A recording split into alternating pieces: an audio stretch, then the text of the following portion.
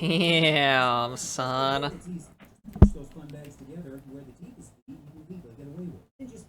What the fuck? Okay, we're not done. We still have more to do. Okay, what was I doing again?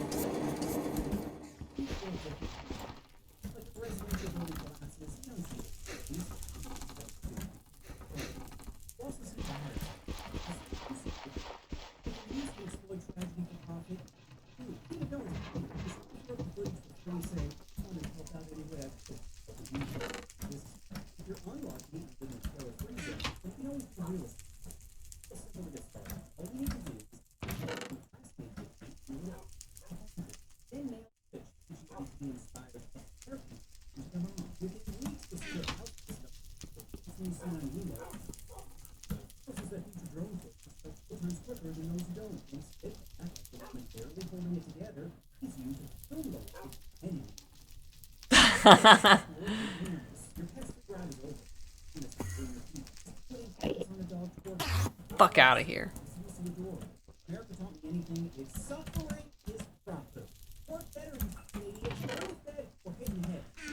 Okay, now let's go work on that slime farm after I see if my dogs are hungry. Wait, no, they're not. I fed them before I ended the last episode. I think I did. Yeah, I totally did. Totally.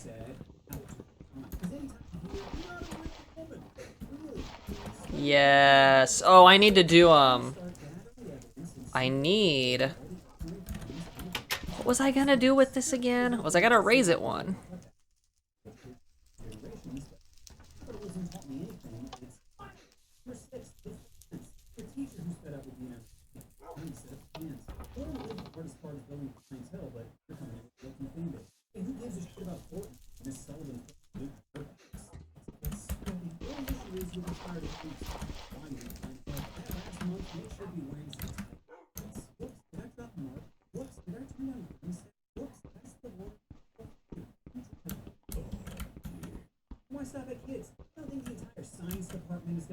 So it's this chunk right here, then.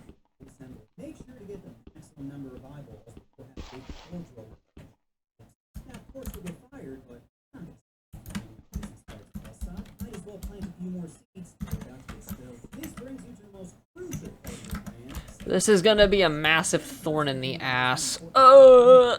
Maybe I should start from the bottom of the world. Shit.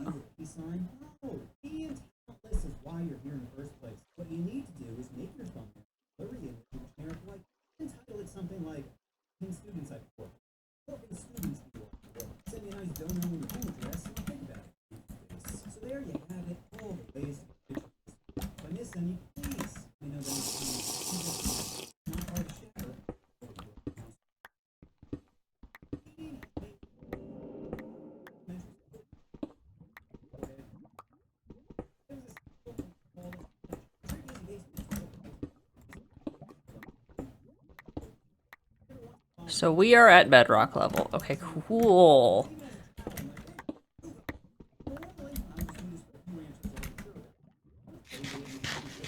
So I want to be 2 levels, or maybe 3? Just 1? No, 4 levels above bedrock level, maybe. So this is where the bedrock starts. That's 1.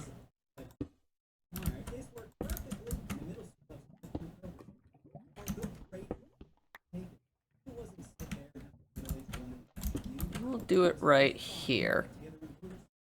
Wait a sec, what's the math come out to be? That's 3 blocks above it. No, I can probably go down 2 more, right? Yes, okay, good.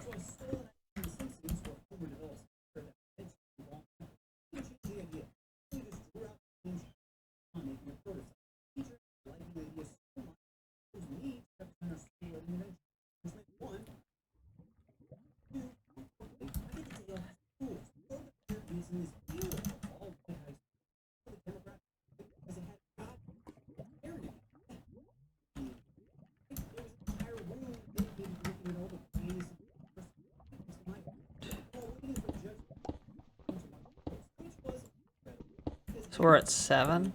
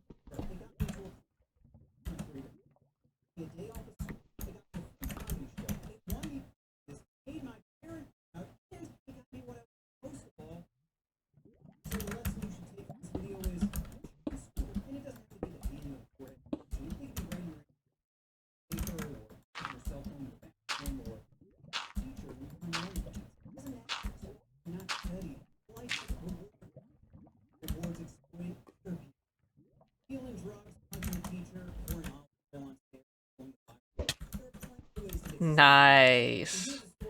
Okay, I need my torches. I forgot about my torches. Why am I down here? Am I going crazy? And also, these this smooth stone is to be used as a platform later if I need it. Should be okay. So right here is the border. This is as far as I'm allowed to go up before the slime stops spawning.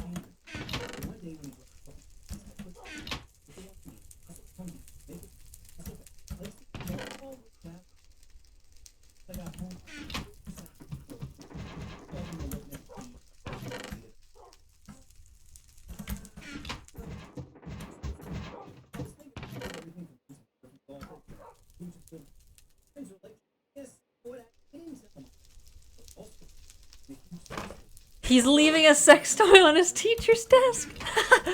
That's pretty funny.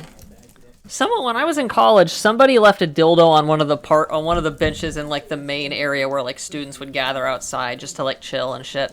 The courtyard, yeah. Somebody left one of those jelly dildo things in the courtyard on the courtyard bench. Unfortunately, within 10 minutes of having noticed it, it was gone, but whatever, you know, it is what it is. Enough people saw it that it spread around campus like a fucking virus, dude. Good lord. Okay, I need my torches. Where are they? Torches.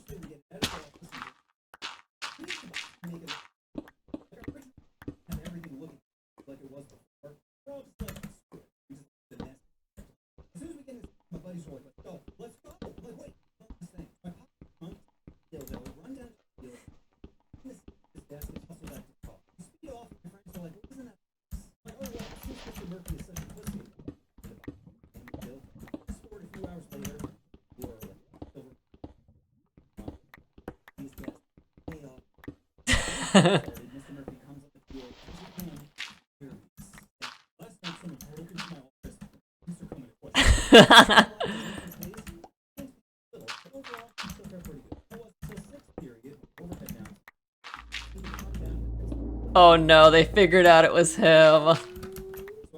What the hell is this? What the hell?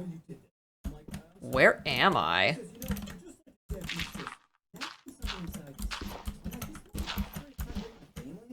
What the hell?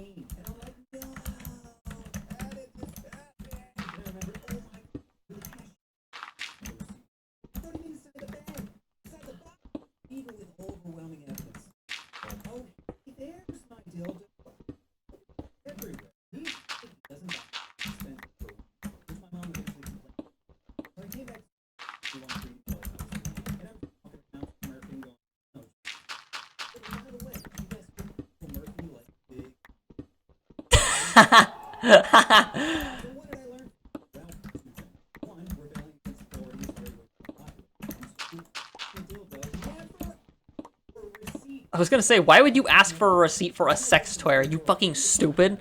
Like, bro. It's already embarrassing enough to have to go into a store to do that, so why the fuck would you make it even easier for people to know who you, like, to know your full fucking name? So anyways.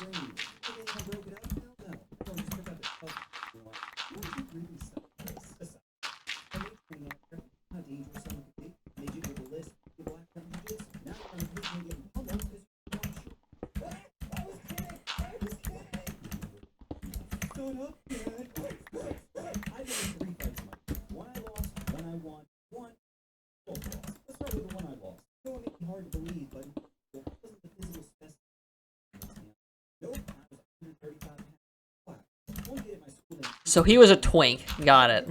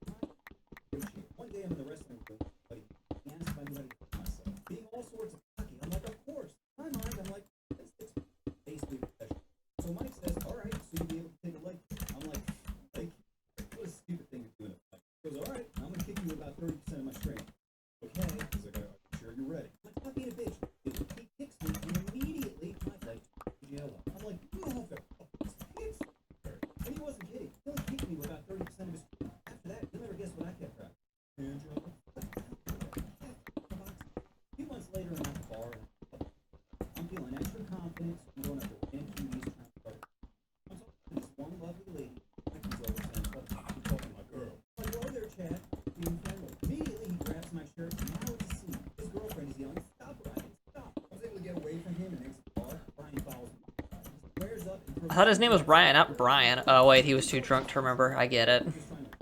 We're gonna go ahead and clear out this chunk on the very bottom and make sure that the slimes will spawn here.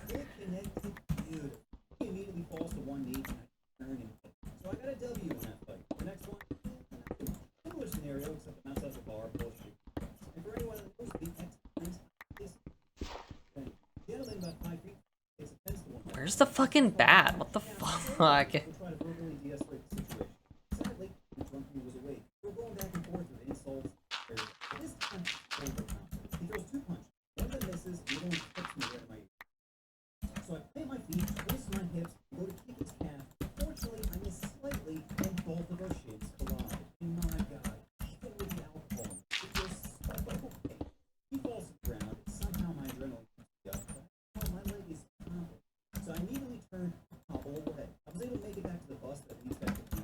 What am I gonna do for my little, like, fucking room right here? It's gonna get overtaken by the slime farm.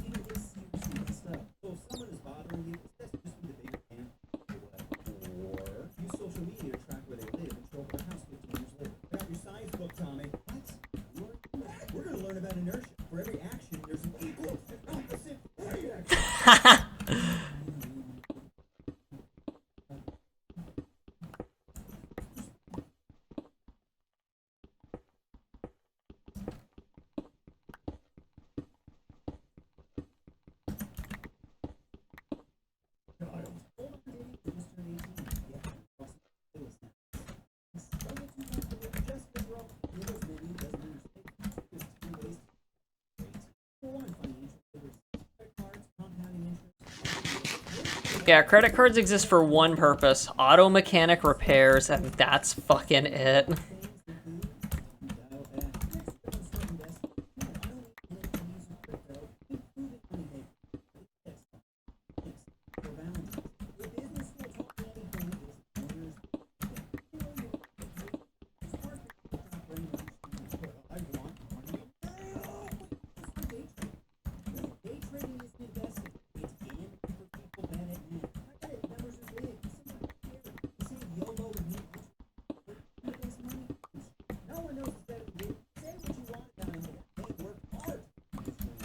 He diddles. What the hell?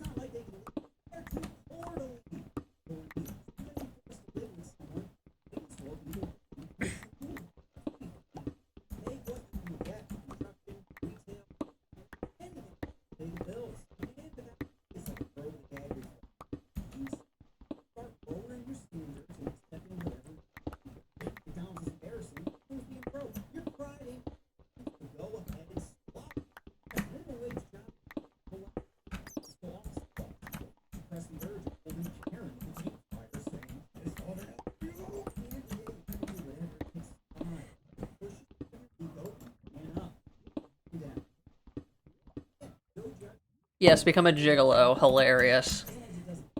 My favorite thing! Oh my god! Just seal that up with normal fucking smooth stone. It's beautiful. And actually, it's funny, with all the smooth stone I'm gonna get, I could probably max out...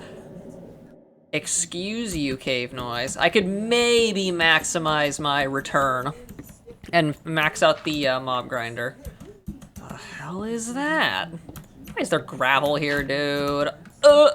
Get this gravel out of my face.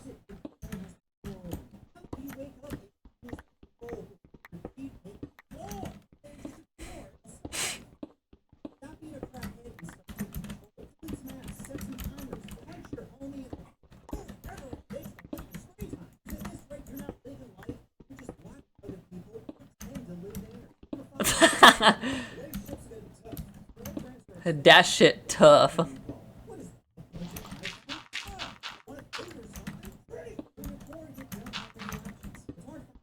Just go fucking buy a refurbished iPhone 7. Those things are cheap as fuck, right?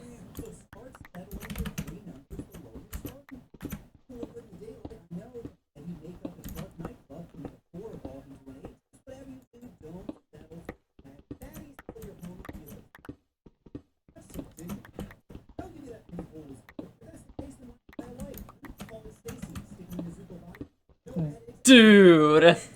No! Stick the fleshlight in a Nezuko body. Oh no, please! Stop! It's too much, no!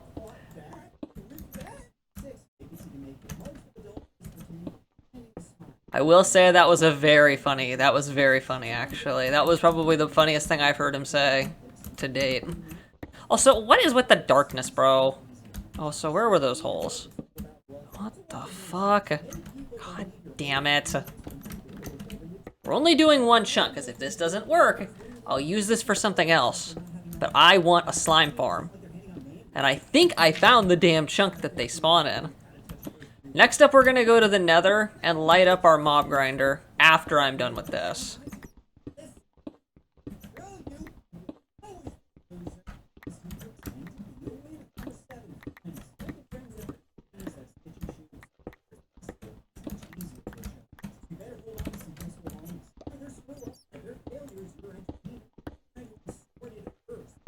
He snorted herbs.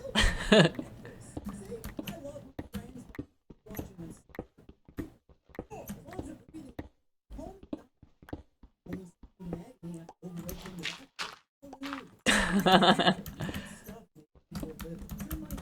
I really out of space?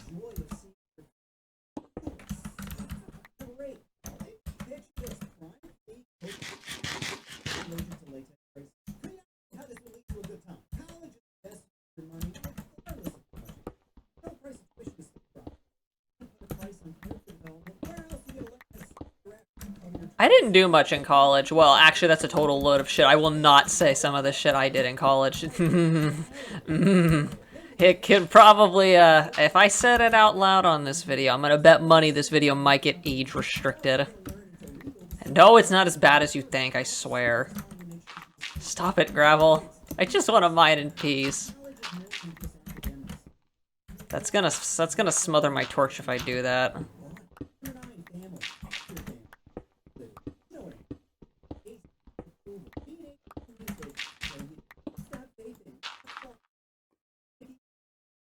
Stop sticking it in the vacuum cleaner. Yes, my favorite. Yeah, I don't care what any dude says. Every dude has done that at least once in their life. At least once they've tried. At least once. There's no fucking way.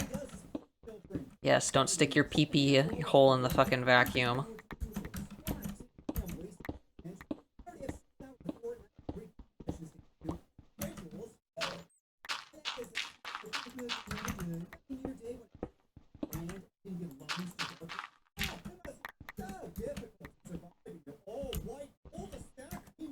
They, yeah. It was a little different back whenever the older generations were kids.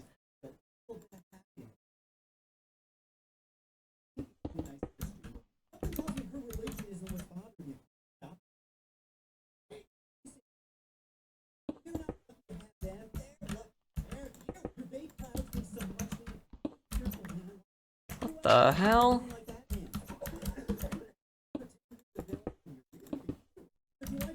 Why is there a hole up there?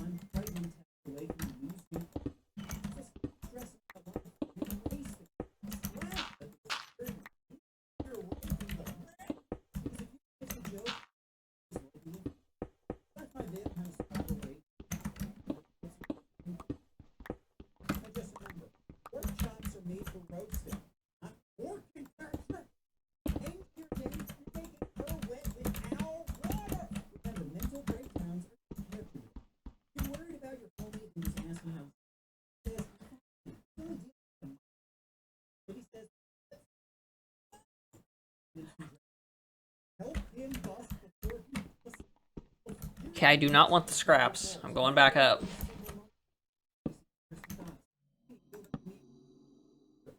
Okay, so this is an opened chunk. They should be able to spawn in here. There is no excuse as to whether or not they would be able to spawn.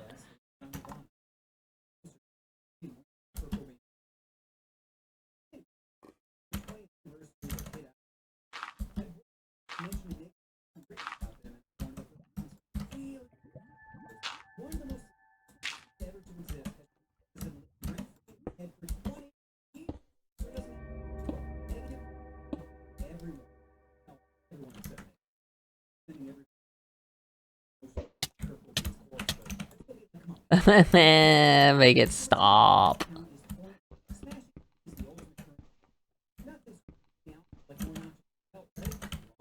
I'm surprised that suffocation doesn't damage armor.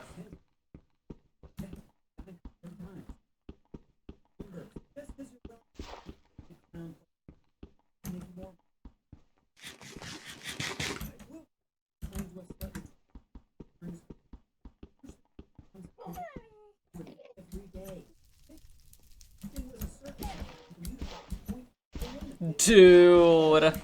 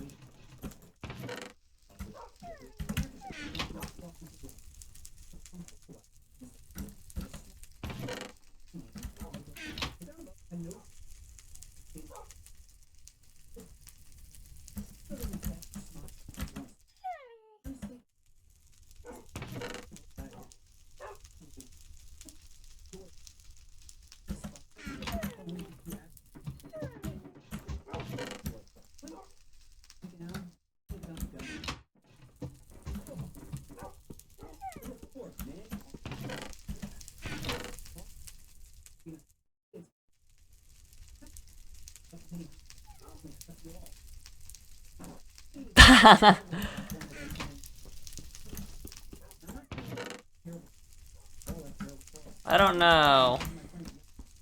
Yeah, everybody has those awful thoughts. Dude, I really need to seal this shit up. That's making me nervous, bruv.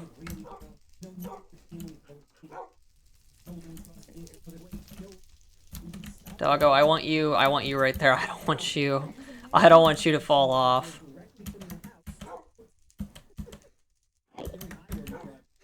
So if I fall from here, I'm probably dead, right? Hey, at least I can parole down there if I ever need to go down there for something. Doggo.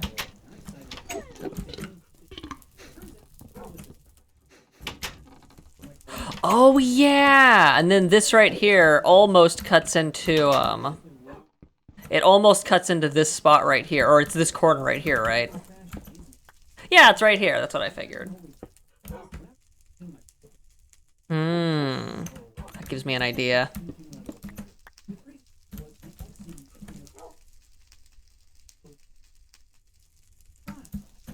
Give me a sec. I kinda like the idea of this.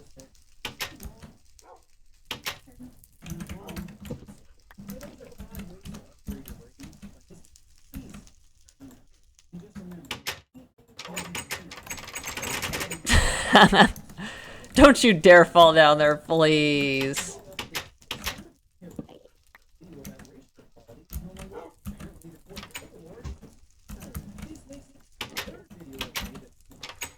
Look at that, it's a double layered protection. I'm gonna leave that, I like that. I'll leave this because I need that. like that, because now I can, like, now I can purl down there whenever I want.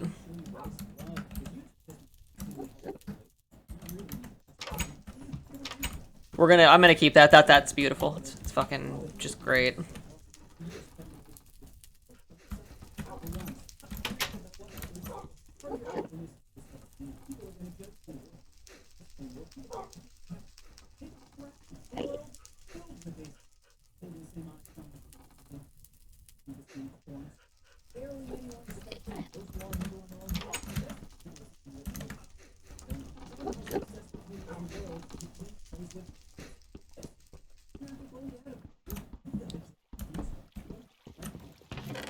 What in the hell?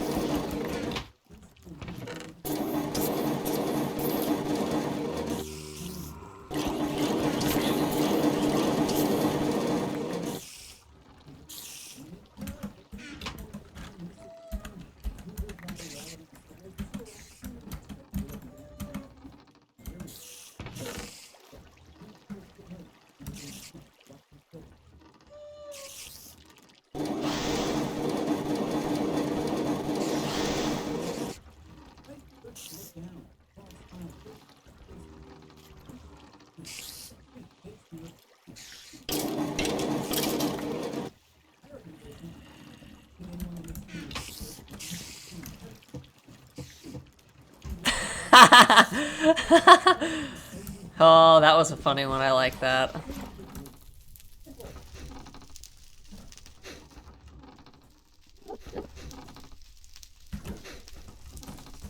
Nice! A fucking whole, almost a whole set and 3 shovels. That's 2 bars right there. That's guaranteed.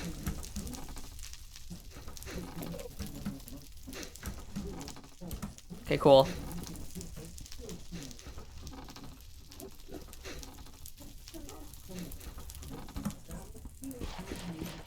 Wait. This is probably gonna fill this up all the way, isn't it? Plus, I also need to give the slimes more time to spawn down there anyways. Called it. I knew it. I fucking called that shit.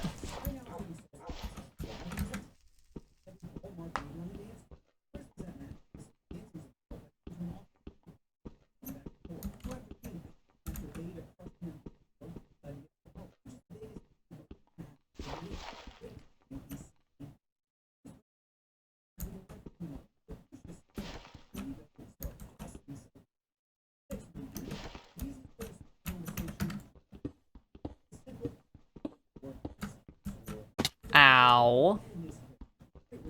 Are there really no slimes down here?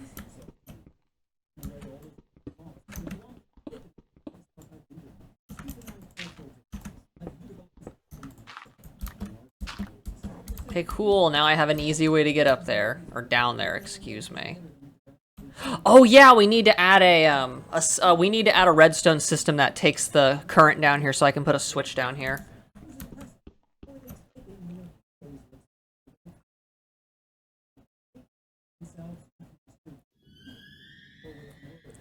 Well, now hold up a second. How would that even work? Like, would that even work at all?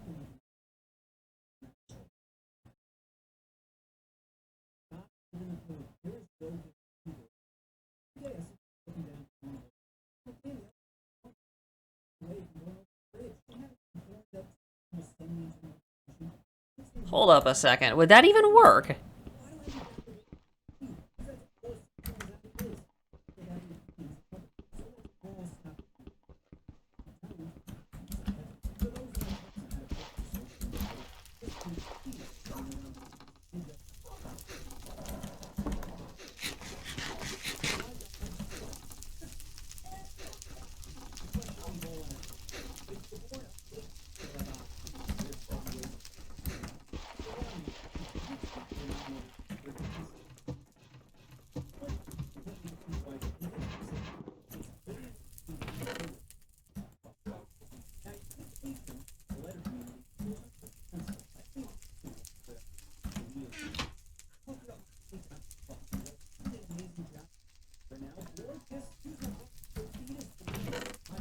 Fetus deletus. Okay, yeah, Mr. Funny Man.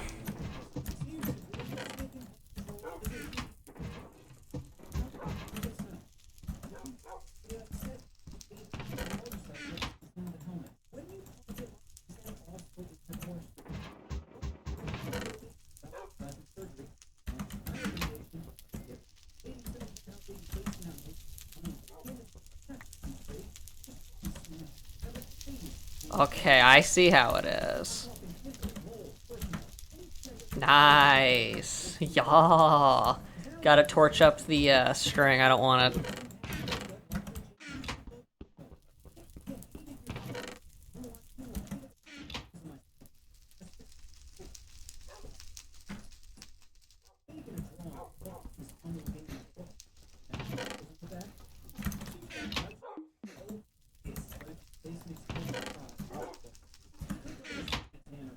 Oh yeah, redstone. I lost track of what I was doing. Whoopsies.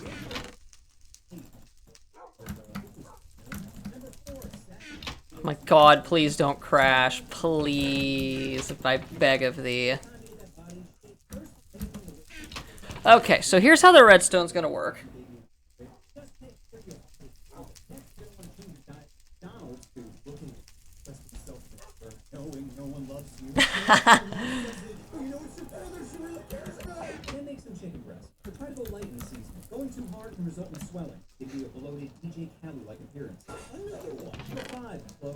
Okay, so I need these. I need switches now. Wait, where's my stone? Next, you're gonna want some white sneakers. Oh yes, white is the dumbest color for a shoe, but it gives the impression that you're rich. And if you're rich, you're probably white. And what I'm really saying is, most people think white is the superior color. Next, you're gonna want to accessorize. And nothing screams BDE like a lowercase t necklace. Well, no religion. Doesn't matter. Religion is all about pretending to be a good person or pressing the elevator close button. Besides, you're not looking for smart chicks who can diagnose your insecurities. You're looking for broken, easily impressionable Christians. Don't think anal is cheating. I mean, which one do you think has no gag reflex? Yeah, exactly. The science chick has way too much self-worth to let you scope her into Number 6. Okay, so now if I understand this right, I just need to figure out how the redstone would work for this, assuming it would actually work at all. It also lets you know from the start you're a pig. You knew this coming into the relationship. Because if this doesn't work, I'm taking this thing down. The problem, though, is that fucking... I kind of need it, though, because the slime chunk cuts into that one thing. Damn it. Okay, let me think here, let me think.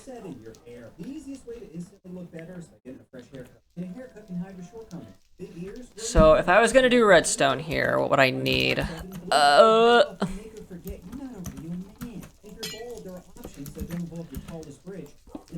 Like you can just get a hair transplant. And they're not just on the top of the head. You can also add hair to both your beard and eyebrows. If you're completely bald or have very little hair in the back, you just grow a beard and accept that 8, 9s, and 10s are off the table. Would I have to use 2 separate axles for this to work? That is how you do it! Oh my god, holy shit. Oh my days, I figured it out. I've decoded the mystery. I mean, this might be a little excessive. There's probably an easy-ish-er way to do this, but I don't care about that, so we're just gonna do this my way. Where's my rope? Am I going crazy? Wait, do I not have any more? Uh-oh. If anything, you're a constant reminder of their failures. Your mere existence brings them anguish. But all this can change if you bring them grandchildren. Okay, I'm gonna let that go down all the way to the bottom real quick. Dementia brain mistakes little Billy for laundry detergent, just washing away all your problems. But in all seriousness, kids give your parents' life purpose. Your mom keeps staring at her Xanax prescription. Your dad is one fender bender away from saying, "Today's the day." They need this. But they'll break your balls about being a free babysitter. That's like having to buy a purse before Black Blood. It's the cost of doing business. If you want Christmas to be a little less depressing, then try introducing her to joy. For 2, your siblings. All you have to do is be reliable. Car broke down, death in family, Minecraft mod, adding occasional buffering. You better be there. Siblings It's dark down there.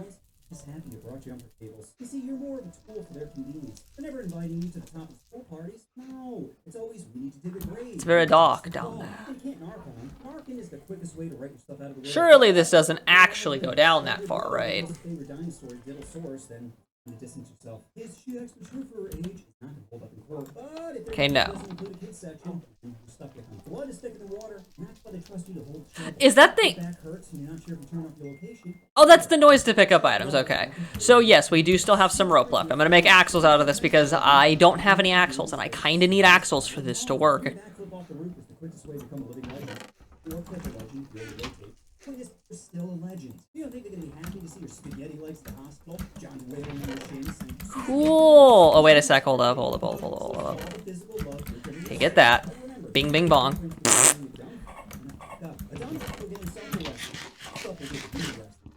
Use your friends wisely. We all love hearing about fireworks, but not kids that need to go. Kids that need to go. Number 4, your spouse. For women love being bought cars, houses, Laker tickets. Ow. Logo into hubby material. You see, women are basically TikTok. Randomly swiping to the next auto emotion. They need stuff. Why did I get stuck on that? Was it because it was a moving entity?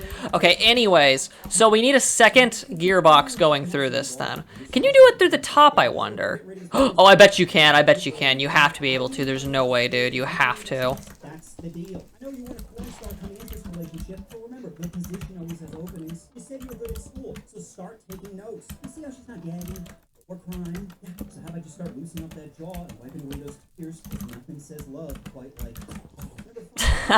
Be honest, when you look in the mirror, you see disgust. Okay, that's not what I wanted to do. That body, that face, oh, but don't let this get you down. Use it as data. Because if you hate yourself, and others probably do too, you think it's the only one with that primitive emotion in your simple mind. Okay, so no, it has to be going in through the side. God damn it. Wait. So the trick to loving yourself is accepting you're disgusting, but not as disgusting as others. Mike stinks for egos. Tom is on his 13th lie. Billy brought a Nezuko body pillow to school, and you think they're better? You're not the one failing chemistry. Face it, most people are trash. So start using the judgment hammer to build your ego. Is Tom wearing a gamer headset in public? Did Mike just post a shirtless selfie? Is Becky about to have her third kid with her third baby daddy? Oh, you know, I do feel a little better. That's my vid on how the people love you. You want to know the true secret? It's stop trying to fit in. Stop worrying about what others think. Stop waiting for love to validate your existence. Everyone is just as lost, confused, and insecure as you are, but not more. They're all slapping filters on their lives, pretending they're winning, when deep down they're drowning in the sea. Oh, okay. Interesting. So it has to be going in through the side. Good to know. You need to realize that just existing in this fucked up world is proof you're stronger than you think. Just think about all those days that try to break you, all those rejections that cut deep, all those dark thoughts telling you to just do it, do it, do it.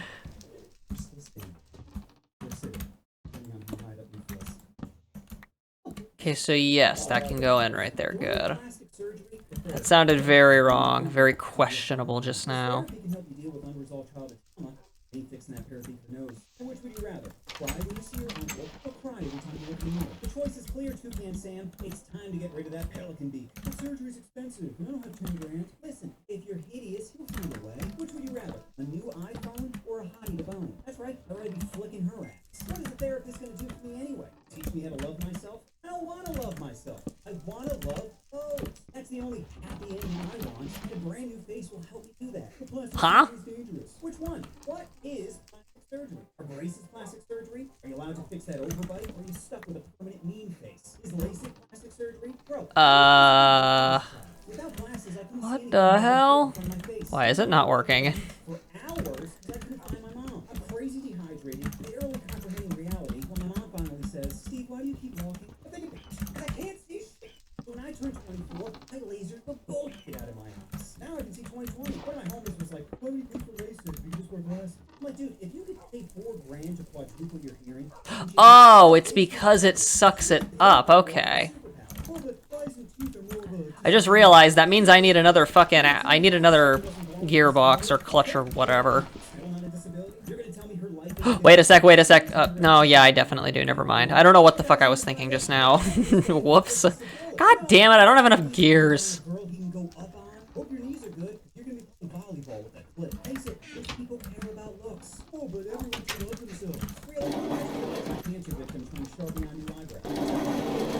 Miss Chemo. There's a lot of pedos out there. You start saying, will this help me get into heaven? So that gives you 16 gears. That's pretty good. 1 wood equals 16 gears. Not bad. Why am I going that way? People, looks are pretty important. How do you even meet people nowadays? Well, that's right, the apps, where you have a millisecond to prove that you're an 8 or above. She's not reading your bio of, recently, I realized that I have unresolved trauma, and I'm working on it. Not every day is great, but motivated to improving my mental health and those around me. No! All you'll get is a split-second decision of, hey, Chen, speaking of Chens, what is happening? What the fuck did I just make, dude? Went from sex icon to Minecraft Steve. When asked if he got plastic surgery, he's like, no, I'm just from injury. Cool. He just walked into the door and turned into human crap. I don't understand why they don't just admit it. Are you worried movie studios because you're a bad role model? Because I'd argue admitting you effed up your face trying to achieve an unrealistic level of beauty would show you're a great role model. Hey everyone, my new preferred pronoun is consequences. You see, that's the real issue with plastic surgery. So we want this one to be the clutch, because this will be easier for me to get the redstone current going through. This little piggy chose the wrong mark. So that's good. Ow. Now you could stack the odds in favor and do something like LASIK with a ridiculously high success rate, or you could start rolling the dice on. So if you release this, Speaking of chopping wood, friends, you're gonna tell me there's something wrong with changing the way you look on the outside to represent how you feel on the inside? Why be asleep when I could be awake?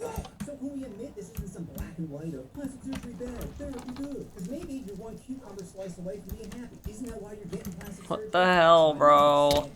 Ow. Why? Okay, anyways. So you turn this off, and it drops it. So you do this.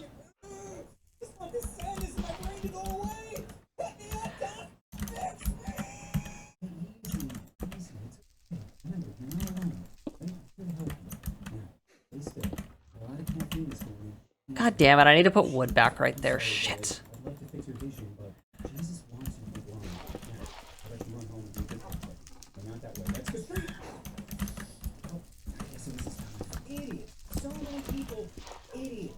Las Vegas exists proves my point. You see, casinos are like the pastor. They promise you happiness, but end up taking advantage of you. Just take a look around. Giant water fountains, the Eiffel Tower, hookers that can pass as people. How do you think they can afford this shit? By selling tickets to the buffet? It's by convincing suckers that they're smarter than multi-billion-dollar corporations. How many times have you heard someone say, this is my hot seat, or my lucky slot machine? Spoiler alert, luck doesn't exist. If it did, your dad would have decided to pull out years ago. Another phrase I hear all the time is, my number hasn't popped up, so it's due. Like, why don't you go outside and... Yeah, that right there is the gambler's fallacy, but I learned that one the hard way in this world. Oh boy, my favorite. Essentially, the gambler's fallacy states that if eventually, like some gamblers think that because they haven't hit their number yet, they'll eventually hit it. But that's not how that works. Probability is a constant, meaning that it is always 1 in 200. Now, your odds theoretically should go up if you, like, don't get it, like, twice whatever the probability is. But it's still not guaranteed. Like, you're still not gonna get it, like, 100% of the time, sadly. If your girlfriend gives you a free blowy, know you'll end up paying for it later. So casinos aren't giving out drinks out of the kindness of their heart. They're doing it to stir chemicals in your brain to disrupt whatever little bit of object reality you have left. We've all made dumb decisions while drunk. Now imagine being plastered next to an ATM. Can you not see how this shit go off the rails? And people still go to Vegas thinking they're gonna make it big, when the only thing that they're winning is chlamydia and divorce papers. But why offending everybody? Are you going this hard on gambling? Well, for starters, every idea has its. I refuse to be like these other basic bitch stick figure channels, just copying everyone's idea and never coming up with anything original. But what really spurred this idea was I was on a cruise recently, and I like to play this game called Find a Pathetic Person. It's not what you think. It's where I walk around a casino trying to find... Sounds like exactly what I'm thinking. Oh, that's exactly what you thought? Okay, I'm glad we're both in sync. Anyway, I ended up bumping into a guy who said he loved to gamble, and I'm trying my hardest not to question his... If you, okay, so, hot take on casinos, either never go there so you don't waste money, or if you go to gamble, you go to lose everything that you have invested into that instance. Which is basically just a fancy way of saying if you go with, like, say, $1,000, you leave with nothing every time. That way you never, ever get any gratification from it. So that way, even if the house does take your 1,000, they'll never actually win because you'll be stalemating them for the rest of it fucking whatever eternity they get to spend in hell, I guess. I don't fucking know. Anyways, yeah, if you ever go gambling, just make sure that you take, like, only a certain amount with you. So even if you win, you just keep playing until you hit 0, and then you leave. Very simple. A little expensive, I guess, but, you know.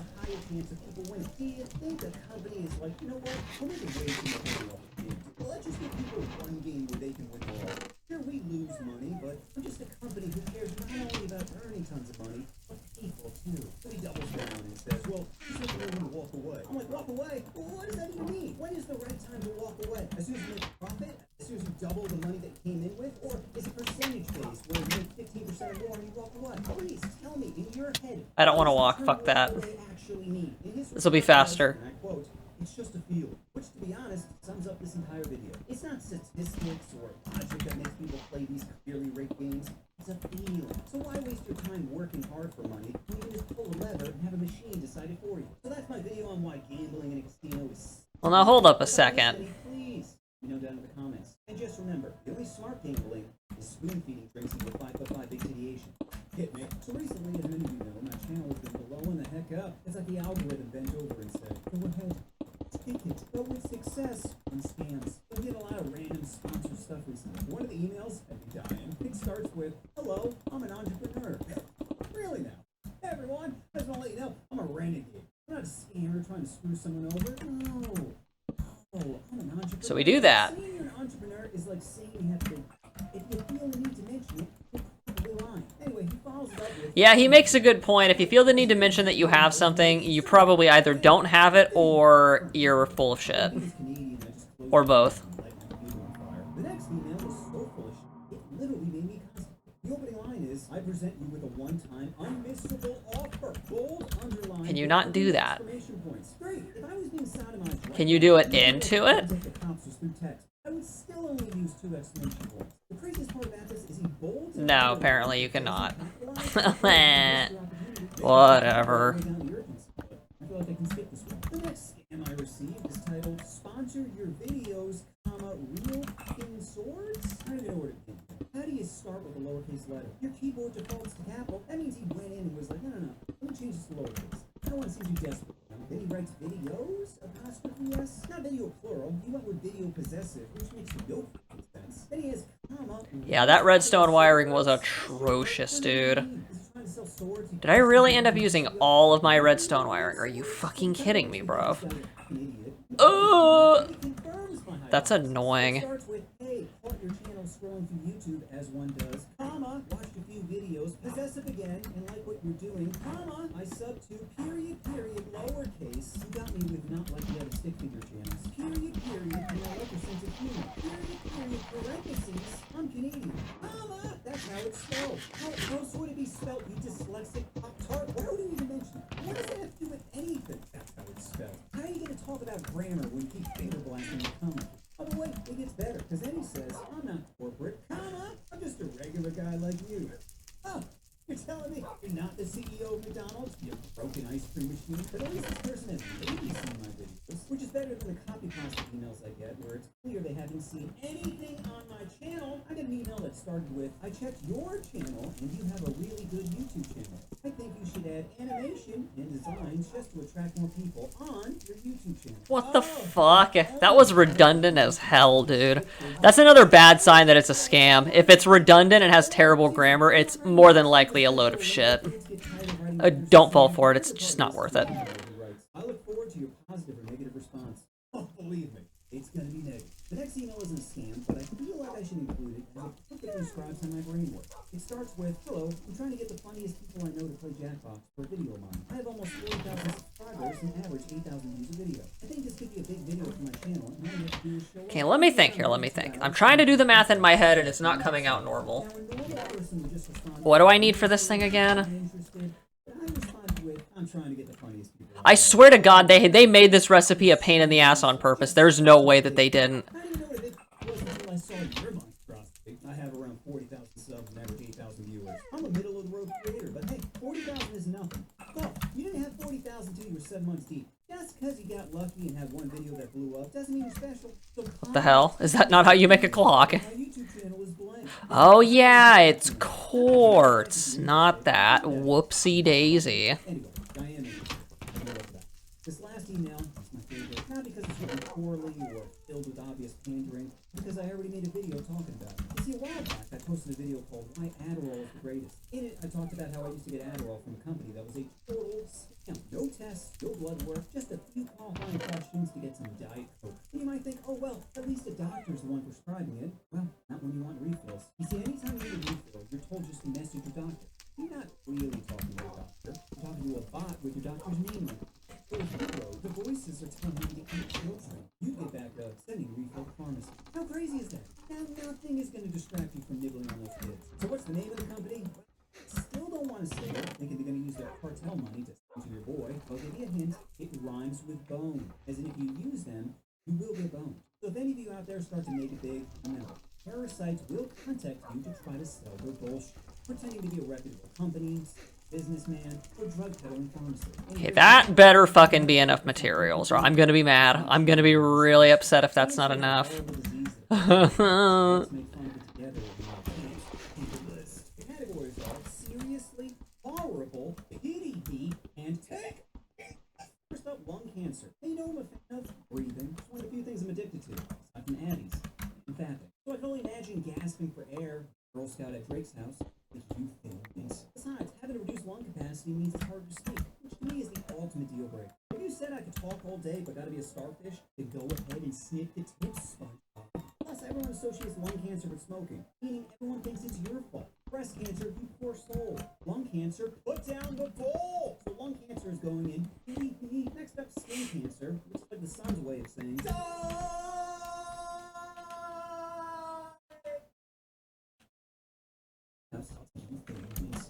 having a reduced lung capacity means it's hard to speak, which to me is the ultimate deal breaker. If you said I could talk all day but gotta be a starfish, then go ahead and sniff the tips, SpongeBob. Plus, everyone associates lung cancer with smoking, meaning everyone thinks it's your fault. Breast cancer, you poor soul. Lung cancer, put down the bowl! So lung cancer is going in. Next up, skin cancer, which is like the sun's way of saying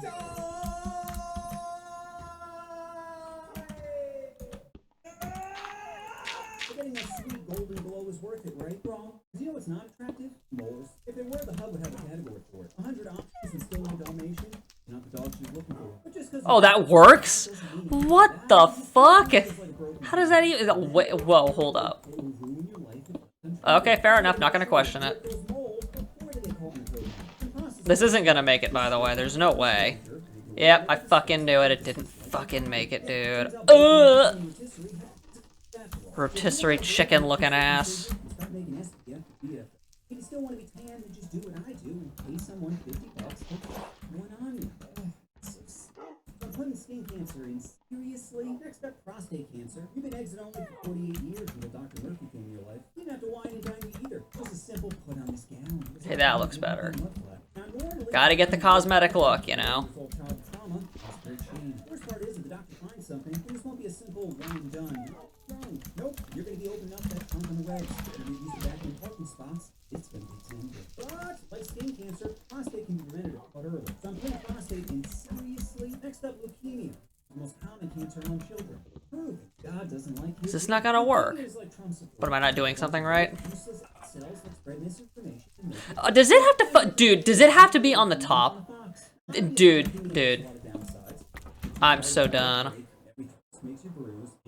What? There are some positives, aside from your cancer diagnosis. Like you might be able to meet a non-diddling celeb through Make-A-Wish, as long as it's not an A-list. Leo's into riding 19, not dying 13s. You're gonna have to pick a celeb desperate for some good publicity. My recommendation, J.K. Rowling. Now you get someone to narrate Harry Potter while also teaching about pronouns. He drank the meatiest polyjuice potion, now he thinks he's a she. So I'm putting leukemia in horrible. Next up, pancreatic cancer. Does that not work? The time you notice, it's too late. Because pancreatic cancer has the lowest survival rate out of all the cancers. Wait, did it work? What? No more worrying about climate change. Oh, it did! Okay, whatever. I'm not gonna complain, I guess. Like Streetwalker or Pet Llama. Whatever you want to blow your load in. Who cares about diseases or shame when God's about to click that power button? Maybe it ends up being the best thing ever happened. So now, oh no. I'm gonna end up with fucking... Oh, thank goodness. Fucking run. I just don't want to have to deal with it, dude. Think I could make this jump?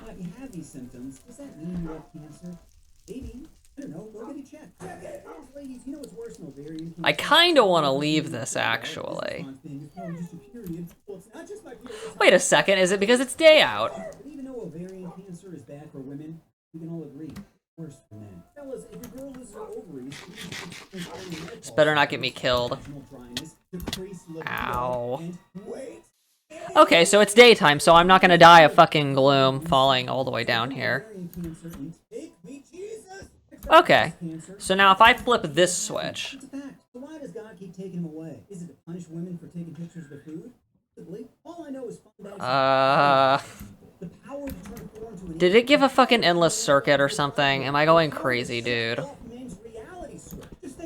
Hang on. Wait, what?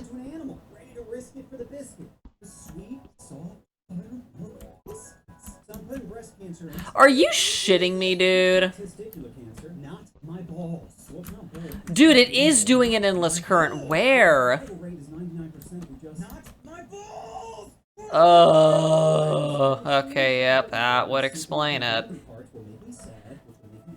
God damn it. Okay, well. All this could have been prevented if you just took some time every once in a while to feel around for abnormal lumps. All I'm hearing is this is my girl's fault. If she just booed me more, I might have. Again, these are things you could have done for yourself. Okay, I have to stop you right there, Doc. Admitting I was wrong is admitting you. So how do I fix this? It's gonna have to go up a third block then, I'm guessing. There's no other way. Also, how does it fucking manage to just magically end up right here? Like, of all the places it could have ended up. Eventually we'll change it to where it goes in a spiral down to the bottom, but this is gonna have to do for now. That's not the right one.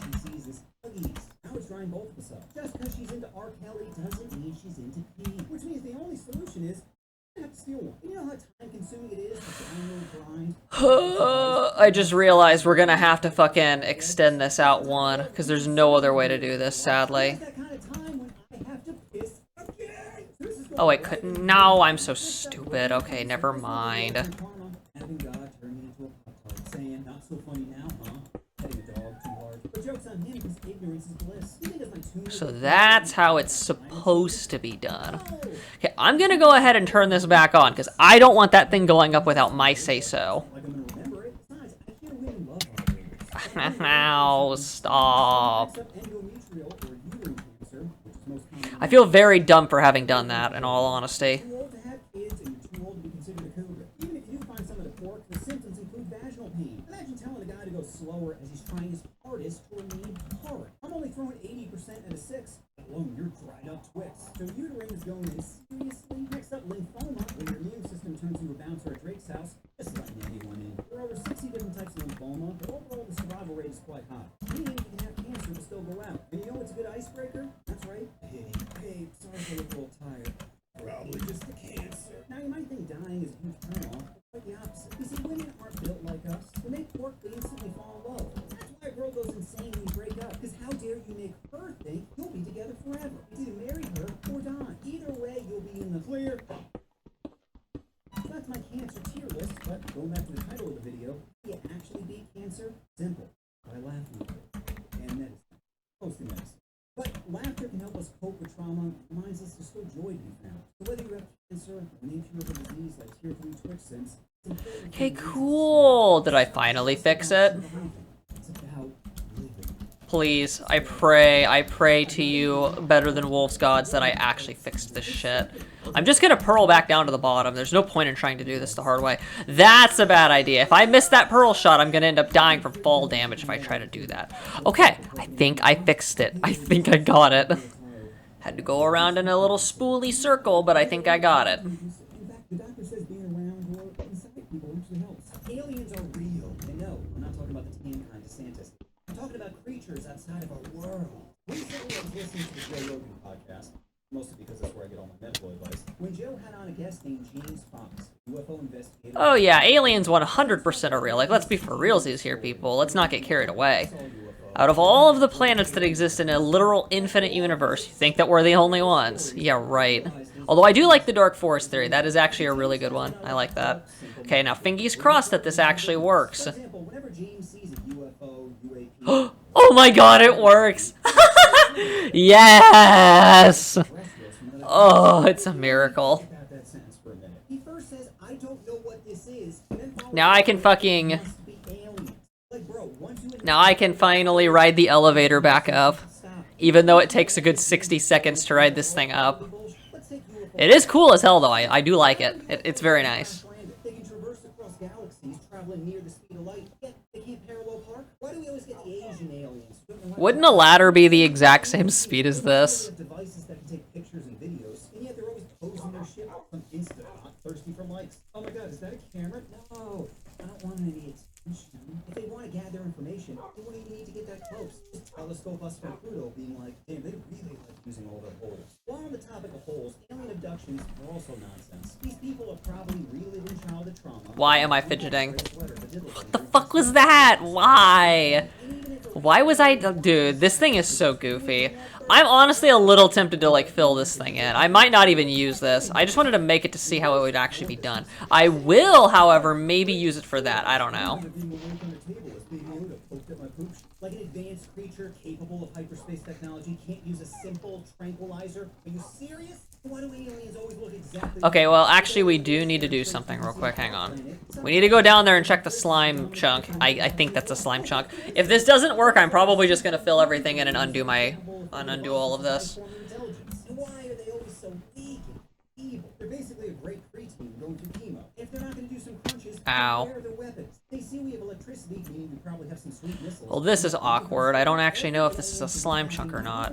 I can't tell because nothing's spawning in it. Start knocking everything in front of you. A rock, a car, your nephew. I'm so sorry, Billy. Why is that alien such an idiot? Think about it, bros. Crash landing, don't bring any weapons, can't even below dart somebody correctly. Maybe we're just getting all the rejects. Basically the inbreds of their game.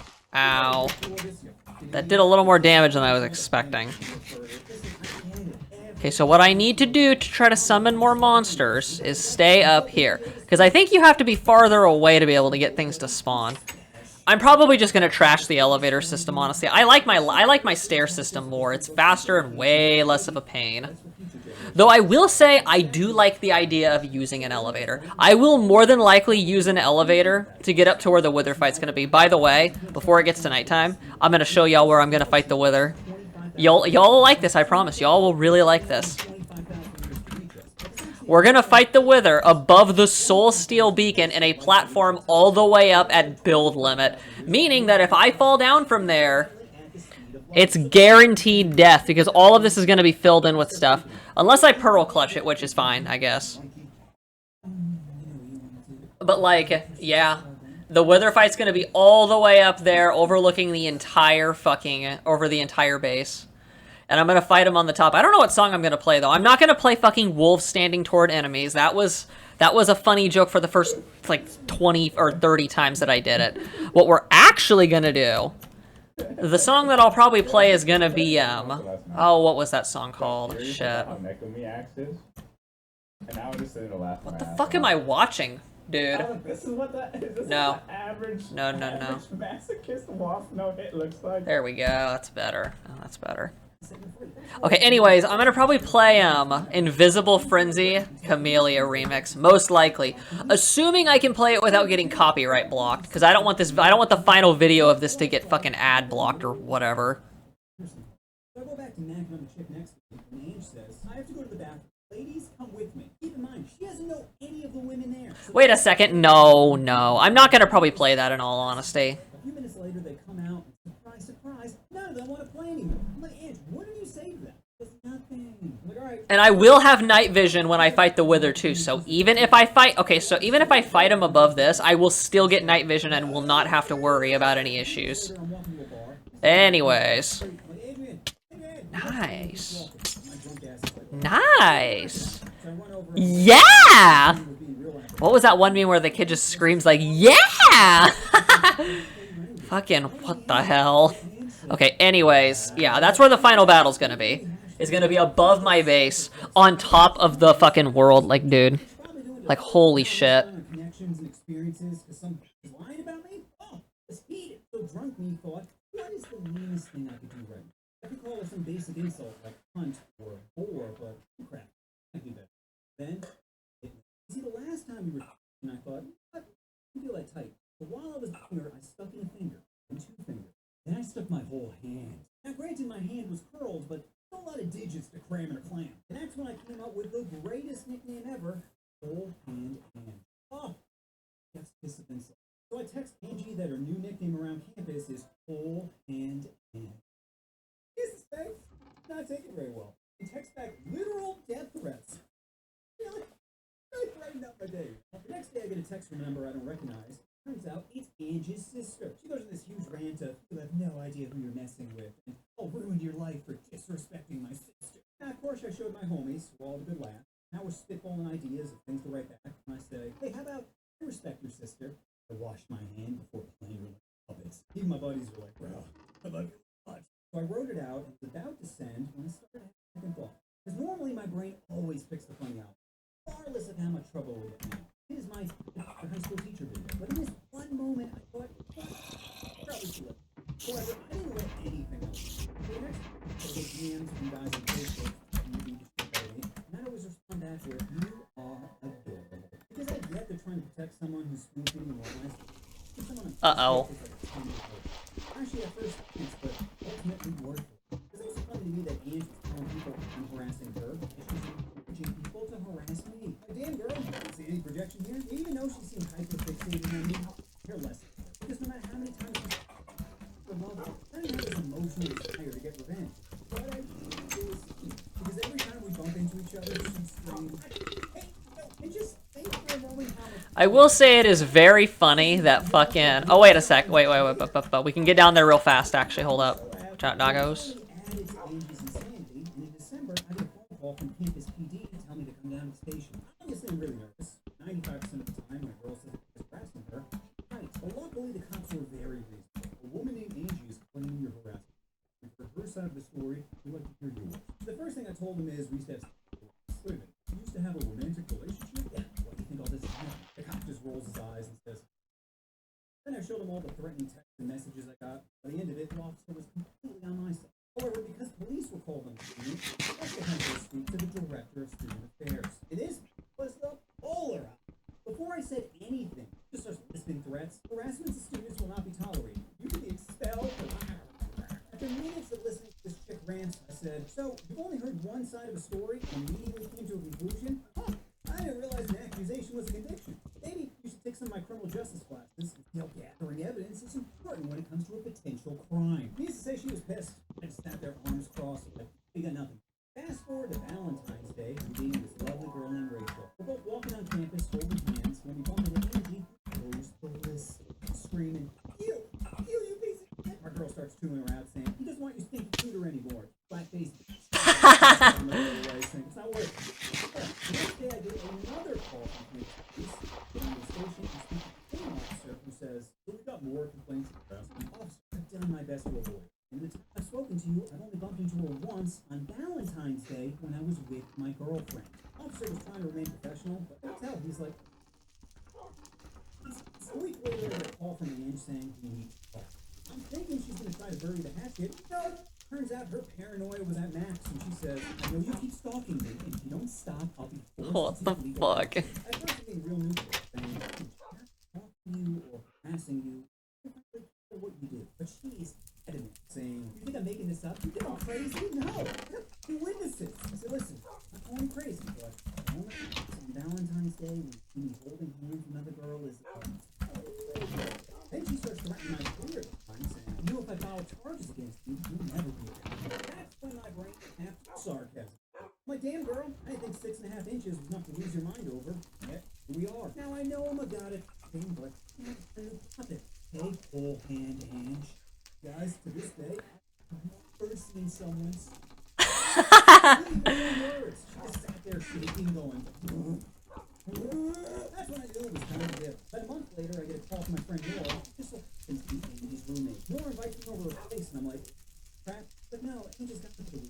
I'm like, oh, alright. So I go over, and we're hanging out for a bit. Casually mentions, you know, I found your schedule at Angie's desk. I'm like, so here, this is your schedule, right? And I'm looking at it going, holy shit.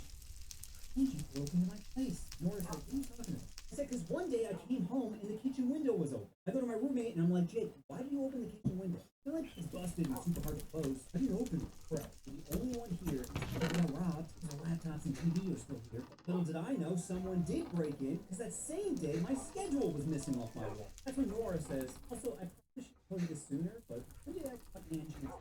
Wait, what? I was heading over to your place at night when I caught Angie bent over by your car. Guess what she was doing, but she picked down. I'm like, damn it!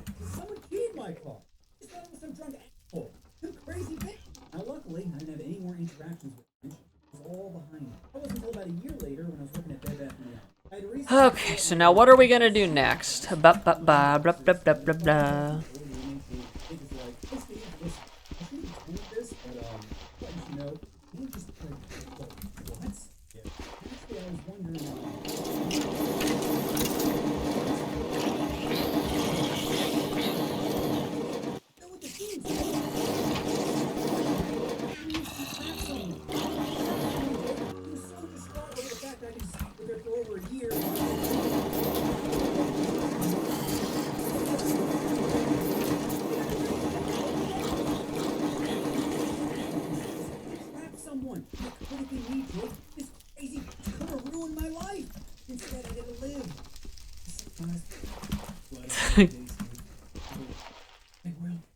Okay, we're gonna dismantle this thing.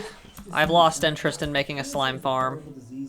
If I'm gonna do it, I'm just gonna use a mist. I don't really give a shit. If I can find a slime down here, I will take back what I just said.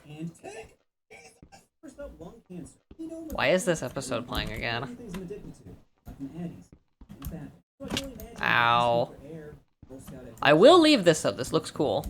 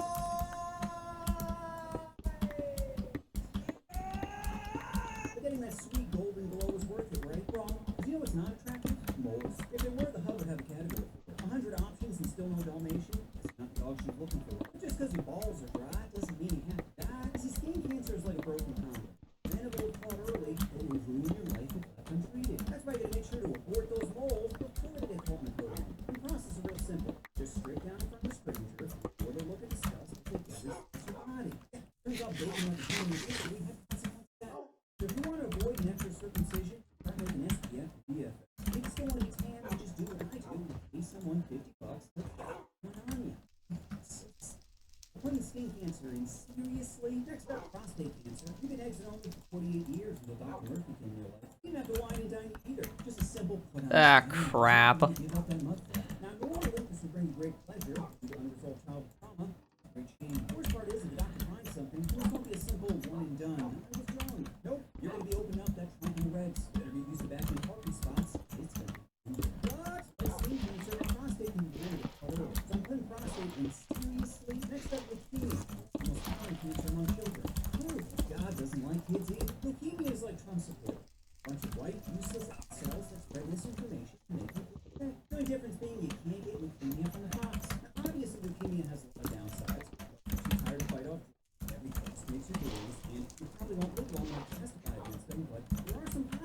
Okay, we're gonna put the stairs back first, because that'll be easier. I at least know that I have exactly the right amount.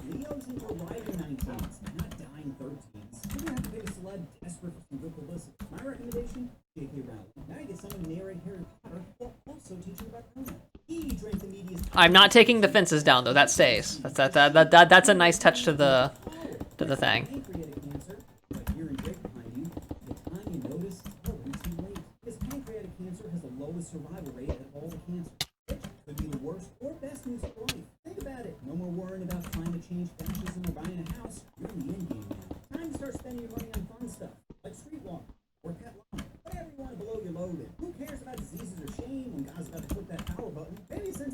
Okay, so the stairs have returned to us. I'll use the elevator someplace else, like with the wither fight or something. I don't fucking know. Next up, ovarian cancer. It sneaks up faster than you can blow a whistle because the symptoms are common things like pelvic pain, changes in appetite, feeling bloated, easy to overlook. If you have these symptoms, does that mean you have cancer? Maybe. I don't know. Go get it checked. Check it! Because ladies, you know what's worse than ovarian cancer? It's telling your husband you don't feel well. So this is restored. Good. Bling bling blong.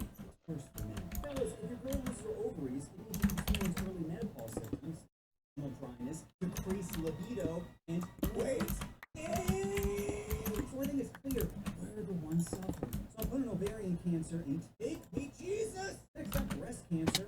That does make people happy. It's a fact. So why does God keep taking them away? Is it to punish women for taking pictures power over people. The power to turn a 4 into an 8. The power to turn the NFL into a pride parade. The power to shut off men's reality switch. Just think about how many empires have fallen to a $14 TV. I can't even look at a lowercase w without turning into an animal. The risk it for the biscuit. The sweet, soft,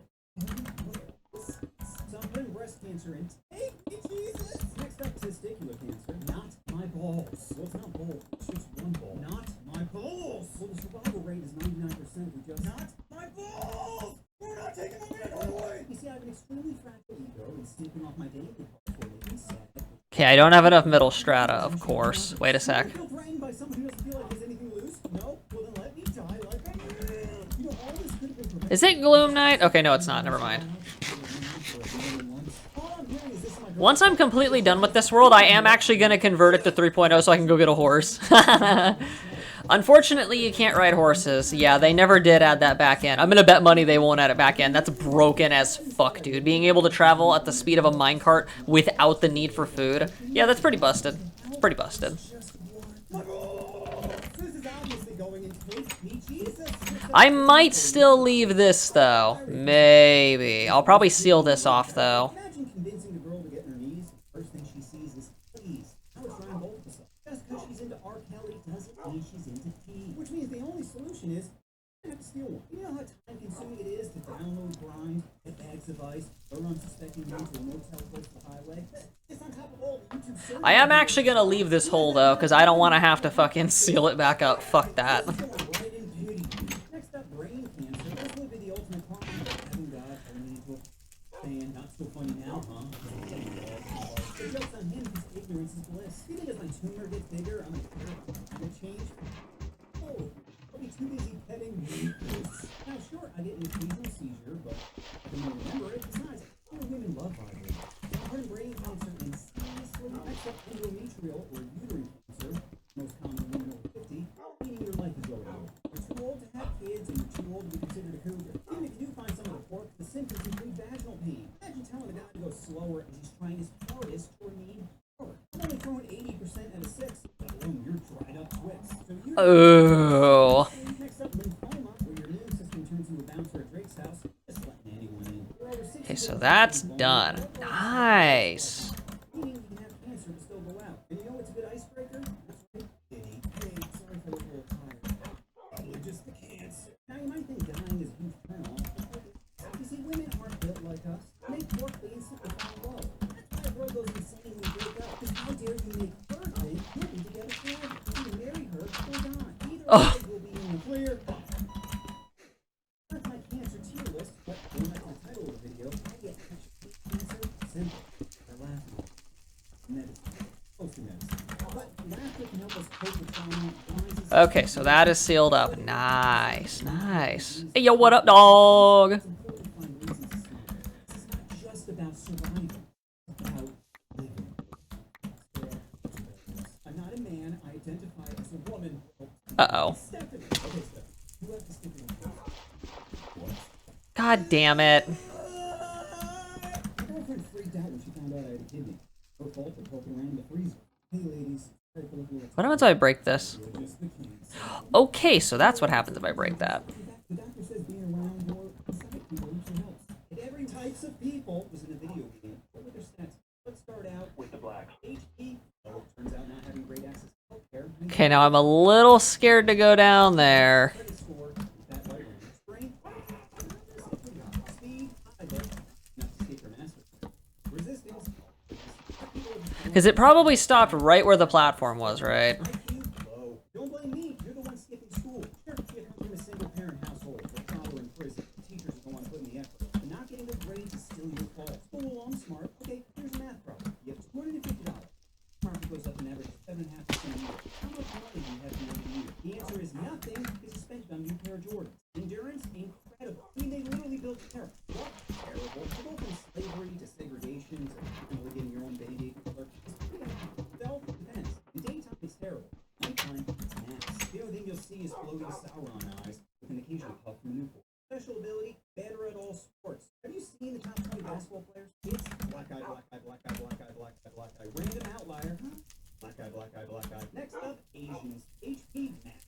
In the United States, say the highest life expectancy. Probably because dying isn't nearly as bad as bringing your family pain. Debuffs, sorry Asians. Security buffs, luckily to balance it out, made every Asian high side. Strength in relation to body weight high. Compared to any black person. Oh, speed average. Less than the hot dog income. They're an expert in farming. Resistance. IQ. Asians are close to maxing out right here. I guess having your teacher. Hang on, let me test this. Wait, if it goes down and it stops, that's good. Is that good? Ooh.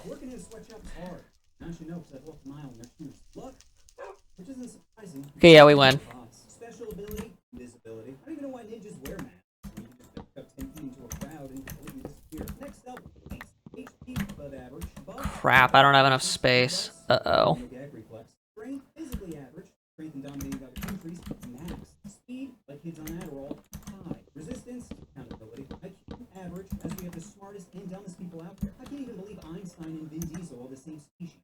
Yes, oh, you think it'd be high considering we conquer the world, but with every technological advancement, new ways to get depressed. Like my magic phone keeps buffering Django Unchained. Nice! You saw that clutch, right? That was pretty fucking good. Gotta get that reaction speed, baby. If I ever fall because of, like, something stupid. People are like a DLC character that's just further than the rest of the cast. Don't believe me? Go to any museum and check out our KD ratio. Next up, Japanese. HP, well, they have one of the highest suicide rates, so very well. Buffs, potential burn, debuffs. Strength, pretty high, because they have a small hitbox. Speed, above average, less involved in musical body control, and is feverish. Resistance, titties, IQ, very high. Japan is on the forefront of technology. They have bullet trains, these in every hotel, and there's hot spots, don't judge it. This doesn't only happen.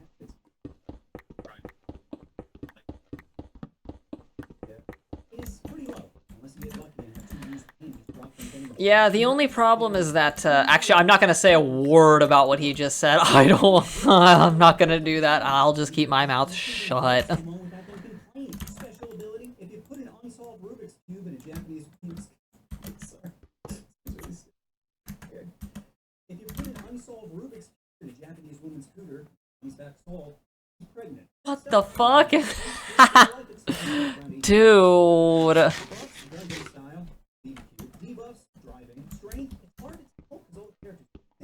Gundam style? Yes, my favorite. Fucking Gundam 00. Fucking pussy. I don't know.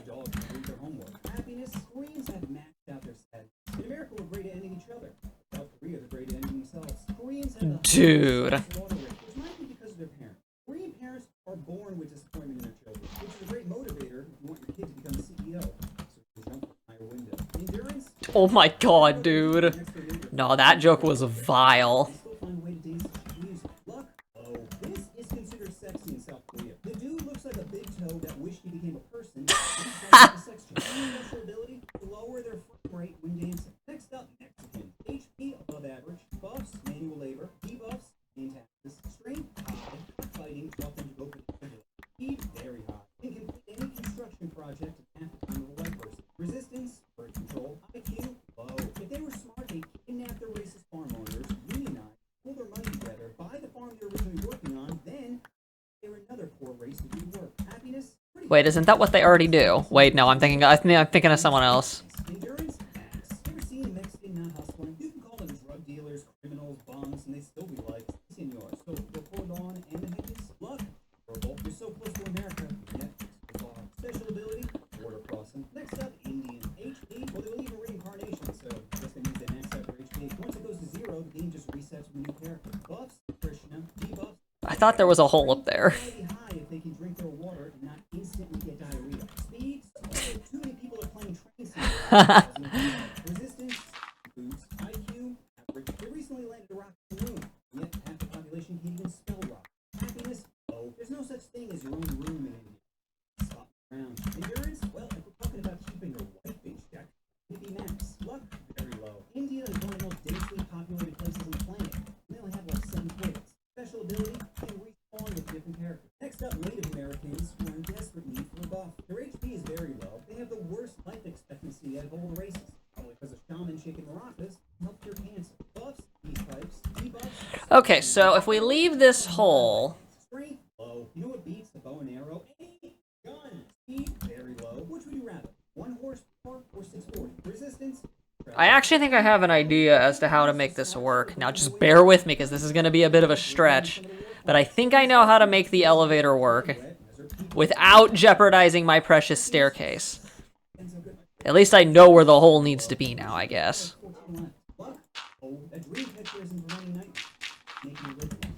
Oh. Obviously, tax-free lands. Next up, Muslim. HP tends to learn best around. Buffs, oppression, debuffs, equality. Strength, very high. Praying 5 times a day to someone who doesn't let you taste sin is a sign of devotion. Speed, low. That camel isn't beating my horse. Resistance, Christmas spirit. IQ, very high. Convincing half the population they're an NPC is really quite insightful. Happiness, well, if you're a man, high. If you're a woman, then you better fight those things. Endurance, max. Fasting while it's 112 degrees outside builds your tolerance. Luck, they're even randomly selected for additional screening, and special ability can speed run their way to another dimension. Next up, Irish. HP, low. Little can only take 20 critical hits. Buffs, storytelling. Debuffs, alone time with Father Cunningham.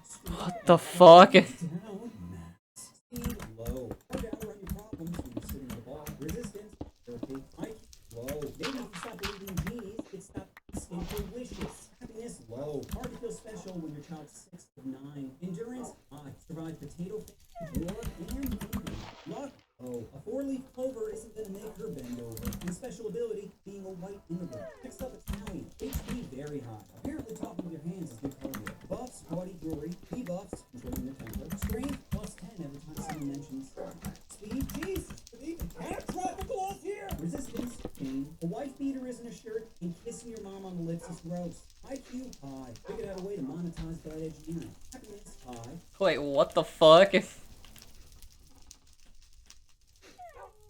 Speed, low. That camel isn't beating my horse. Resistance, Christmas spirit. IQ, very high. Convincing half the population they're an NPC is really quite insightful. Happiness, well, if you're a man, high. If you're a woman, then you better fight it. Thankless. Endurance, max. Fasting while it's 112 degrees outside builds your tolerance to neglect. Luck, they're even randomly selected for additional screening, and special ability can speed run their way to another dimension. Next up, Irish. HP, low. Liver can only take 70 critical hits. Buffs, storytelling. Debuffs, alone time with Father Cunningham. Strength, holding you down. Max. Speed, low. Hard to outrun your problems when you're sitting at a bar. Resistance, therapy. IQ, low. Maybe if you stop believing in genies, you'd stop asking for wishes. Happiness, low. Hard to feel special when your child's 6 of 9. Endurance, high. Ooh, okay, no, that one was pretty. That one was vile, dude. 4-leaf clover isn't gonna make her bend over. And special ability, being a white immigrant. Next up, it's HP, very high. Apparently talking with your hands is good cardio. Buffs, body jewelry. Debuffs, controlling their temper. Strength, plus 10 every time someone mentions. Speed, jeez. Even half traffic laws here. Resistance, pain. A wife beater isn't a shirt, and kissing your mom on the lips is gross. IQ, Uh-huh. happiness, high. Hard to be sad when you have the best of some wine. Look at this. This is so cursed. I don't like this. This is making me uncomfortable, bro. Hang on. Sure is. And special ability, culinary enchantment. Any meal they make adds plus 20 happiness.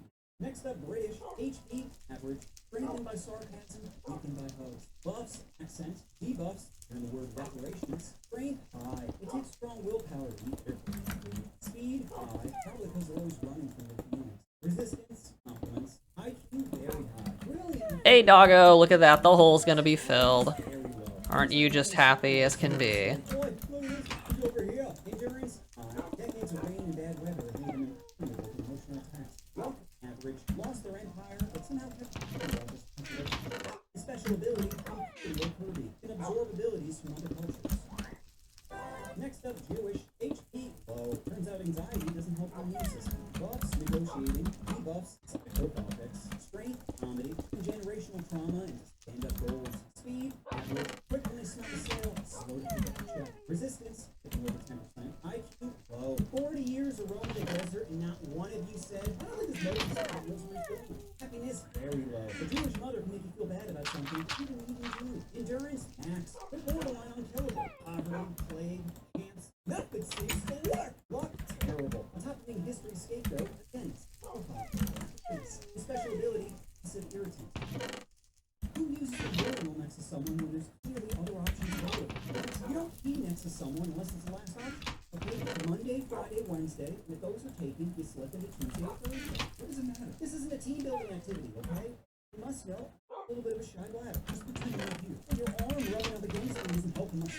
It's a public restroom. Well, that's just whatever you're doing what I want. You had the end spot. That's prime real estate. But instead, you started saying shoulder to shoulder. Why don't you just go back to ignoring each other? Fine.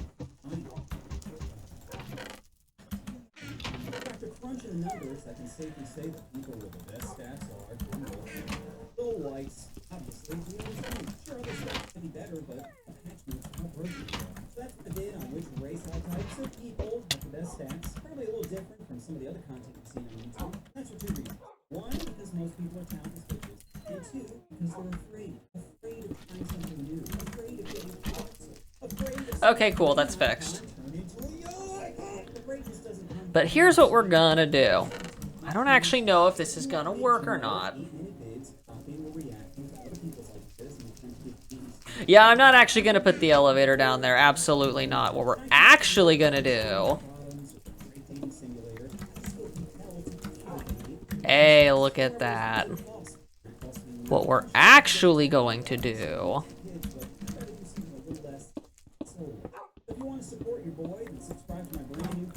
Here's what we're actually going to do. I'll leave that torch there, because it looks nice.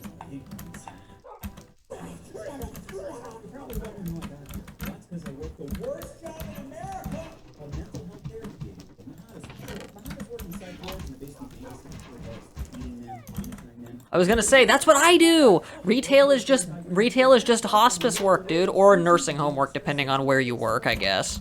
Because most of the people that you see shopping nowadays are mostly just boomers. Mostly old people without a budget.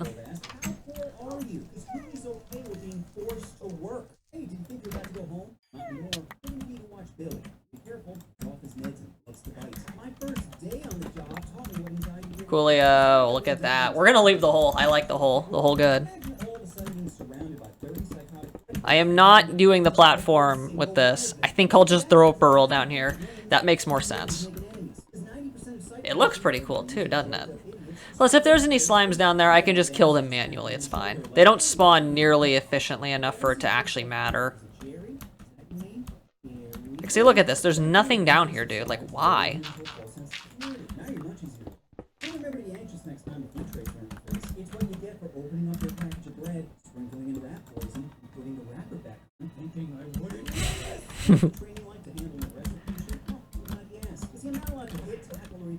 You can't beat the shit out of them? That's so stupid.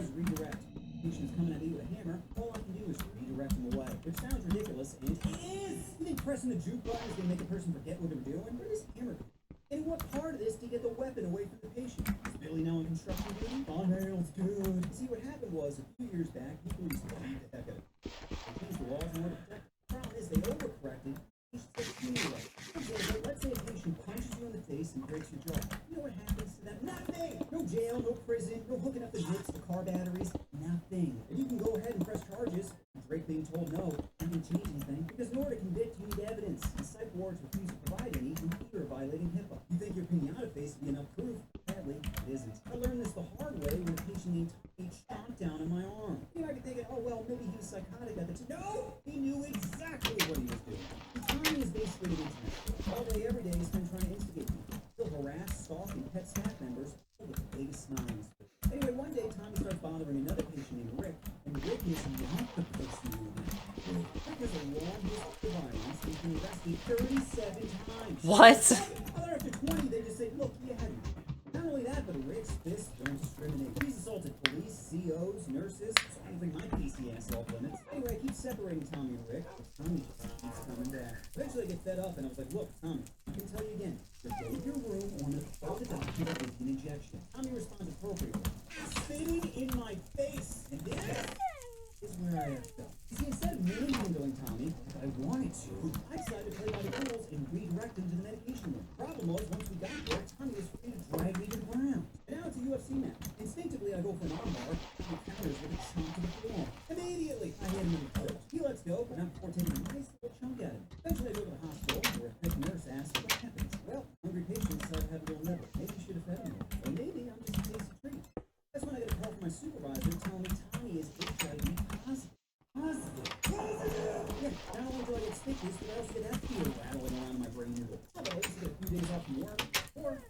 vacation time. That's right, when you get injured, the hospital doesn't give you days off. So I had to use my own vacation time. Some people vacate in Hawaii while I sit home worrying about dying. I return to work a week later and talk to Tommy's parole officer. Oh shit, I never cleaned out the mob grinder. Uh-oh. Even with the injury with stitches, there was nothing he could do. So what do you think Tommy did once he found out there were no consequences? Guess I leveled up his troll game? Yep. Turns out giving an a-hole a get-out-of-jail-free card like giving Drake a preteen, saying, oh, useless. And this is just one of many times I was injured with the spikes.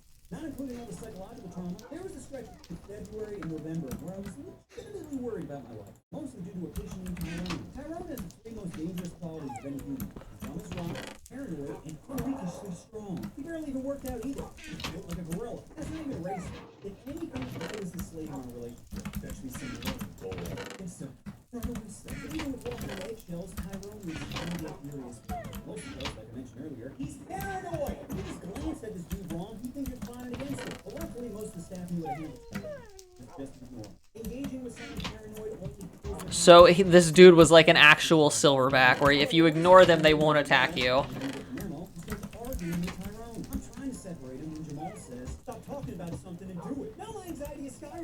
Tyrone starts swinging at Jamal, I'm the best option to get him off. Not a good option. Be like a preteen trying to rush the game. So I'm begging Jamal, come on, man. It's not worth it. But he just has to run his mouth again and say, I knew you were so. And just like that, it's boss battle.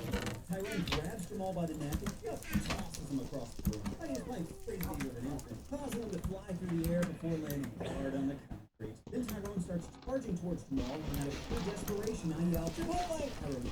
Chipotle, Tyrone! I'll go out right now and get you Chipotle if you leave Jamal alone. And Tyrone goes, Oh my god. I'm like, yep, I'll get your burrito right now, but yep, chill.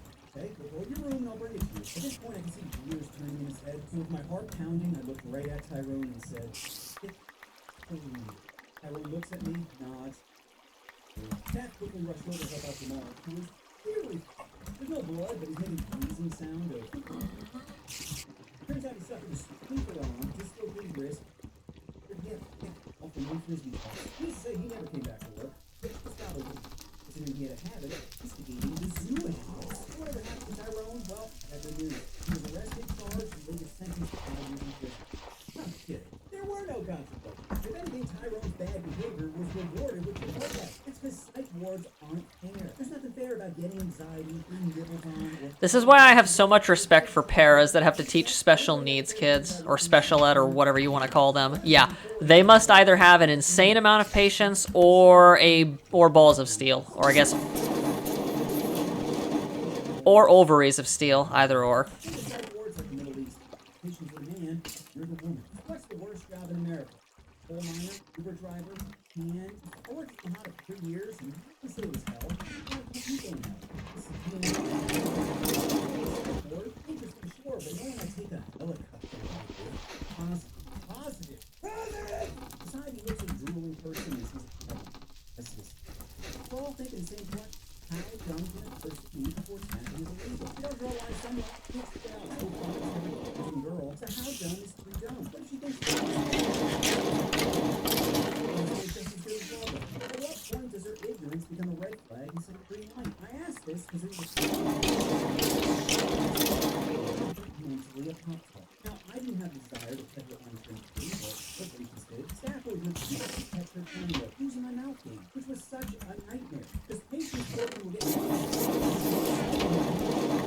IQ threshold for consent is basically down the border. If she can answer basic questions, her brain came to the built-in buffer.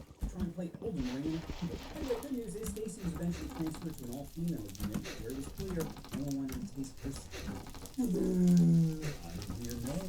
Positive allegations. Little Kendrick Lamar is making some allegations.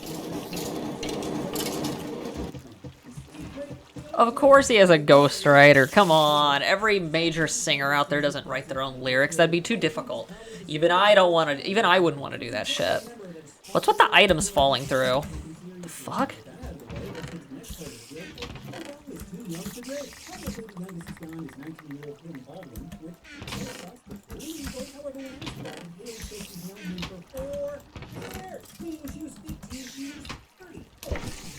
Stop it. Allegedly did 18-year-old model Bella Harris, which again, totally legal, not weird at all, until you figure girl. He's known her since she was 16. What the hell?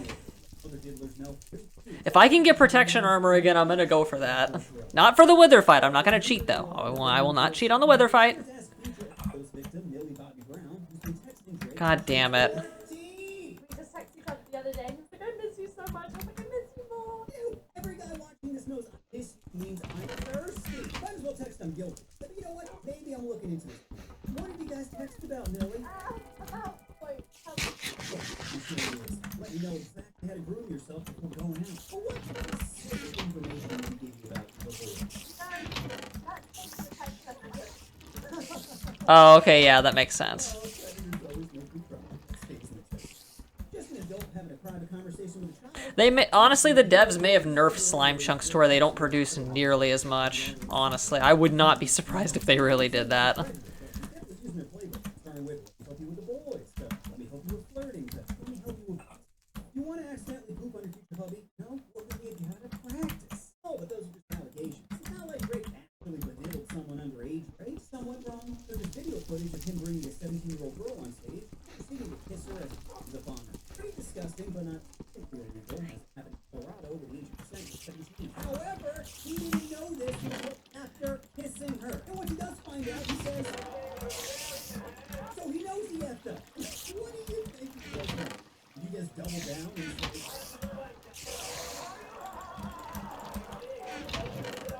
yep, he just his red flag. But then he asked her to take a seat, right? No, he triples down and says,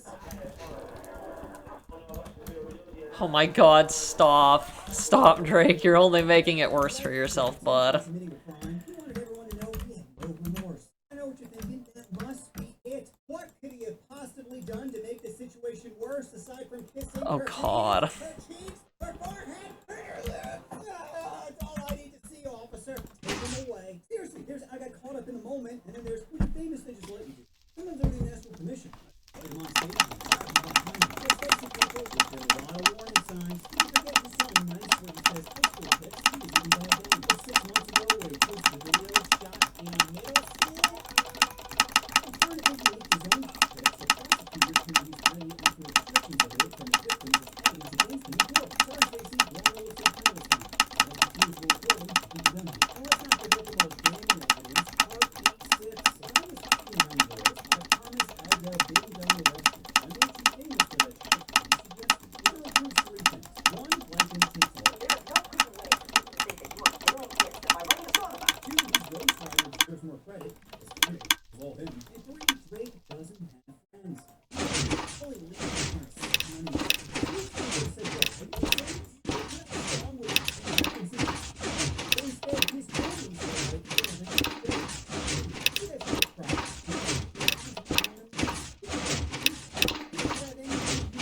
Anywhere he walks, but if you could have any woman, someone who wanted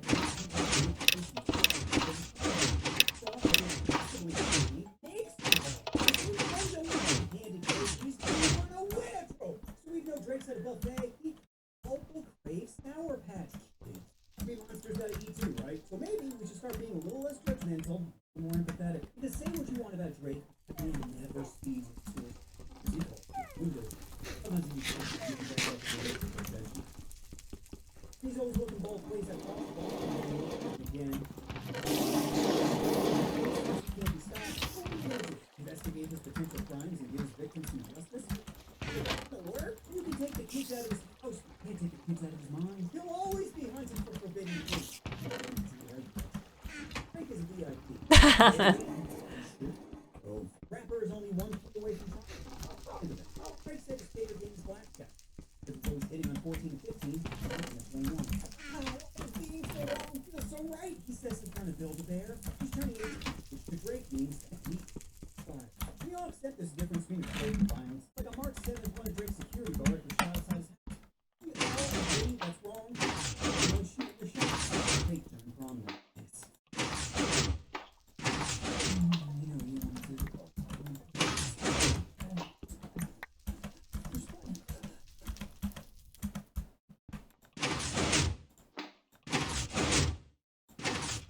What the hell? Humans are emotional creatures, especially women. So here are 10 things that women truly want. Number 1, to be lied to. Women don't want truth. If they did, they wouldn't ask stupid questions like, "Well, you found this pants?" or "You think my sister's prettier than me?" Like, of course she's prettier. Mostly because she's not fat. See, every woman wants to be told they're right. That's what the phrase "happy wife, happy life" means. Just tell your wife she's right, even when she's wrong. Because to a woman's feelings equal fact. If she feels like you're cheating on her because she had a dream about it, then you're guilty until proven innocent. They don't try to blame you.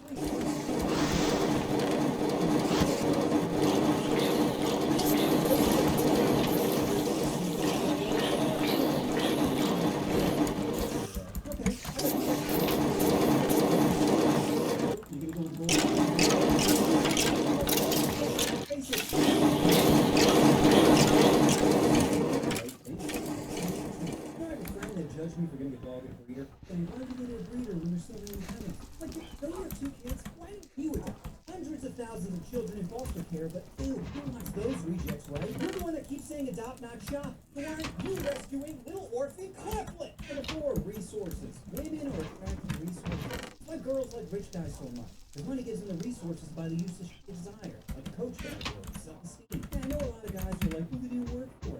What are you talking about? Of course they did. You're gonna tell me taking an insulin shot before swallowing grandpa's salty balls isn't work? Don't be upset they figured out a loophole of offering their hole. Number 5, working. I know a lot of guys will disagree with me, but women love working. They're just picky. It makes sense because it's free. Hey, you be turning it down for the honest reason. What is that, a ham sandwich? Oh, I'm hungry for you. But even though women love working, their brain does not. Time magazine found out that 80% of women fake having gasms. You know how stupid that sounds to a guy? Why would you think the only reason you're doing it? It's like playing a movie and walking out before the end. Like, why would you turn it on if you're not gonna finish? And ladies, don't blame guys. Trying to please a woman is like paying taxes. You could just tell me what needs to get done. Yeah, I'm the one that needs to figure it out. Like, I told you I'm bad at math. Just tell me how to solve your equation. You know, I'm starting to understand why women love doing stuff. Because they hate seeing a man have a good time. Number 6, treat it like a princess. Think about the most important day in a woman's life. They get married. Where they can live out their fantasy of blowing their life savings to take pictures in a castle. Who needs a down payment on a house when you could have 5 hours of attention? You see, what really turns a woman on? Entitlement. Open the door, pay for my food, rub my feet, you peasants! Number 7, a baby. Having a baby is ultimately what every girl wants. Why figure out my purpose in life when I just have one in me? I mean, who doesn't want a little mini-me that can dress up with one way? You can get a break when you start acting surprised. Now stuff Fido back in the box and let's try this again. So guys, just remember, nothing will fuck up your life more than having a baby with the wrong girl. Did she take birth control or still?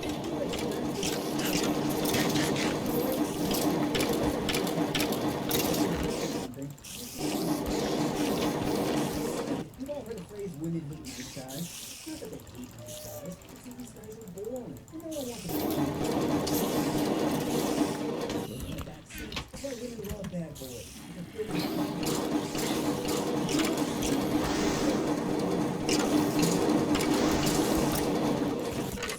Everywhere they walk,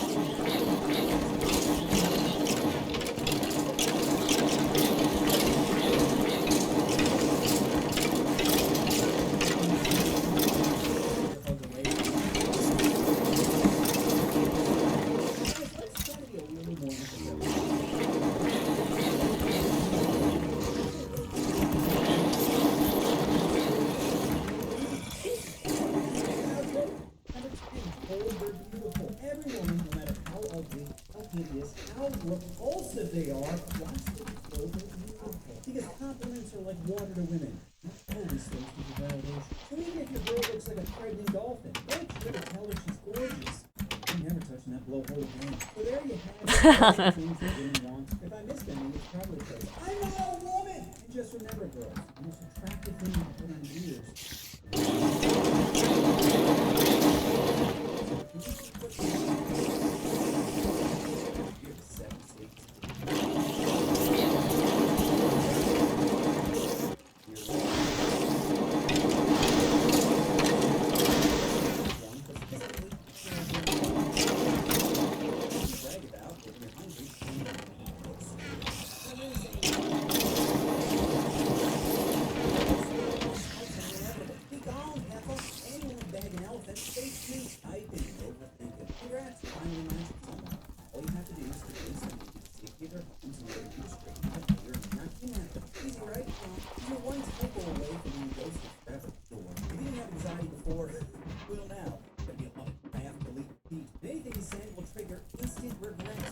saying let's vibe. I don't say let's vibe. I don't think let's vibe. So why the fuck I write let's vibe? Okay. Stage 3. First stage. Prepare to jack up the line. You will not be yourself. Collared shirt and shaved balls is not Billy. No. Billy is a trusted gamer who's in the pub category. Damn. So if you want to tap something 3D, then stop thinking with your little d. Your goal isn't honesty. It's damage control. Keep that weirdness locked up tight to at least the third date. You mentioned that body pillow too early and it's game over. Think about a job interview. All you have to do is smile, nod, and pretend you're not currently throbbing. Remember, she's the employer. You're fill her position, not the other way around. Although they're willing to fake it more than they get to dial back the swing if you want to clap those cheeks. Stage 4, test drive. This is it, boys. The keys are in your hand. Time to go for a ride. Don't get too excited and start mashing random buttons. Just think about it, have the alarm go off. Now, the first thing you need to do is open the door and do a smell check. If you hear something rotten, then tell that you start walking. But the air is fresh and it's on step 2, find the ignition. And pro tip, it's a little lower than you think. But once you find it, don't just jam your key in, alright? Then, this is the most important step. Take your time warming up that engine. Don't floor it immediately or you'll stall out before the fun begins. Start slow. The light red. Listen how it responds. If it jerks too much, you might want to pump the brakes and reevaluate. But once you hear it purring, it's time to push that pedal. The horn. Turn on a windshield wiper. Put on that tailpipe. Oh, wow. You earned this chance to enjoy it. And when it's all done, just remember, not how long the ride lasted, but you're invited back next year. Stage 5 of honeymoon phase. Welcome to the highlight reel. Everything is perfect and PDA is no longer free. You see, you're officially mainlining the most powerful drug in the world. Love. Nothing will make a person happier and dumber than love. It's like a poison that clouds your judgment, warps reality, blinds you to the fact that you're dating a Pop-Tart. What are you talking about? Bro, she's eating her AirPods. She's just quirky. No, she's just jerking. How do you not see the obvious red flags? Red flags? I know it's only been a few weeks, but getting dog together just makes sense. It give me an excuse to exercise, help her anxiety, plus we just make fun together and bro, you're not oh, you're just jealous. Jealous I found someone. Jealous I'm happy. Jealous I'm the one getting dreams. Class, by this point, you're fully delusional. Okay? Don't waste your time trying to talk sense into them. You can't reason with an addict. The only thing they care about is getting the next fix. Yourself. If anyone's to thank God for making boiz, the best thing you can do now is wait till next fix. Sweatpants again. Dating is now like living with a cat. Every once in a while she'll let you pet it. Most of the time it's plotting to kill you. For good reason. Thinking kitty's guaranteed. Why go to the gym or do laundry when a simple babe? Come here. Might work. Effort. Why should you go to the gym when she should be the one squatting? Yeah, your six-pack has turned into a keg, but when your girl's thirsty... Okay. Alright, fellas? What else is there to do? Romance has been replaced by routine. What am I gonna do? Eating them out has turned into big, let's just get chicken. Either way, at this point, the relationship is just a game of chicken. I have 2 protection scrolls. Cool. I have every scroll, actually. Okay, well, check that. With an asterisk, I don't have thorns, because you can't get thorns. Apparently, it's too OP. But this ain't a fist fight, it's emotional warfare. You mean fight charity.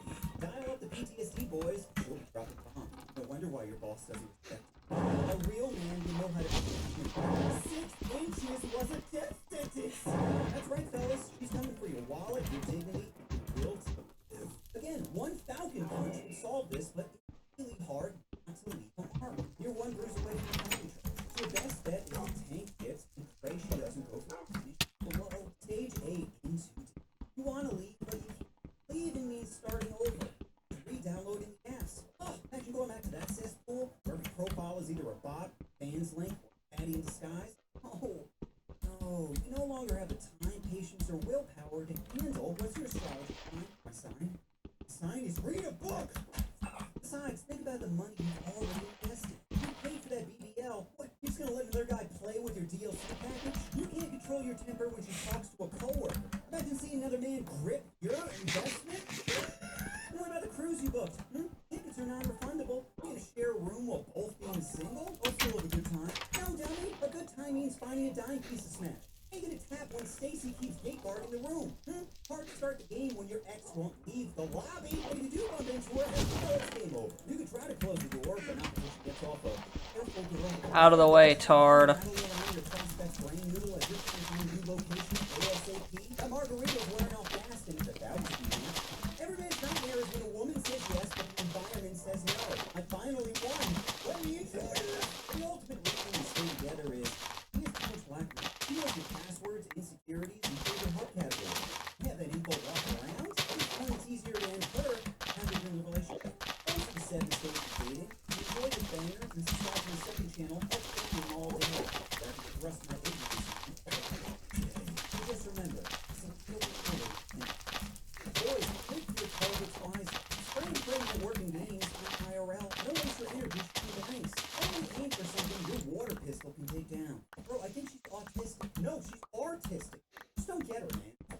does a normal duck shake, or shaking goes on a fellas, as long as she puts her hand in the purse, you're good. We both know it's symbolic, but it's that don't pretend that's a problem. Because what they're telling you up front is you're not piggyback. Or your clothes on detail. You're trying to guess her weight. She's hoping she's too heavy to kidnap. Your homie isn't thinking with his head. Oh wait, he is thinking. Oh yeah, shit. Now with like the last gender messy, destructive, left open. Netflix and chill have turned into big shush. She's just a friend. Let's smash means let's play Super Smash Bros. Ah, Captain's so crazy. They can't compete with her DLC. Those delicious D's and smooth L's. Or first time you went down, it was 5-star dining. Now it's like gas station sushi.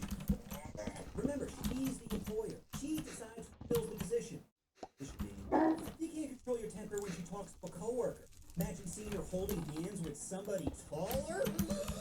You did it, King. It's not fun to swallow your poison. The car drives a lot better when you get an oil change.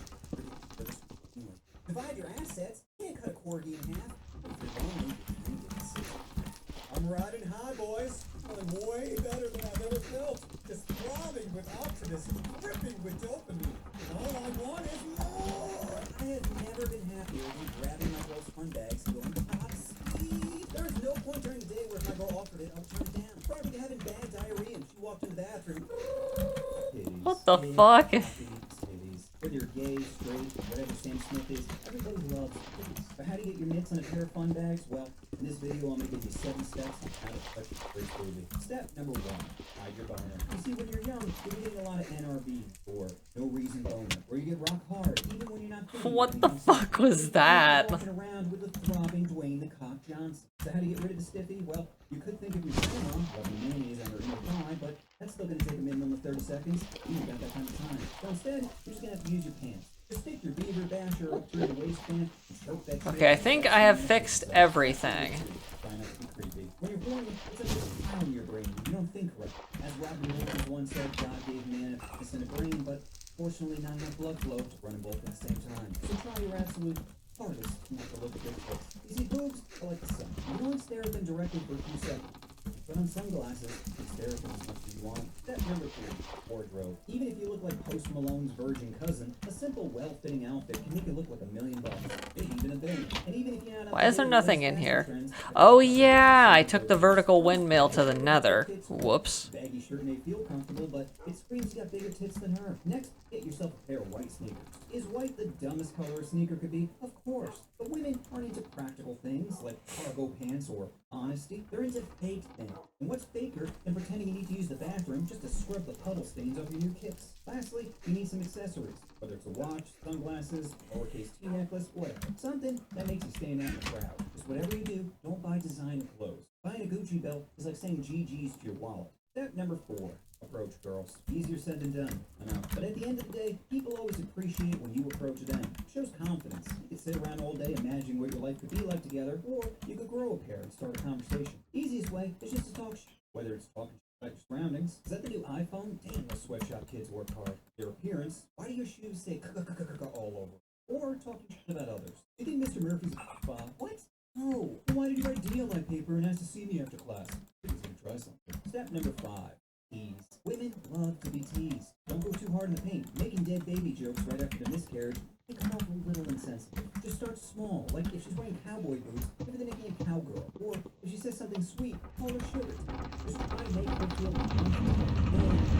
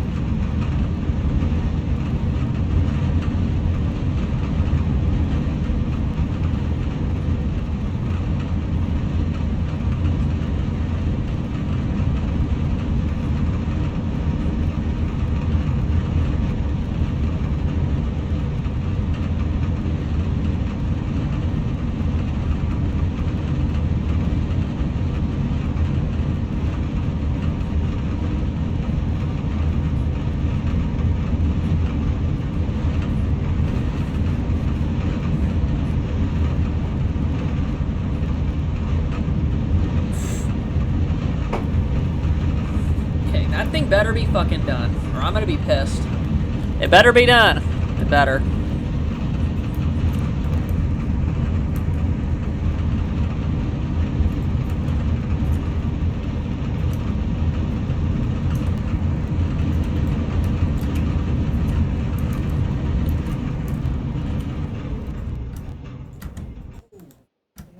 I'm probably gonna lose some, but I should get most of it.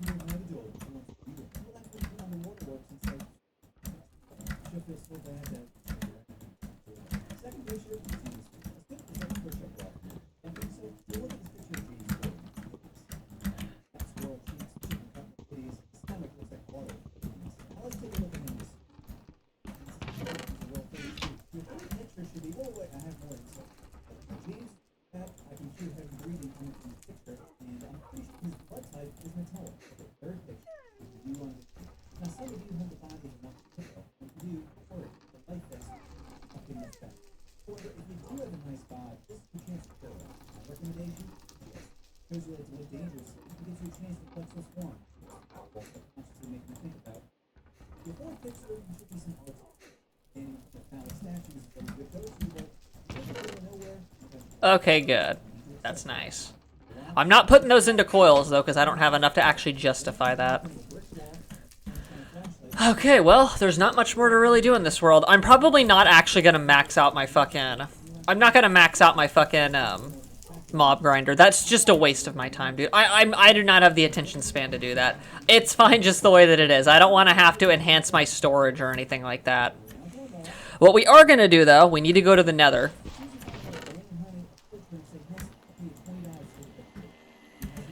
We're gonna go hunting for glowstone. Why do I have my shears? Hold up.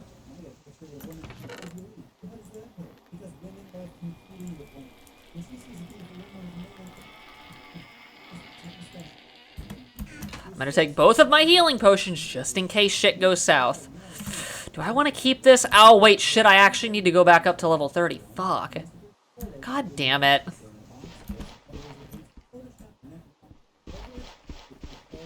We'll have to go to a different area in the Nether and kill a bunch of pigmen.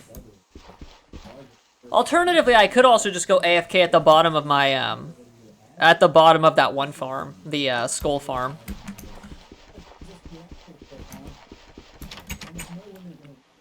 Wait. No, we're good, we're good. We Gucci, we Gucci.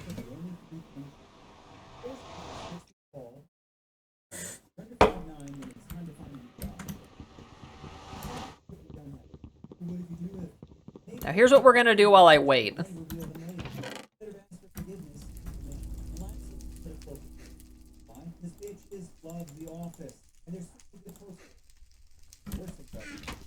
Are you hungry yet?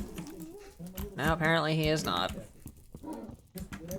He's gonna probably be hungry after I'm done with this, so hang on a sec. I'm gonna go get something. I'm gonna go get him some kibble. He only gets a stack, though. He only gets a stack. No more than that.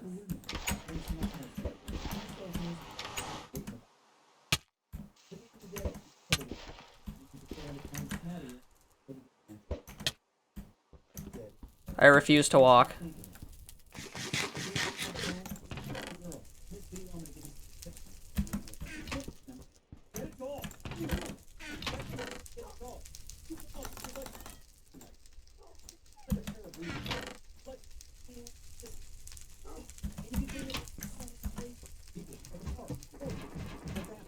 Wait a second.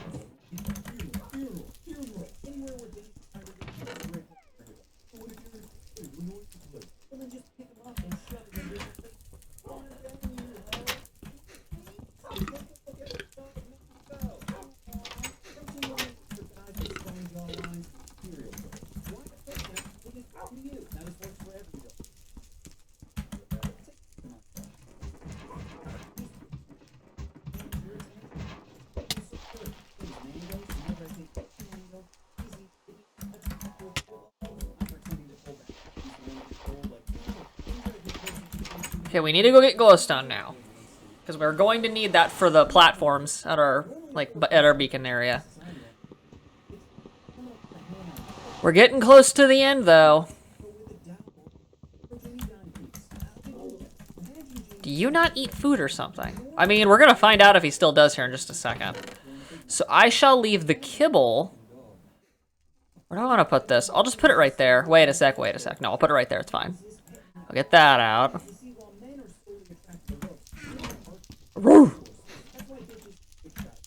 Oh, there's already gold in here, what? Oh shit. I did not know that. This is gonna give me so much gold, dude. It's not even gonna be funny. Like, really, dog? Dog! I should have done that while I was closer or whatever. It's kind of awkward, but, you know. Okay, let's do the gold nuggets first. Mostly because I'm stubborn.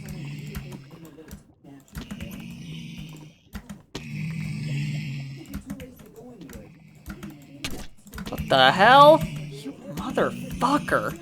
Why does he have to drop from the very top, bro? Stop.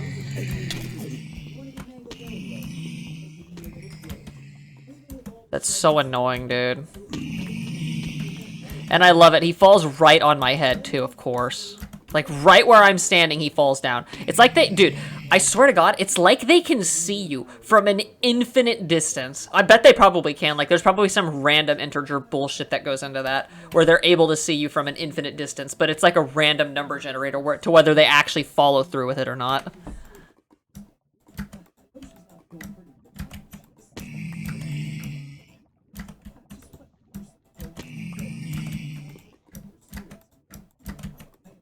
Oh my God, how much gold am I gonna get out of this?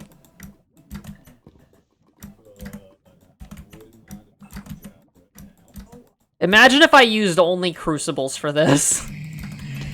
I think stuff would still be able to spawn since it's a crucible, but it would definitely be really, really efficient. Like, holy crap, it would be efficient. Nope, I just heard one. Where? Fuck out of here. Piss off. What the hell? Go away. Why does there have to be 4? Like, dude. Nope, and I'm starving to death, of course. My favorite.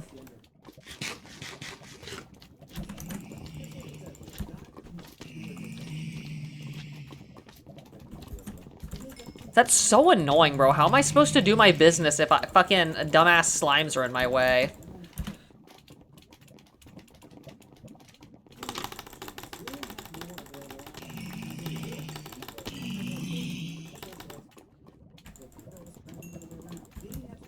Fuck out of here, you little shits. This is my house.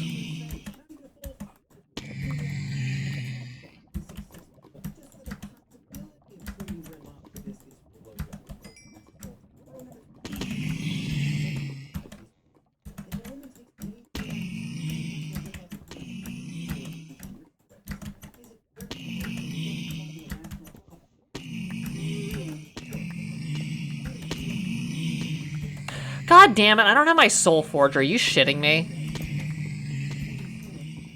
Ugh, so annoying. Yeah, I also don't have my fucking... I also apparently do not have my fucking ender blocks. I guess that's what I get for fucking not thinking before I act. Thankfully, I made an underground tunnel, so that's much better than having to do this the other way.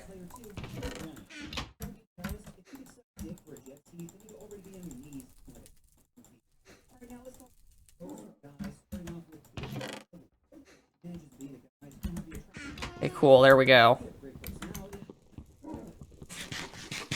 Next up, we'll do rotten flesh and get that fucking shit out of the way. I have growth to do it, so we should be good.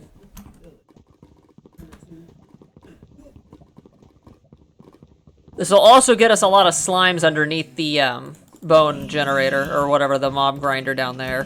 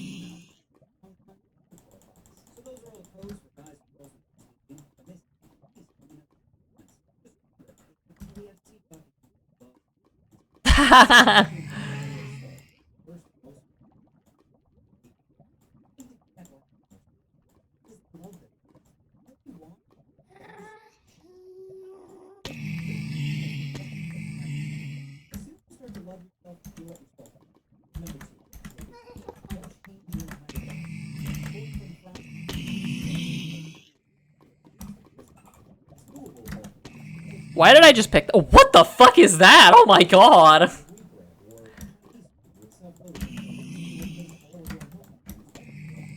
I love how I'm barely even done with 4 and I'm already fucking gasping for breath, dude. God damn it. Okay, fine, here. Just hear me out.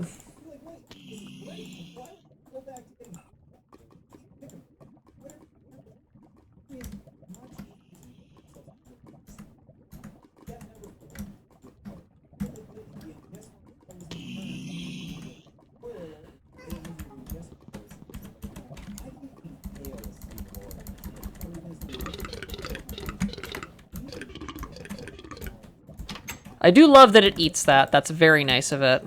It's a literal garbage disposal. It's also better than using lava, which could burn this whole thing to the ground in an instant.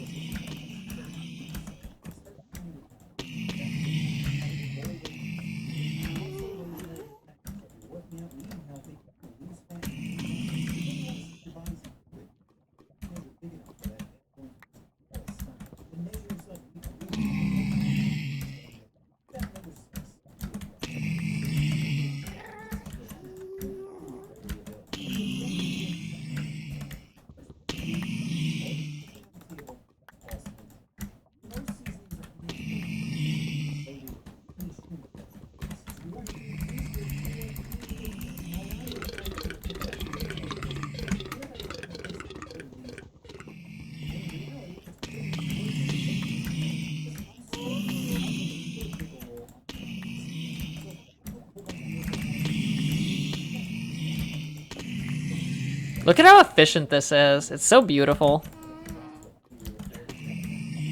Probably... Easily, this is the most broken farm I've ever made. Mostly because of the god apples. That's like the main reason.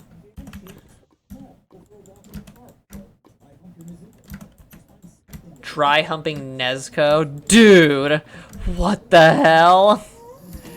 I mean, I guess he's not wrong. Like, that fucking... Yeah, some people really are just... They really are built like that, I guess.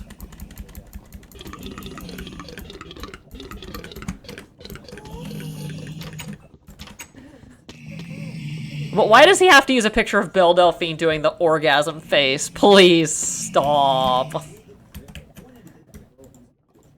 Honestly, this video will probably get age restricted just for saying that fucking Thought's name, dude. Holy shit.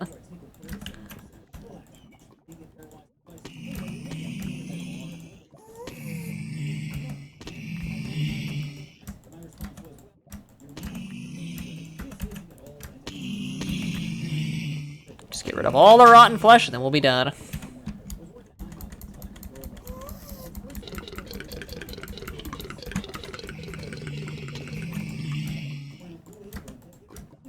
How much rotten flesh is there, dude?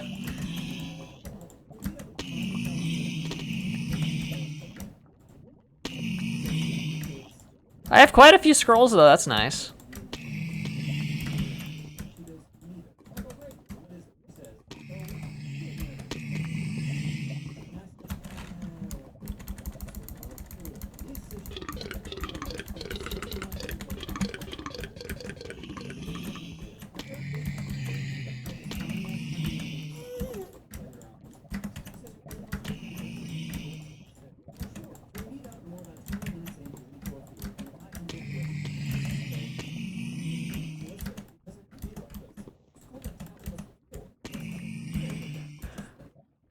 Plus, if I were to put crucibles underneath this, they could actually... Okay, so wait, in the future, if I were to put all crucibles underneath this, and, like, power them all with, like, hibachi, and, like, make it, like, mechanically, like, apt and everything, do you realize how easy that would be? I could basically have an insane, like, production going on here. I'd have gold going constantly, rotten flesh getting burned constantly, too, and I'd always be able to check these for stuff and never have to like miss a beat. I would never have any issues with that. It would be great.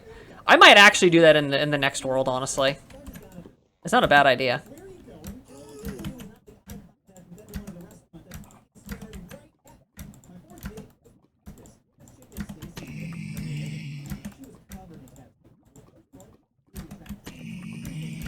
God damn it. Shut up!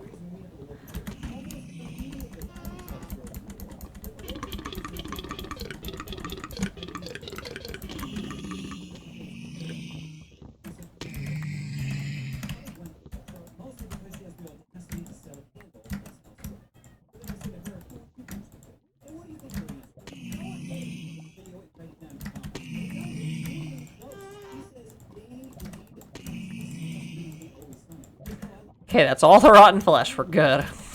Good God almighty, dude. You know how many flesh blocks I would have if I actually saved this? Probably an ungodly amount.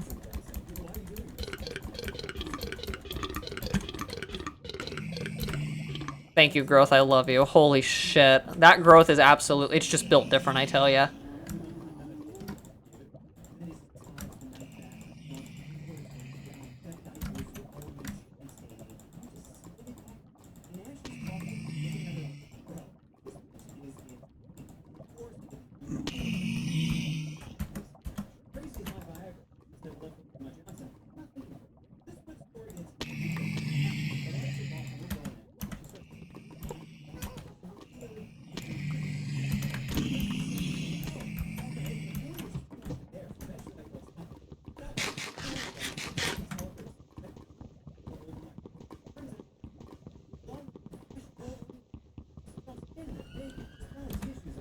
What kind of girl claws the living daylights out of their man while they fucking blow? Like, dude.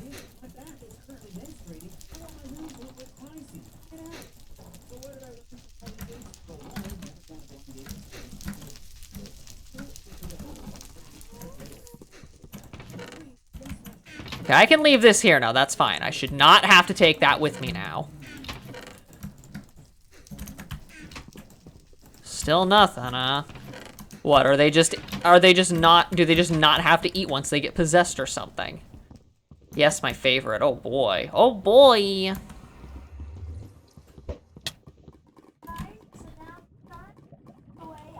The hell? Who the fuck is this? This is Tobbs? What the hell?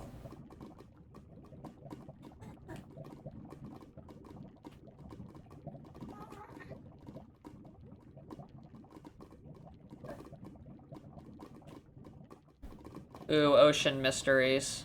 The ocean is absolutely terrifying, full of unexplored depths and mysteries that we may never know the answers to. Everything about it is creepy, and we're gonna learn about some of this. God, I'm excited for this. Sugma. Sugma what? Sugma dick. Ligma. Ligma what? Ligma balls, yeah! Yeah, see, they got the joke. They literally died laughing.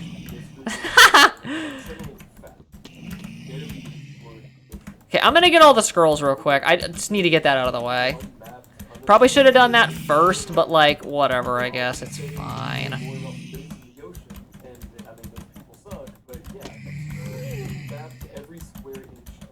Did he just say they fapped every square inch of the moon? Dude, these pigtards are so annoying. Holy shit.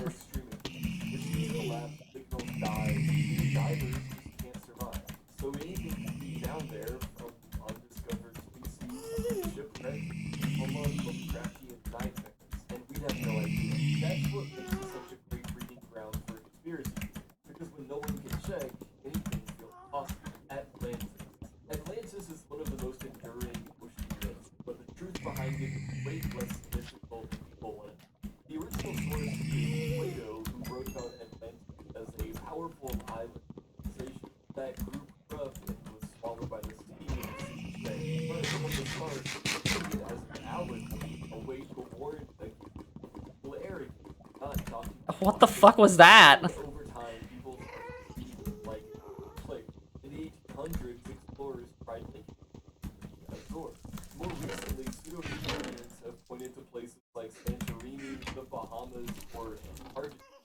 time underwater ruins are people discovered, Atlantis gets brought up again, though none of it matches what Plato described.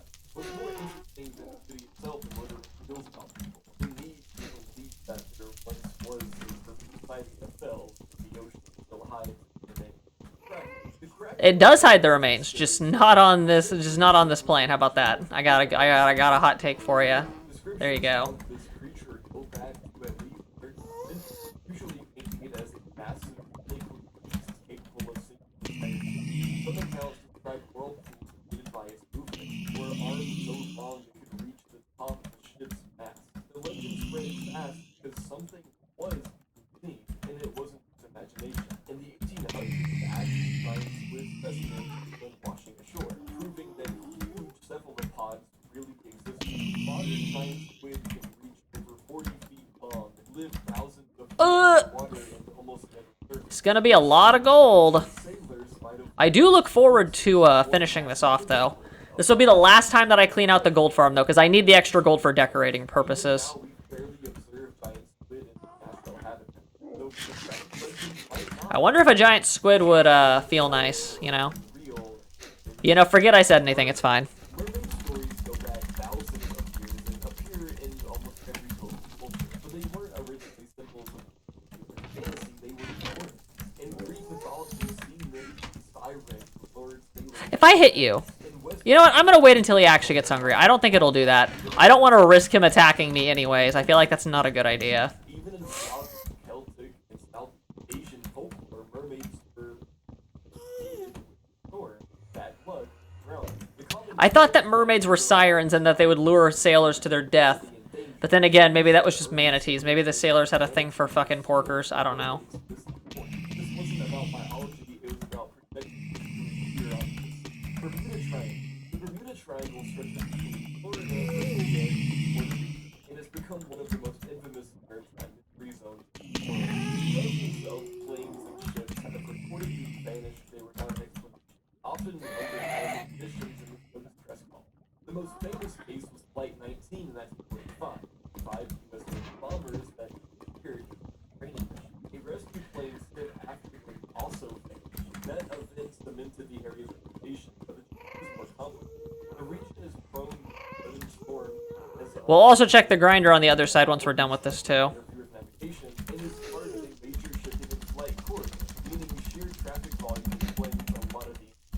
Still, the triangle's reputation persists, but some cases are Okay, good, good. Megalodon. Megalodon was the largest shark to ever live. Over 50 feet long, with teeth, eyes, bone, and it existed billions of years ago. Dude, fucking Megalodon scares the shit out of me. It's not even funny. Its life force is estimated Yeah, Mr. Funny Man, he just dropped a sword. to likely hunted whales. You know it existed because it was fossilized What the hell? Did I, like, miss this? in the world, but it went extinct around 3.6 million years ago, like changing ocean temperature. What the fuck? Finding food sources. Did I, like, miss a whole section? Still claim that it exists, pointing to the ocean zone. Yeah, it would appear that I fucking did, of course. My favorite. That massive would leave a trail, bite marks, Why is there sonar, why is there blood in here? the idea that something huge, predatory might look down. Thalassophobia is I did fucking miss a bunch of shit. What? looking at a picture of water and suddenly plummeting. It's not just fear of drowning, it's fear of the depth, the darkness of the unknown. The idea that you could be floating above miles of empty space with no land in sight and no way to see what's under you is a fear hardwired into us because we evolved on land. The ground, the horizon, and we don't have that, our brains panic. In the ocean, you lose all of that control. But since the ocean doesn't give visual cues or mouth cues, it makes your mind think, which means The ghasts are funny though. I will at least say that them dying is it is a beautiful sight. before sonar, submarines, or even accurate maps, people imagined the ocean as a monster, actual monster. Medieval and Renaissance era maps included drawings of leviathans with grotesque heights, whales with dragons, fish with lion claws. These weren't decorations, were warnings based on sailor accounts, fear, and the need to explain why. Some of these came from real sight. Giant oarfish, Ugh, thank God that's over. Holy shit. Sure, but the rest was projection. This is unknowable and alive. Even when better science came along, stories of monsters didn't fully disappear. They evolved. Modern reports of unknown creatures still trickle in, especially ice. Alright, that was layer 1. I kind of rushed through it for you guys. Let's go to the more unknown, interesting one. Layer 2. Shut up! Great Pacific Garbage. The Great Pacific Garbage Patch isn't an island of trash. That's the first that. It's not like a floating thing with walk across. It's more like a massive soup of plastic particles, chemical sludge, abandoned fishing gear that's broken down and spread across hundreds of thousands of square miles in the Pacific. There are actually two major patches, one between California and Hawaii, and another between Hawaii and Japan. And together they form the largest accumulation of ocean plastic in the world. The trash gets trapped there because of a natural occurrence called North Tide. As the sea enters the ocean, rivers,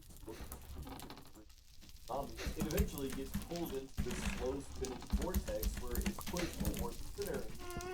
Over time, sunlight and salt water break larger pieces of plastic, the smaller ones are microplastics, which are almost impossible to clean up and make it fiber plastic. Some areas of the patch have over 6 times more plastic linked. What's disturbing is how invisible a plane or satellite wouldn't see a giant trash pile. But if you're in a boat out there, you'll start noticing bottle caps, fishing nets, plastic crates, and random objects just drifting along with cloudy water from floating down plastic bits. And it's not just gross, it's toxic. Plastics absorb pollutants like these time bombs that enter the food chain. Fish swim efforts to clean the patch are complicated. You can't just keep it up without also damaging ocean life. And even when cleanup crews collect massive amounts of debris in the trash, the air scientists just how big the patch is now is that it's still growing. Green flash. The green flash is one of those rare atmospheric phenomena that sounds vague, and even then you're not totally sure you can imagine it. It happens just as the sun dips below the horizon or just as it rises, when for a split second the upper edge of the sun is green. It usually lasts less than seconds because people go their entire lives without seeing it, either because they're not in the right place or they don't know it. The science behind it is actually solid. It has to do with atmospheric refraction. It's the way light bends past the atmosphere. Because light of different wavelengths bend at slight different angles, color gets separated. Red and orange light scatter more evenly, while shorter wavelengths like blue and green are tight. But since blue light scatters so much, the only color that's visible long enough to be isolated is green.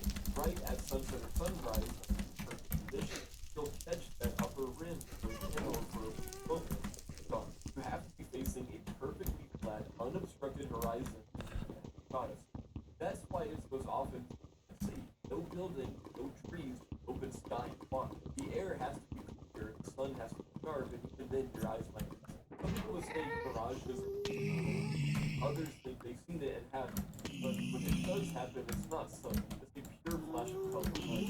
And there's nothing paranormal about it. But sailors think it's a sign of good luck where it's great. And it makes sense. Damn! That's a decent sword, actually. Not bad. But at its core, technically, it's a freshwater mystery, not an ocean. Still, it gets tied into oceanic folklore constantly because of how often people bring up parts of water, ancient sea creatures, and the possibility of surviving unknown. The legend comes from Loch Ness, a massive lake, Scottish island that's 2 miles long and nearly 800 feet deep in some places. It's the largest body of water by volume in the UK. Thanks to its cold, dark, and water, visibility is here. Anything could be in there. Get absurd. The first modern Dead Sea site, right after a road opened up along the loch. Suddenly, more people had a clear view of the water. That same year, a couple claimed to see a large creature crossing the road and diving into the loch. Media interest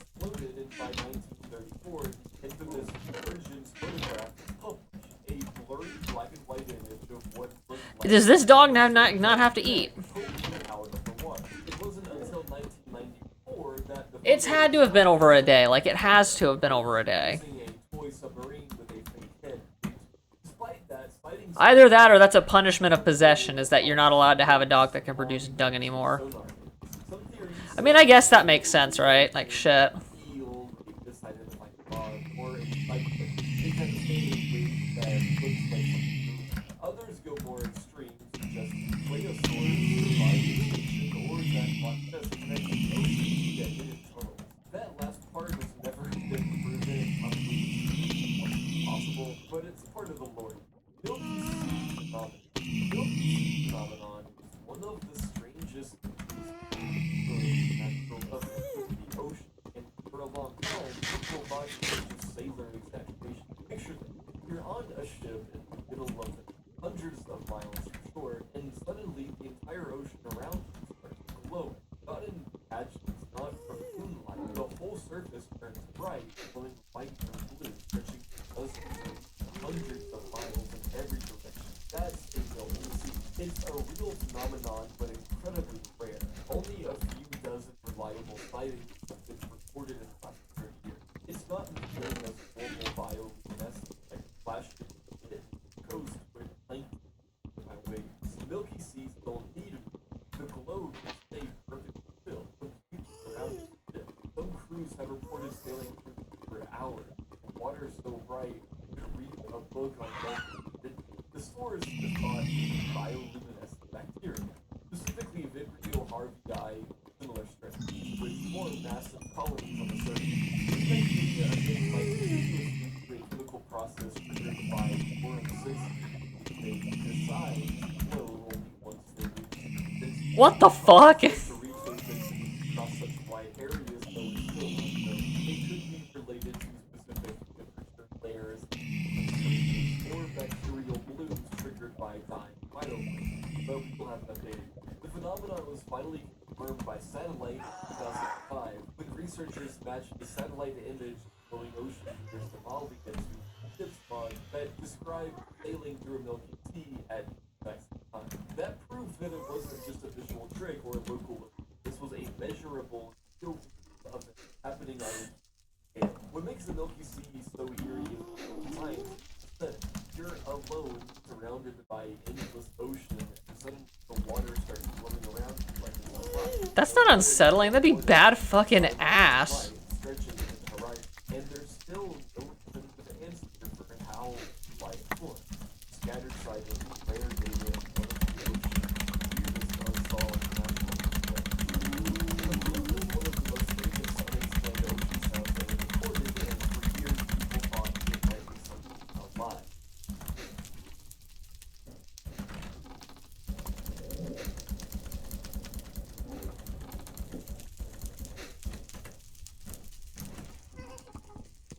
It was picked up in 1997 by the U.S. National Oceanic Atmospheric Administration, NOAA, using a network of deep microphones originally built to detect Soviet submarines.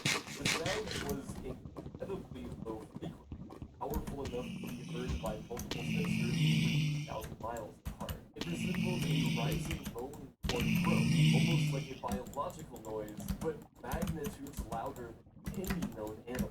What made it so weird was its location near the southern Pacific Ocean, Shut up. not far from where Lovecraft set the fictional sunken city of LA, home of that What the fuck? the internet latched That's on an insane sword, and it's got great durability too. What the fuck?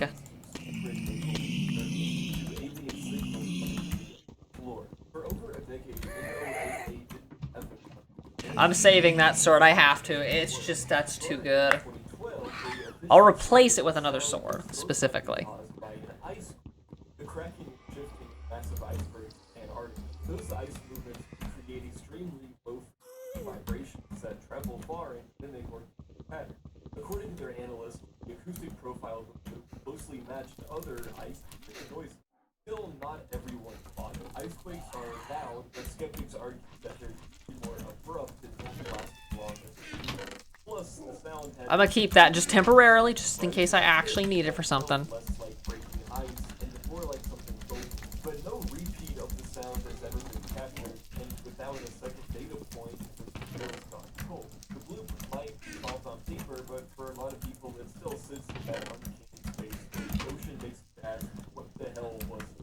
Titanic. The sinking of the RMS Titanic is one of the most famous maritime disasters in history, and still, over later, it raises questions. It left Southampton in April 1912 on its maiden voyage. At the time, it was the largest and most advanced passenger ship in the world. It was considered unsinkable due to its watertight compartments and modern engineering, but none of that matters when an iceberg in the North Atlantic. Assuming it was an iceberg that took it down. We don't even know if that's that. We don't even know if that's the case. We don't even know if they were lying about that shit, like, bruv. Titanic didn't have really enough lifeboats. Smite 5. Only Nice. enough for about a third passenger. Dude. 3 hours, Okay. the entire ship had broken in half and disappeared in the water. Over 1,500 people died, most from hypothermia in the freezing ocean. What makes Titanic so haunting is the scale of it's how avoidable. Warnings were ignored, lifeboat protocols were missing, and class differences played a role in survival. In 1985, the wreck was finally located over 12,000 feet underwater. It was split into 2 main sections, with debris scattered across. Since then, the Titanic has been studied for centuries, not just as a historical artifact, but as a deep time capsule. The pressure and darkness down there preserved many of its details, but bacteria are slowly consuming the metal, meaning it won't last forever. Expeditions have explored the wreck, filmed it, and controversial old artifacts. And in 2023, the tragic implosion of the ocean Titanic submersible private Titanic expedition reignited debate about safety and ethics and how far you should really go in that tsunami. A tsunami isn't just a big. Or someone didn't want them down there and tampered with the sub. Say unscripted guys. Tsunamis are one of my biggest fears ever, dude. Oh my god, I have this thing called and it kind of goes with this, but I also have megalophobia, like slightly with the water. Tsunamis are like scary. I mean, not saying I'm special, you know. Oh, I have all these phobias. I'm so cool. No, I mean, I'm sure I'm but I'm just sharing my. Bane 5. Yes, my favorite. Oh boy. My favorite thing! Ugh. Fucking goddamn, bro. Fucking bullshit. Fire Aspect 2. In deep water, a tsunami might be fairly noticeable, just a rise in level.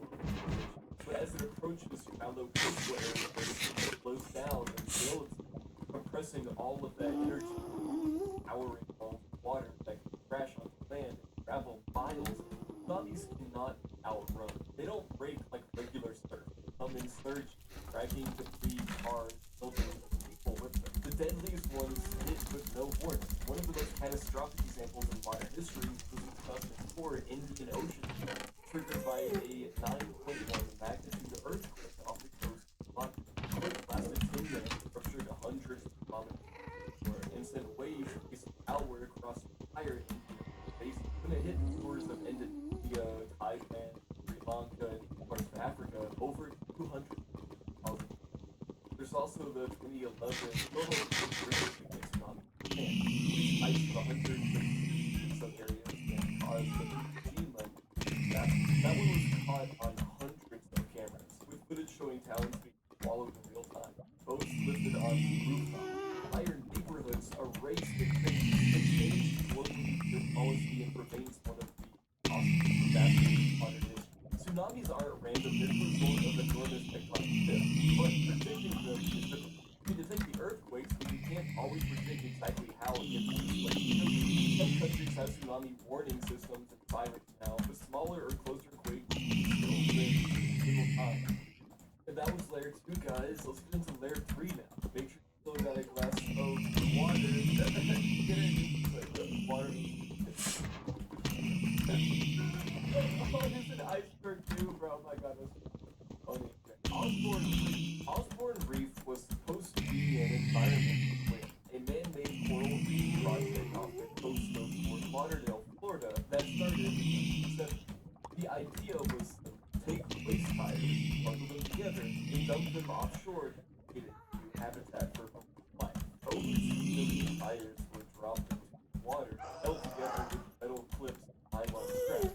On paper, it looked like innovation. In practice, it turned into one of the worst ecological exacerbated U.S. coastal history. The problem was in the material. The straps and clips corroded in the salt water within the and once they broke, the tires didn't just stand. They floated, shifted, scattered across the floor. Instead of forming a stable reef, tires started moving currents and torque, crashing into actual corals nearby. Entire patches of natural reef destroyed by artificial carbon. The other issue is cleanup. Removing millions of tires from the ocean floor is extremely difficult. Some are buried in sand, others are entangled in reef structures or the U.S. military and volunteer divers have spent years trying to retrieve them, but the process is slow, expensive, and dangerous. Decades later, ongoing reef is still underwater. Lake of Despair. The Lake of Despair isn't actually a lake. It's a trench at the bottom of the Gulf of Mexico discovered during exploration. Officially, it's called a brine, a super concentrated pocket of salt water that's denser than the surrounding seawater, creating a completely separate lake within the ocean. When submersibles approach it, you can see a literal shoreline, all waves, brine, water, and nothing can survive it. The Lake of Despair, sometimes called the Sea of Despair in first paper, honestly, it sounds way less terrifying than it is. It's filled with methane and hydrogen sulfide, and its salt concentration is 5 times higher than that makes it a NOx. No oxygen. Fish and crabs that accidentally enter the pool die within minutes. Their bodies preserve on the briny shoreline like warnings. It's toxic, ocean. What makes it even more unsettling is how isolated. These pools form from ancient salt deposits buried under the sea, which leak up through cracks and trap themselves in depression. They're not massive in size, more like underwater lakes by pump, but they feel like something out of another planet. Cameras show eagles, fish, and other species of life, and then immediately back. The Kaz Cube, one of the earliest modern birds in history, often called the Australian ghost yacht. In April 2007, the 36-foot catamaran was found drifting off the Great Barrier Reef. Sails up, engine running, people set for dinner, but completely abandoned. All 3 crew members, experienced sailors, and close friends had vanished without a trace. No sign of struggle, no distress signal, no life raft missing. When the Australian Coast Guard boarded the vessel, they found GPS, electronic working, food on the table, and a laptop on, with even a cup of coffee half finished. The only irregularity was a slightly torn sail and fishing boat. That's it. It looked like the crew had just stepped off for a second and never came back. Search teams swept hundreds of miles of the ocean, helicopters, and planes. Not a single body or clothing was ever recovered. The theories ranged from plausible to wild. One idea was that one of them fell overboard while fishing and the others jumped in after, only for the current to pull away. If that happened, why wasn't the boat anchored or stopped? Why didn't anyone hit the distress button? Others suggested a What the fuck? You motherfucker! Damage, the signs of threat, violence, and all their personal belongings, wallets, phones, passports, were still on board. The official investigation called it a tragic accident, blaming poor safety protocols and crew inexperience. But it didn't fully make sense. These weren't total amateurs. Something happened out there in calm waters, broad daylight, that made 3 grown men vanish out of the anything around them. The Kaz 2 is still intact, still afloat, still unsolved. Semechnophobia is the intense fear of man-made objects. Am I really gonna run out of fucking space, bro?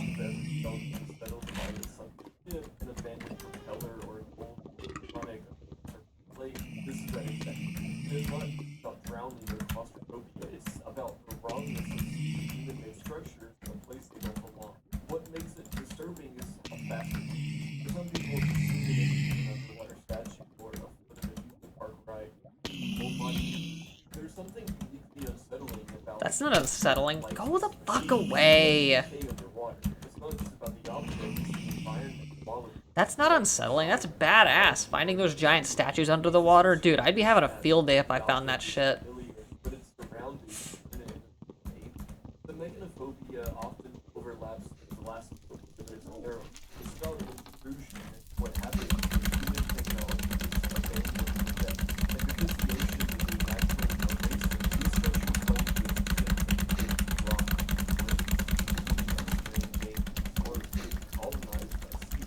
that vehicle, a once functional machine now motionless and very still, is exactly what triggers it. The ocean doesn't respect time, it turns everything into regular. Rogue wave. Rogue wave. Ooh, rogue waves are one of my faves. The best. Dramatic tale of wave that came out of nowhere and swallowed an entire ship. For most of the 20th century, scientists believed ocean waves could naturally keep the speed of sea in a water.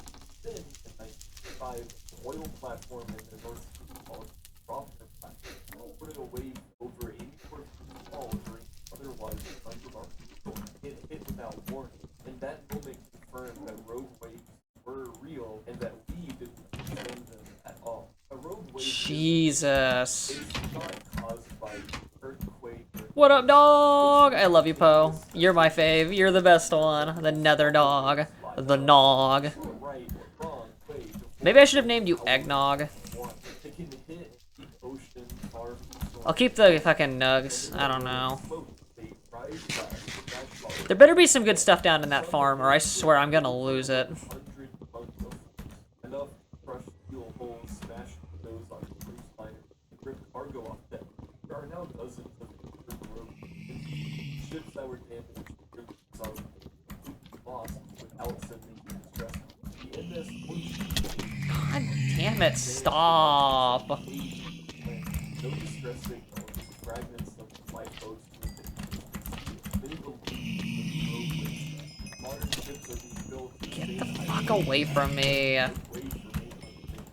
forecast, just ocean anomaly, and he Mary Celeste. The Mary Celeste is the original ship. In December 1870, and was found drifting in the ocean near Azores. Completely Nope, I'm speedrunning this. Fuck this. no signs, but no one on board. The lifeboat, the ship's log ended roughly about 10 years earlier. They said the crew of 10, including the captain, his wife, and his little daughter, had never seen it. Everything inside the ship was normal. Food was still in the kitchen. Cargo barrels and industrial alcohol were secure. There were no signs of violence, or piracy. Even valuables like gold and belongings. It wasn't a robbery. There were no storms here. It was like everyone vanished. The rescue crew found one real clue. The ship's pump were partially disassembled, and the last log entry mentioned rough weather, but nothing serious enough to justify it being the ship. Over the years, theories multiplied. Some believed alcohol the cargo caused a panic about an explosion, prompting evacuation. Others suggested mutant sea quakes, water spouts, or a failed lifeboat maneuver where it broke. But nothing fits perfect. The bodies were never found. No one ever heard from any crew member. The ship was seaworthy, kept sailing under different owners for years, but its legacy stuff, a perfectly functioning vessel abandoned in the middle of nowhere for reasons no one Eels. Eels don't sound very Eels are funny. until you try to explain where they come from, specifically European people and American. They don't come from this planet, they're aliens, I swear. Trust me, bro. Migrate the ocean. I've got this feeling. I've got this feeling in my asshole. Figure out how. Scientists track them Not because I shoved the eel up my butt, I swear. Give it the pool noodle treatment. with thousands of miles. Give it the pool noodle treatment. The only known small God damn, no. Give it the pool noodle treatment. adult eels are never found. Tiny leaf-shaped larvae have been discovered drifting back towards Europe and North America. No one's ever killed them. No one's found eel eggs in the wild. We've bred Wait, what? No one's ever seen them reproduce? naturally it's still unconfirmed. Eels also go through bizarre transformations. They start as larvae and become glassy, translucent, ghost-like versions of themselves. Then they morph again into yellow eels, eventually silver eels, and mature and then return. When it's time to spawn, they spawn entirely and swim thousands of miles using magnetic navigation. After breeding, they die, but we still haven't witnessed it firsthand. What can we say? And that was the end of layer 3, guys. Make sure you still got your water, stay hydrated, and we'll see you in layer 4. And get a snack too, bro. Like, I see you. I know how late it is, dude. You're up at 2:34 a.m. watching. Come on, man. Go to sleep and leave the video running. Yeah, you watch and get the money. But go to sleep, buddy. You need to sleep, man. oarfish is a real animal, but it feels like something that's... It's the longest known bony fish in the world, capable of reaching 36 feet long. Some unconfirmed reports date up to 50. It has no scales, a long ribbon-like body, and a red crest that runs along its head and spine like a crown. It usually lives deep underwater, up to 3,000 feet below the surface, and almost never appears near the top unless it's injured or died. When it does surface, it doesn't act like a fish. It swims vertically, head up and tail down, slowly undulating like a floating bear. This unnatural movement, combined with its blank, flowing skin, made it a prime candidate for serpent sightings throughout history. Cultures in Japan call it the messenger from the sea god's palace, and historically saw its appearance as a warning of shit. which isn't superstition. Some major quakes have followed oarfish sightings. The science is debate whether it's correlation or coincidence. Hey, maybe something happens under the water that causes oarfish to come up to the surface, and that's why they come up. Maybe they got spooked. Who knows?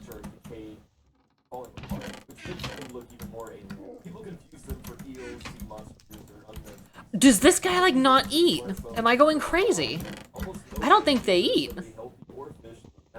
Huh, well that's good. I'll never have to feed him, I guess.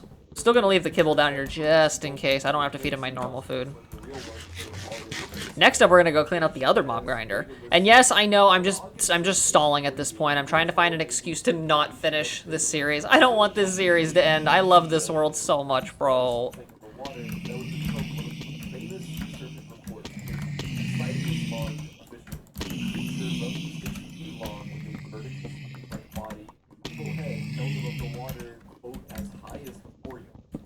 I have an idea. So we're gonna break all of them, every single one. That way I can collect all the scraps before I'm done.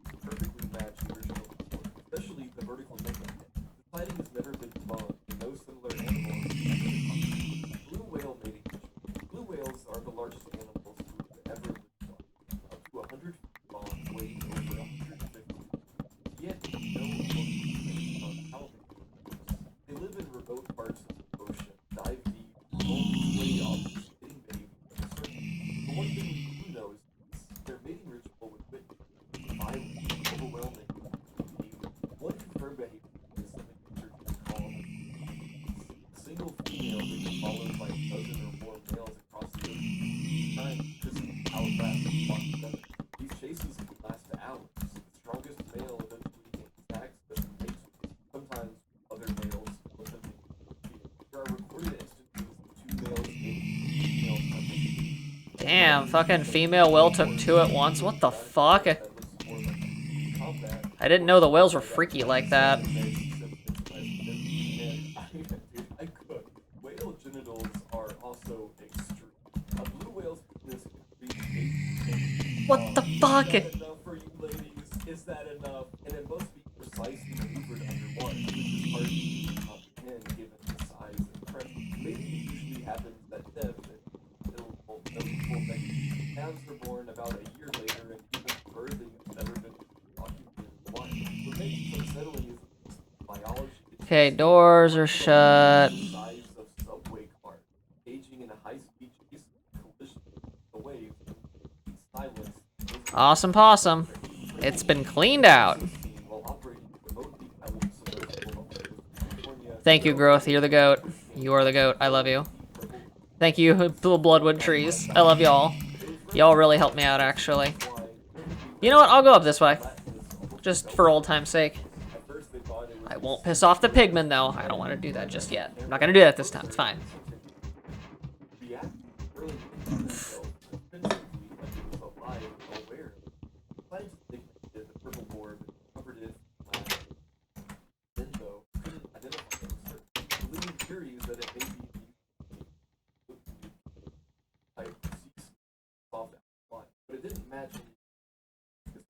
You see that?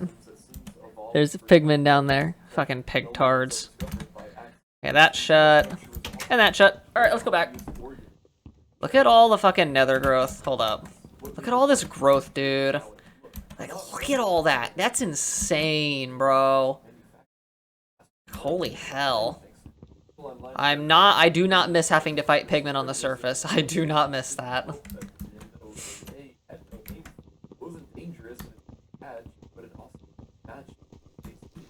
Baltic Sea anomaly. Discovered in 2011 by a treasure hunter sonar. The Baltic Sea anomaly is a circular tube of wide object lying about 300 feet below the surface off the coast. The sonar image looks like a crashed spaceship. Perfect disc, by edges, by cramp, what appears Okay, I'll let that go. as if Almost done. at first glance it looks artificial. People immediately jump to secret knots, a down UFO, or even remnants of ancient civilization. The imaging company, X, claims their equipment malfunctioned. So, only added Oh, what's this about a government cover-up? X claims their equipment malfunctioned. Ramp would appear on kill behind, as if it stopped. Ooh. Artificial. People immediately jump. Interesting. An underwater dragon, you say? I'm gonna be dragging these nuts across your faces, I swear to God. God damn it. Should I melt this down? I mean, do I really need it? Nah, I won't do that. Do I have any soul sand? I do. Okay, where am I gonna put this, though? For something this weird and visible sonar, like follow-up expedition, clearer image, maybe a dive, modern tech. Over a decade later, we still just have great sonar data in the making report. Neither is a misread to Just gonna put that there, and what we're gonna do with this... Mariana Trench is the deepest part of the ocean. A 1,500-mile-long Good. Pacific that reaches 36,000 feet deep at its lowest point is challenging. For comparison, Mount Everest, from its very bottom, fit inside it. At that depth, the pressure is over 1,000 times the weight of the sun. Pitch black, you're freezing, and completely inaccessible. We've sent submersibles down there, well, what we found is unsettling. Pictures that look There we go. That looks nice. amphipod size of prawn. Bacteria that eat up the sun. Most life down there doesn't have Thank you, Crucible. I love you. You're the goat. I'm gonna have more for you here in a second. Everything looks engineered for survival with a crushed void. But here's the disturbing part. We've only explored a fraction of the trend. And even what we have just entire Perfect. No fucking way, dude. some researchers believe Okay, we're not done yet, though. We still have to go down to the other one and clean that out. Well, wish me luck. This is gonna be painful as fuck. I am not gonna like doing this. Shit, I need to put on my other armor, actually. I know this is risky. I know it's terrible, but I'm gonna take so much damage down here if I don't do this. lasted for about 15 seconds, was detected by sensors over 3,000 miles apart, and was Okay, good. actually labeled. We'll flip our armor. Go do our business.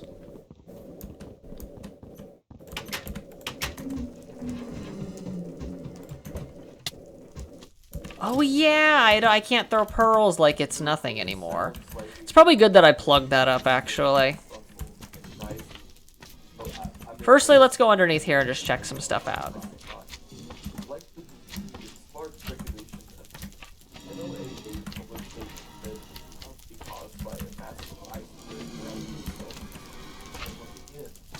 Why would an iceberg be on the seafloor, you tards? Sounds like a government cover-up, but whatever.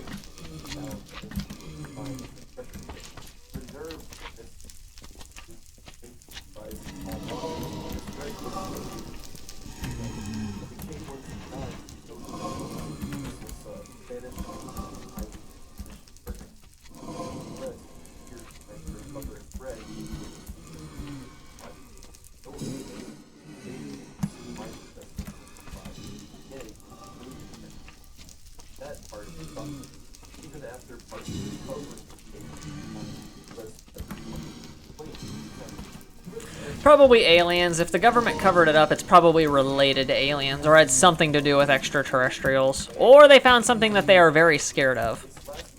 Maybe that's why NASA stopped studying the ocean. They're terrified. They don't want the smoke.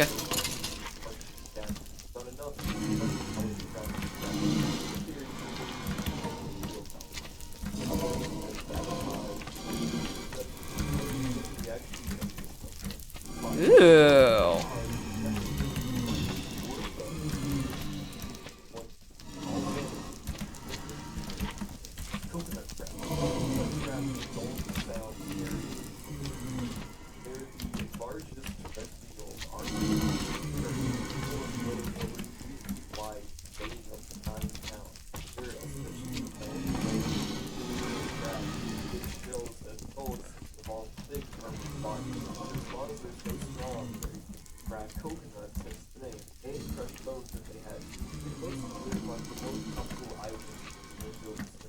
During the day, they hide in the dirt. At night, they come out and find free or raid food. Smaller crabs, dead animals, even rats or birds. So what makes them Come on, Infinity Scroll, give. theorize, for instance, what that crashed on an island called for a while and died. Coconut crabs are extinct. In 1940, a part of the found on the island near the fire. Years later, most disappeared. But the researchers left out pig carcasses. They suspicious coconut crabs, eggs, pregnant bones, and birds. Blue whale sight. In 1990s,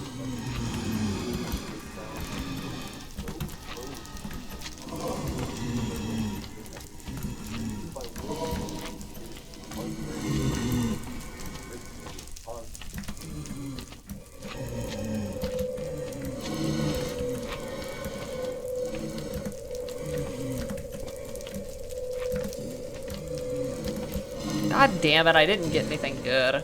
Except for that one skull. call lasted for over 2 minutes, regular pulses and patterns, but it didn't match the typical vocal signature of no whale. They labeled it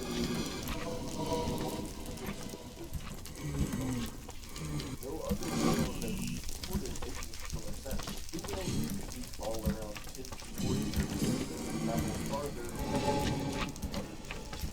this point was 50 one whale was falling and no romantic. It was known as the world's ugliest fish, although that title might be poetic or not.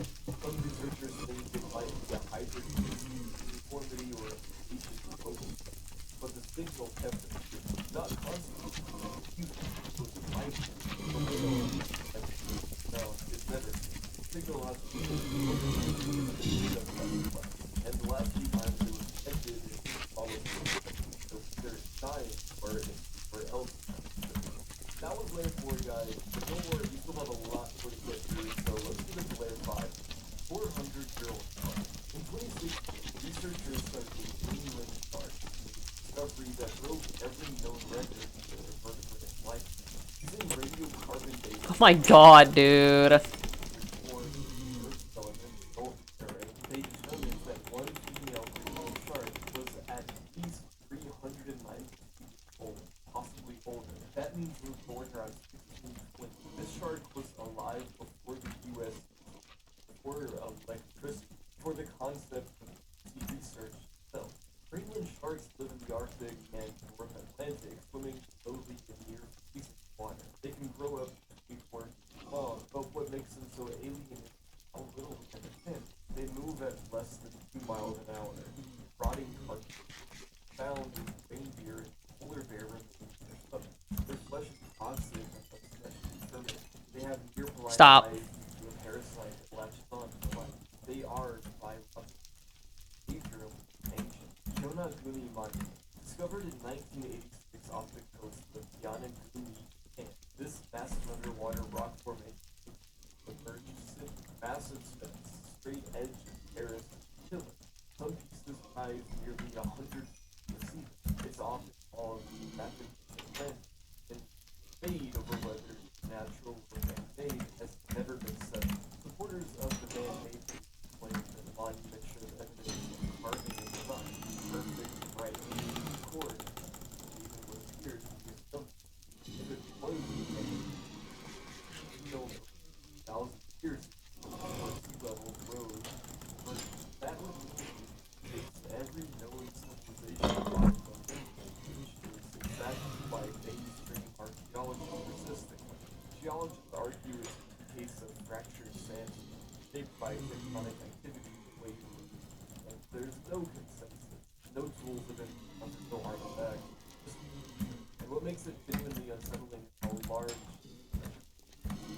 after decades underwater. Immortal jellyfish, their token story is a tiny jellyfish, barely visible to naked eye, that lives in oceans around the world. Its claim to fame is that it doesn't die, or at least not in the way that we understand. When fatally injured, stressed, or beyond repair, mortal jellyfish undergoes a biological reset, reverting all of its cells back to their primitive form. It becomes a polyp, first stage of the life. So essentially, it's not invincible, but if it survives those things, it doesn't age and it roots itself back. This generative process is rare. I've heard of. We've seen regeneration in starfish, but nothing on this. Jellyfish doesn't just feel and breathe wine. Stop. Research is ongoing into whether its cellular process can be applied to human medicine, but there's something eerie about the idea of Really? that can outlive everything else. But what's more interesting Fuck outta here. applied to us. Big fin squid. Big fin squid look fake. When they were first caught on camera in the late 1990s, people thought it was CGI. They have fins, maybe like arms, over held fins at sharp angles, like puppet sign. Their bodies glow faintly under submersible lights, and they live at depths where light never reaches and pressure crushes almost everything else. What makes them terrifying is their posture. They float upright with their arms Nope, a nice try, bud. and ears You don't hunt like other Why do they have to fly up, dude? That's so annoying. Like, stop. on the seafloor feel Can I not just have, like, some funsies? silent, slow directions. As of now, fewer than 2,000 sightings have been reported. Most footage comes from deep oil rigs of old British ROV. We've never captured one and don't know how they produce or how big they can actually be. Some reports estimate best 26 feet long. Most of that are related to street. These things look like they're straight out of my nightmare, bro. Look at this. Point Nemo. Point Nemo is the oceanic pole of the Pacific, farthest place on Earth from Greenland. Located in the South Pacific, about 1450 nautical miles from coast in any direction. If you stood there, not that you could, the closest humans wouldn't be on land. Closest humans would be astronauts aboard the ISS. Nothing lives there in large numbers. The waters are poor, and the current system is difficult to run. It's also eerily quiet, not just in terms of wild existence. It's one of the best places to egg unput sound, which is why signals like poop and media have been tracking. The remote is God damn it, another fucking slime, dude. 1970 is also additional spacecraft great NASA and Dude, what the fuck was that? satellites on space. Oh, away. IR, dozens of classified objects. World's oldest mammal. In terms of verifiable, the oldest known mammal is the bowhead whale, estimated to be over 211 years old. Scientists confirmed this by analyzing old harpoon fragments launched flesh, weapons that hadn't been manufactured since hundreds later through eyelid. These whales are water, so long, and move slowly enough to avoid tissue damage. Their slow metabolism increases the fire their cells better. That's what I fucking thought. Leviathan is Fuck out of here. first mentioned in the book of Job, where it's described as massive armored beast, 5 and it's been interpreted as a symbol Fuck out of here, you losers. God damn. What the hell? Behemoth, land, Leviathan, sea. Over time, people tried to crash. Nope. Maybe it was a whale, crocodile, but none of those explanations fit the original description. Leviathan wasn't big, it was supernatural. It twisted the sea, crushed ships, body, and left no survivor. In medieval demonology, Leviathan imagined as a mouth, Kabbalistic, where it was so enormous it was wrapped around the world. And in modern times, the word still gets used of a storm. Vertical migration. Vertical migration is the largest animal migration process.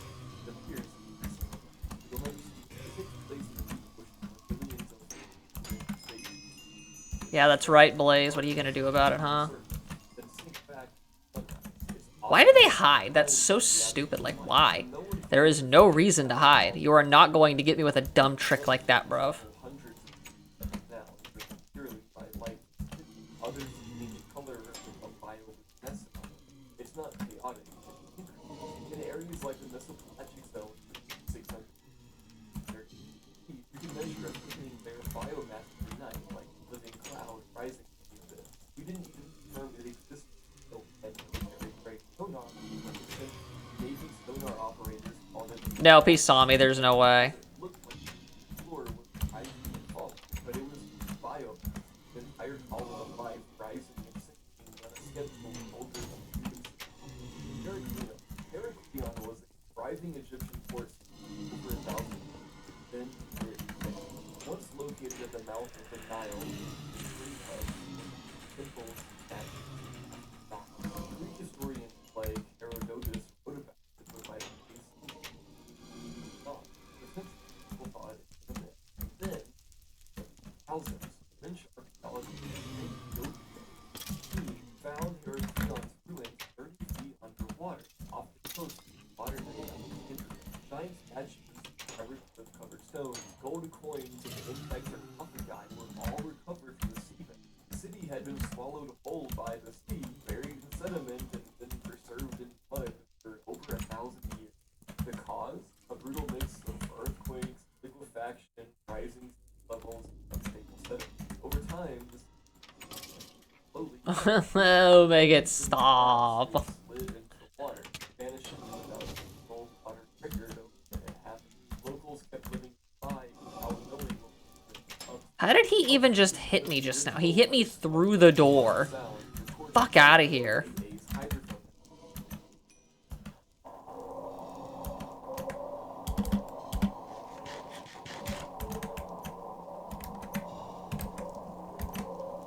How the fuck did he see me? He didn't do... How did he see me? There was nothing to see.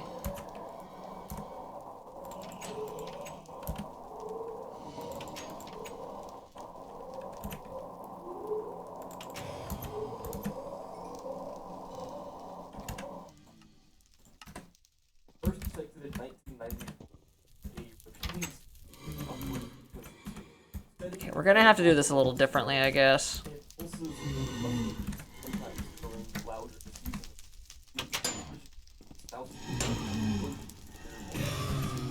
unlike other one-time sounds like blue or upsweep has continued for over 30 years. The volume changes year to year, but it hasn't stopped. It doesn't match known marine life seismic activity. Some scientists think it might be related. What just happened? Why did my game just lag? But no source has been definitively identified. There's no clear rhythm or biological signature. Damn it. I just want to pick out of the hoppers, please. Did he not see me? He 100% saw me just now. There's no fucking way. Okay, no, he's above me too.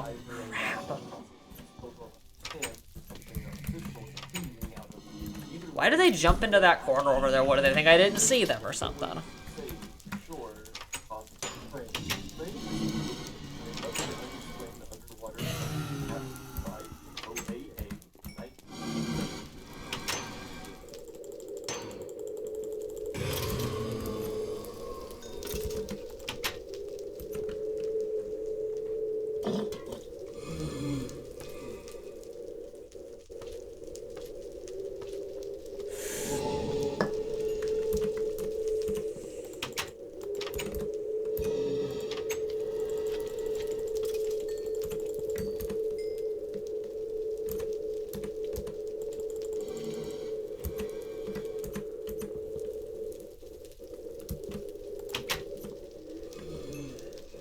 Imagine if Blazes targeted you through like transparent blocks, dude. Nope, I see him. His friend's gonna try to fireball me while I have my back turned. I'm not stupid, I can see you there, bud. Like, you're not gonna get me with that trick, I'm sorry. It's just not gonna work.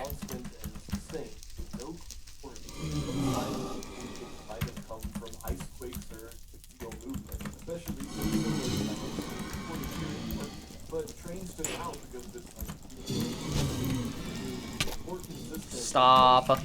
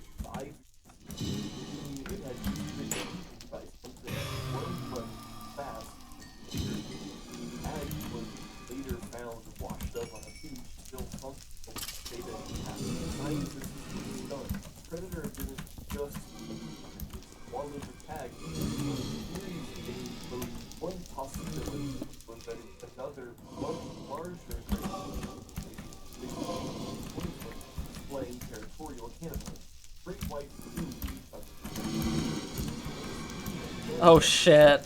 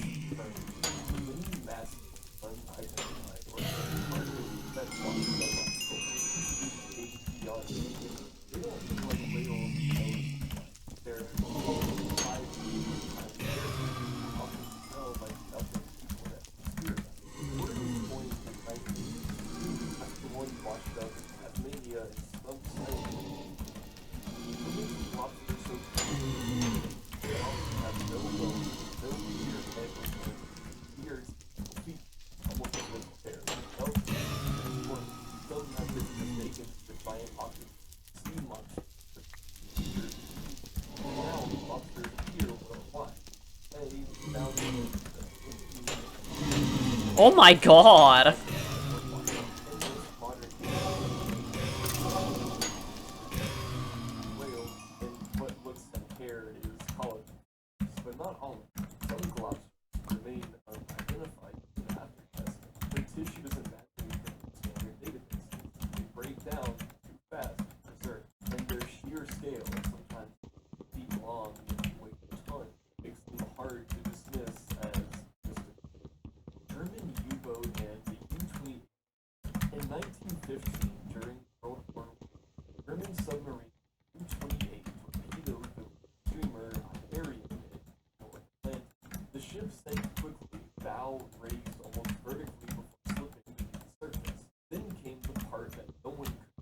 Okay, that's all of the shit in here. Thank God. Holy hell.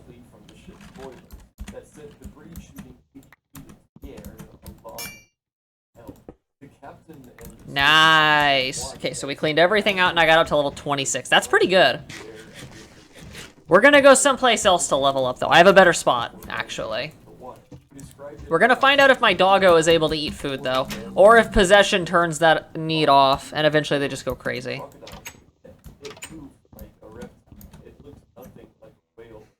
Nope, he's still not hungry.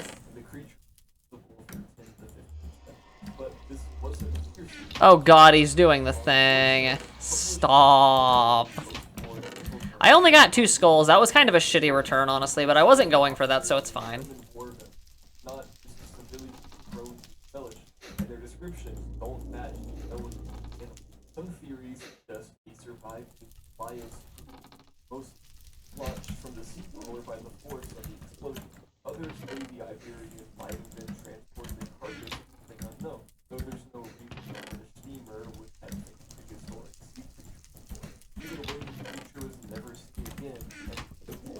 Nope, they do not eat. Apparently, he does not have to eat food. That's actually insane. I might still leave this here just in case my theory's proven wrong, but I don't think I'm ever gonna need that. Rubbery skin, a beak like exposed teeth, but looked like clawed like. The photo went viral instantly. People called it a government or something that escaped from nearby Plum Island. A real bio research facility files on long rumor to do shit. Corpse was gone within days. No one knows who took it. Tested. The government confiscated it, probably. I mean, let's be real here. Why the fuck would it be gone in days? That makes no sense.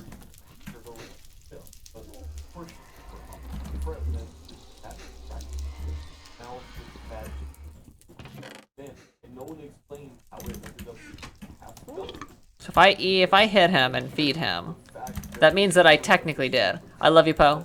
Thank you. Sorry about that. I had to do it just to make sure you wouldn't attack me. After a storm battered Portsea Island off the coast of Scotland, locals found an enormous rotting carcass washed up on the trunks. It measured over 55 feet long, had 3 pairs of stitches, a long neck, and white bristles covering parts of the body. Witnesses described it as urban. Part fish, part surface, small head, and flat tail, something like any elephant. The local authorities took. Did I get exactly 64? Nice. Thank you, Crucible. I love you.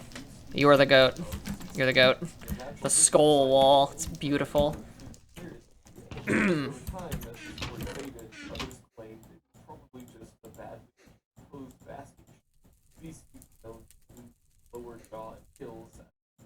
Which can make it look like a long creature. The problem is, the size was all wrong. Basking sharks don't get that long. The triple limb structure was never split. Some modern skeptics say the measurements were exaggerated and distorted, but people who saw it weren't random fishermen. They were local fishermen. Excellent. Trained witnesses. None of them said shark. Casper in 2016, researchers piloted Okay, well, I'll see you later, Poe. You be a good boy, okay? I love you, doggo. Love you, doggo. I'm gonna go... Wait a sec. Wait. I love you, doggo.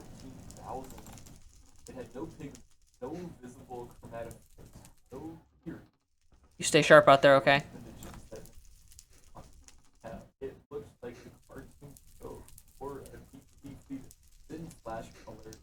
Alright, I love you, doggo. I'll see you later, Poe. I'm gonna go level up.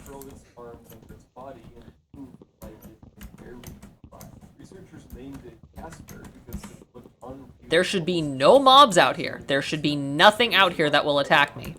Except for maybe ghasts. But, like, I don't actually think we're gonna have any issues with that, probably. I'm a little curious about how far this has spread, so we're gonna go do a little bit of exploring.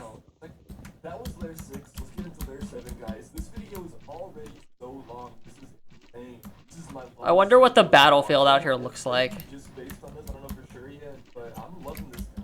Let me know if you guys enjoy this. Dear God, dude. Look at that. There was so much destruction done to this area, it wasn't even funny. Speak of the devil, we found what we needed. One of the most famous was Sandy Island. It had multiple 19th charts for speakers. Ships avoided. Some tried to land on it, even on Google Earth. Then, in 2012, an Australian research vessel sailed directly towards the coordinate and found nothing. Ocean, no reef, ocean hole is 4,000 feet of water. Oh, and I have infinite fire resistance, so I can basically just hang in here with these guys. Some say it was a map. Grass, sea fog, but Phantom Islands go back further. Dual, High Bresto, Bermeja, islands charted in multiple centuries, mentioned in naval logs, then John. Ningen is a Japanese crypt supposedly seen by whaling vessels research the Southern Ocean. Witnesses describe a white humanoid creature the size of a whale. There's no visible facial features, sometimes with arms. What the hell? A tail lighting the eye.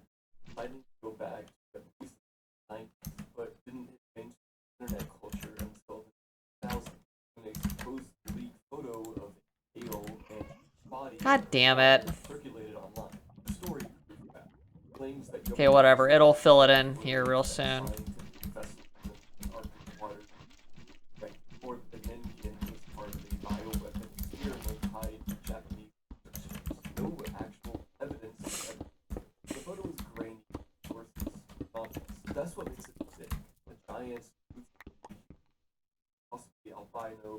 What the hell?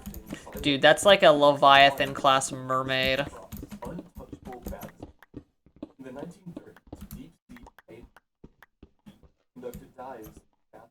Where is this? What's with all the gravel? What the fuck?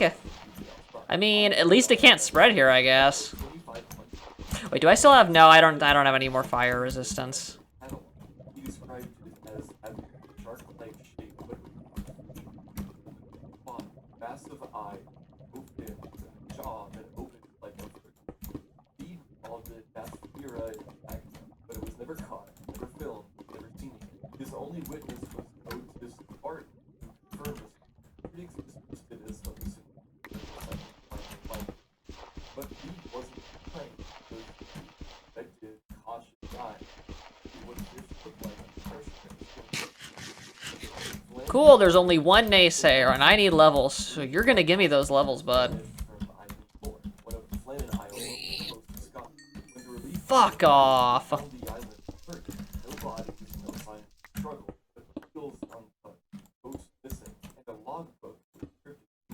One mentioned a storm, though no storms were recorded in the area. Another spoke of strange behavior, then silence. The final log we read, storm in be calm, God is calm. Official investigations blamed a rope wave striking but the lighthouse was 400 feet above sea level. But only 2 of the 3 men had been Where is this? left behind.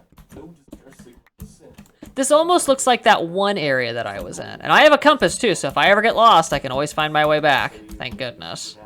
The only trouble would be food.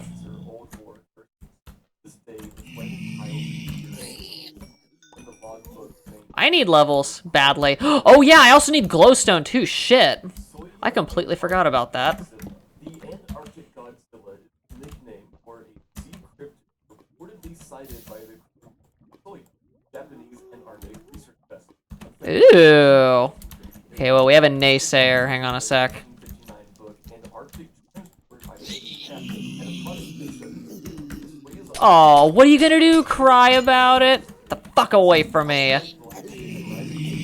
That's what I fucking thought. What are you gonna do about it, huh? Fucking nothing. Dude, what's with this glowstone? Dude, like, what? according to witnesses, there's a body of roughly 10 centimeters. It's Nice, nice. You love to see it. Okay, let's go get this glowstone. I need at least 3 stacks, preferably.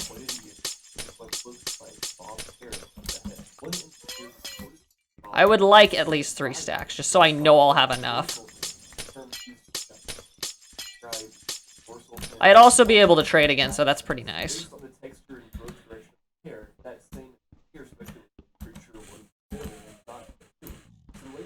What, is he mad at me? Surely he's mad at me. He has to be. No, I guess not. Never mind.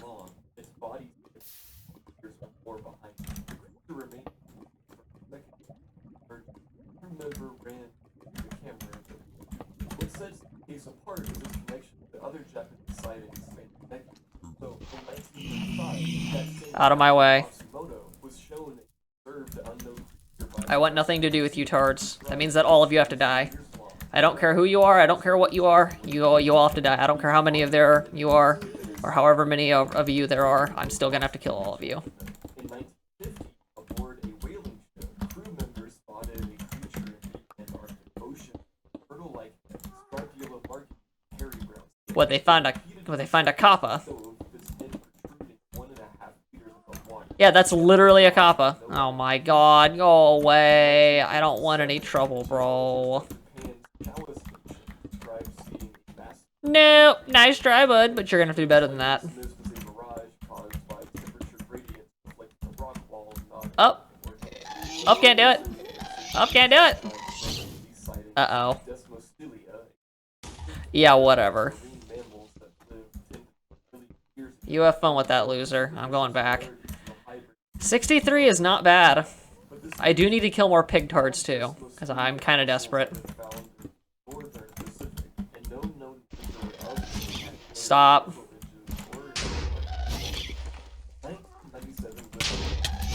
Stop. Oh, too bad. Better luck next time, I guess.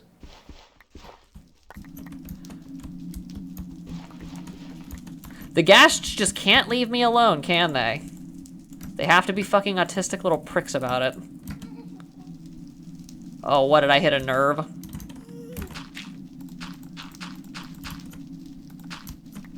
Yeah, they're probably just mad because I'm undoing all their hard work. Why they would openly blow up their own domain, I have no idea. Yeah, that's what I fucking thought.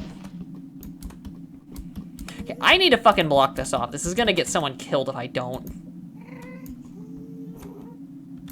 Dude, why is he following me? Go away! Go bother someone else. It lasts about 50 seconds, but the tone was perfect, clean, sharp, alien. Unlike the blooper upstream, the whistle sounded biological, like a cry, not a mechanical pulse. Okay, cool. There's no more lava coming down here. Now I'm gonna kill you, alright? Just chill. Thank you. Yeah, this is why I'm a fucking menace. I will put on the armor when I go up that high, though, because I don't want to die of fall damage, dude. Fuck that. Nope, he's coming for me. I'm out. Guys, and with that, we're done with layer 7. Let's get into layer 8. This one has some of my personal favorite instrumental isotopes, starting with maybe one of my favorite, Cosmic Ocean. The Cosmic Ocean, also called the Primordial Sea, Celestial River, or Chaos Water, is one of the oldest and most universal motifs in mythology. Nearly every ancient culture begins with the idea that before the earth, the gods, or even light itself, there was only water, formless, infinite, unshaped water. And out of that came the cosmos. In Egyptian mythology, Stop. none, bound with water. You're not gonna get me, bud. I'm just too good. Just too good. God Apsu, freshwater abyss, and Tiamat, saltwater chaos, whose body was torn apart to create the heaven and earth. In Hindu cosmology, the universe began in the dark ocean, sleeping god Vishnu floating on the surface. In Greek tradition, even before the Titan, there was Chaos, not a god of the sea, but of the literal outer. Are they really gonna fucking do this to me? Am I really gonna have to fucking dodge gassed fireballs just to get fucking glowstone? To be fair, that's what I have to do every time I come to the Nether, so it's not much of a surprise that they would openly target me like, you know.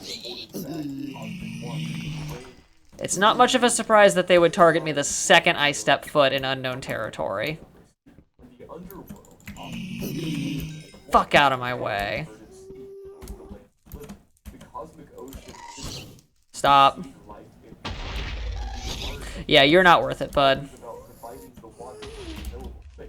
Land is what rose from flood. But why? Why do they attack me? They're not even going to kill me. Like, there's no shot in fuck I let them. Ocean at night. The surface of the ocean at night feels like it's turned off. No landmarks, no river. Stop. But what's disturbing isn't the absence of Nice. We found the mother lode. Pigment everywhere. Oh, bet you thought you had me, didn't you?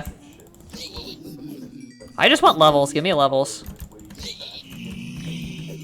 Give me my levels. jellyfish, siphonophore, rhinoflagellates, drift silent, emitting light, no others use fan, flashing and distraction. That looks better, doesn't it? Fish with blinking doors. I should do it to the other side, too. Sea creatures have lights under their some flash. In certain parts of the ocean, like Nice. Look at that. That looks nice. That looks pretty good. water, have been seen glowing white or blue for hours, visible from space. Sometimes it's caused by bacteria. Sometimes no one knows what it is. That's so awesome. Altanen antenna. That looks nice. 1963, US Navy ship USS Where? Go away. Piss off. You are not that guy, bud. I'm sorry. You just are not. Oh, what's the matter, baby? Gonna cry? Shit your pants? Maybe piss and cum? Okay, burn this. I don't want that. Yeah, we'll be fine. This is definitely gonna fill it in. I just, you know, I have a feeling it's gonna fill it in.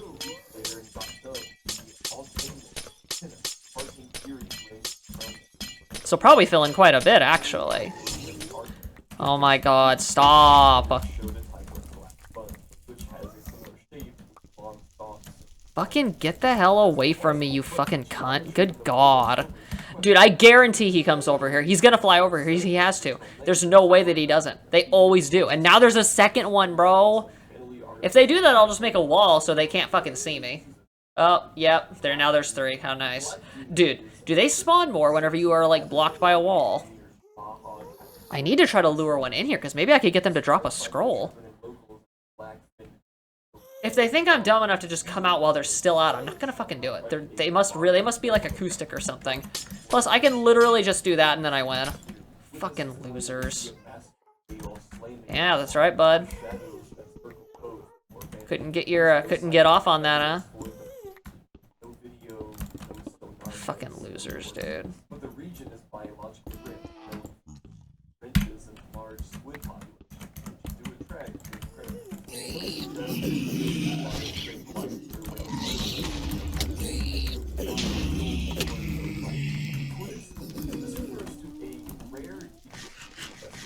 Well, that was fun. You're not gonna hit me, bud. It's not gonna happen. Out of my fucking way. Sorry, bud. Your money's no good here.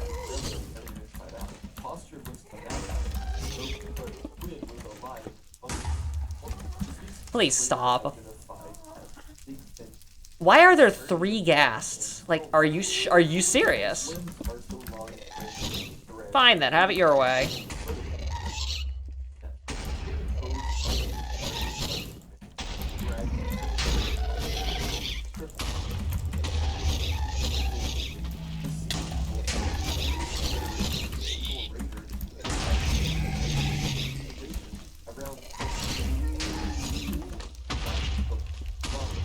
Dude, there are 3 of them! Why?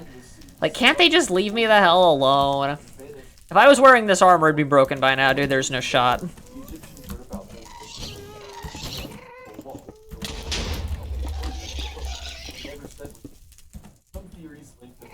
Oh, can't do it!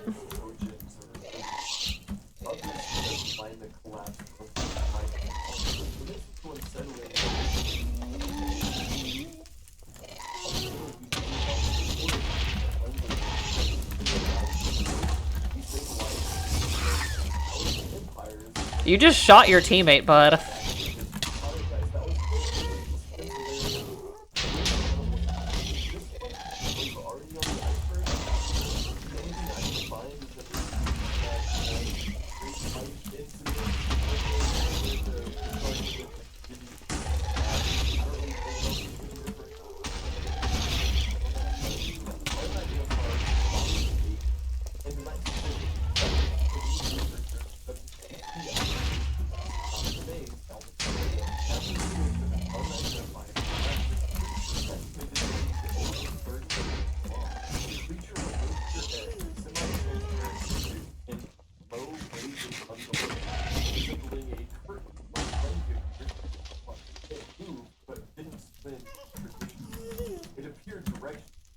Like, dude, really? Get the fuck away. At any second, I could pull the plug on you tards, and there's nothing you could, like, feasibly do about it.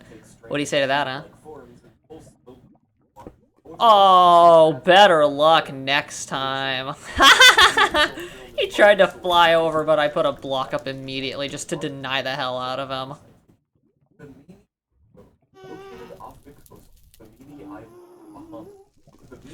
I also need a little bit more experience to get my levels. They won't get too close, though. They're just like the skeletons in Mia. They run away from dangerous targets. And by that, it means the player, no one else.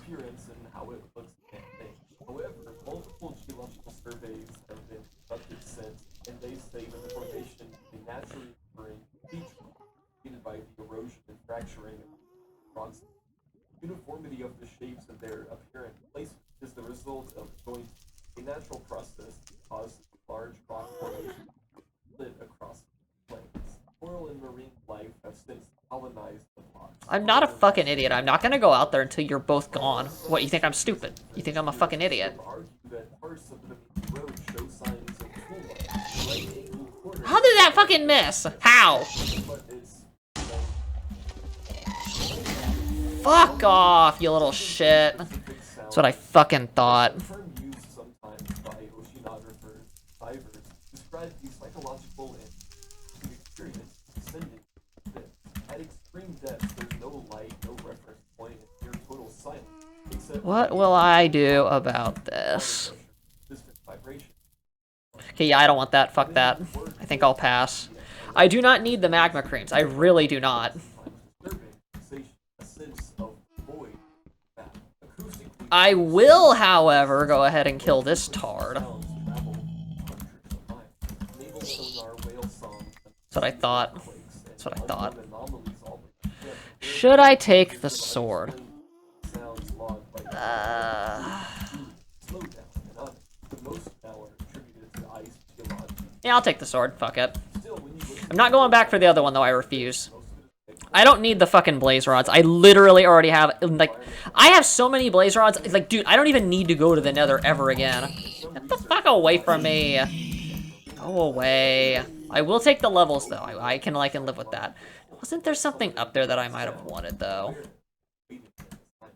that was Ocean Mysteries Iceberg, guys. Thank you so much for watching. Subscribe to the channel, leave a like if you enjoyed this. Okay, let's go up there real quick. I just need a spiral staircase, right? I had so much fun with this one. Have a great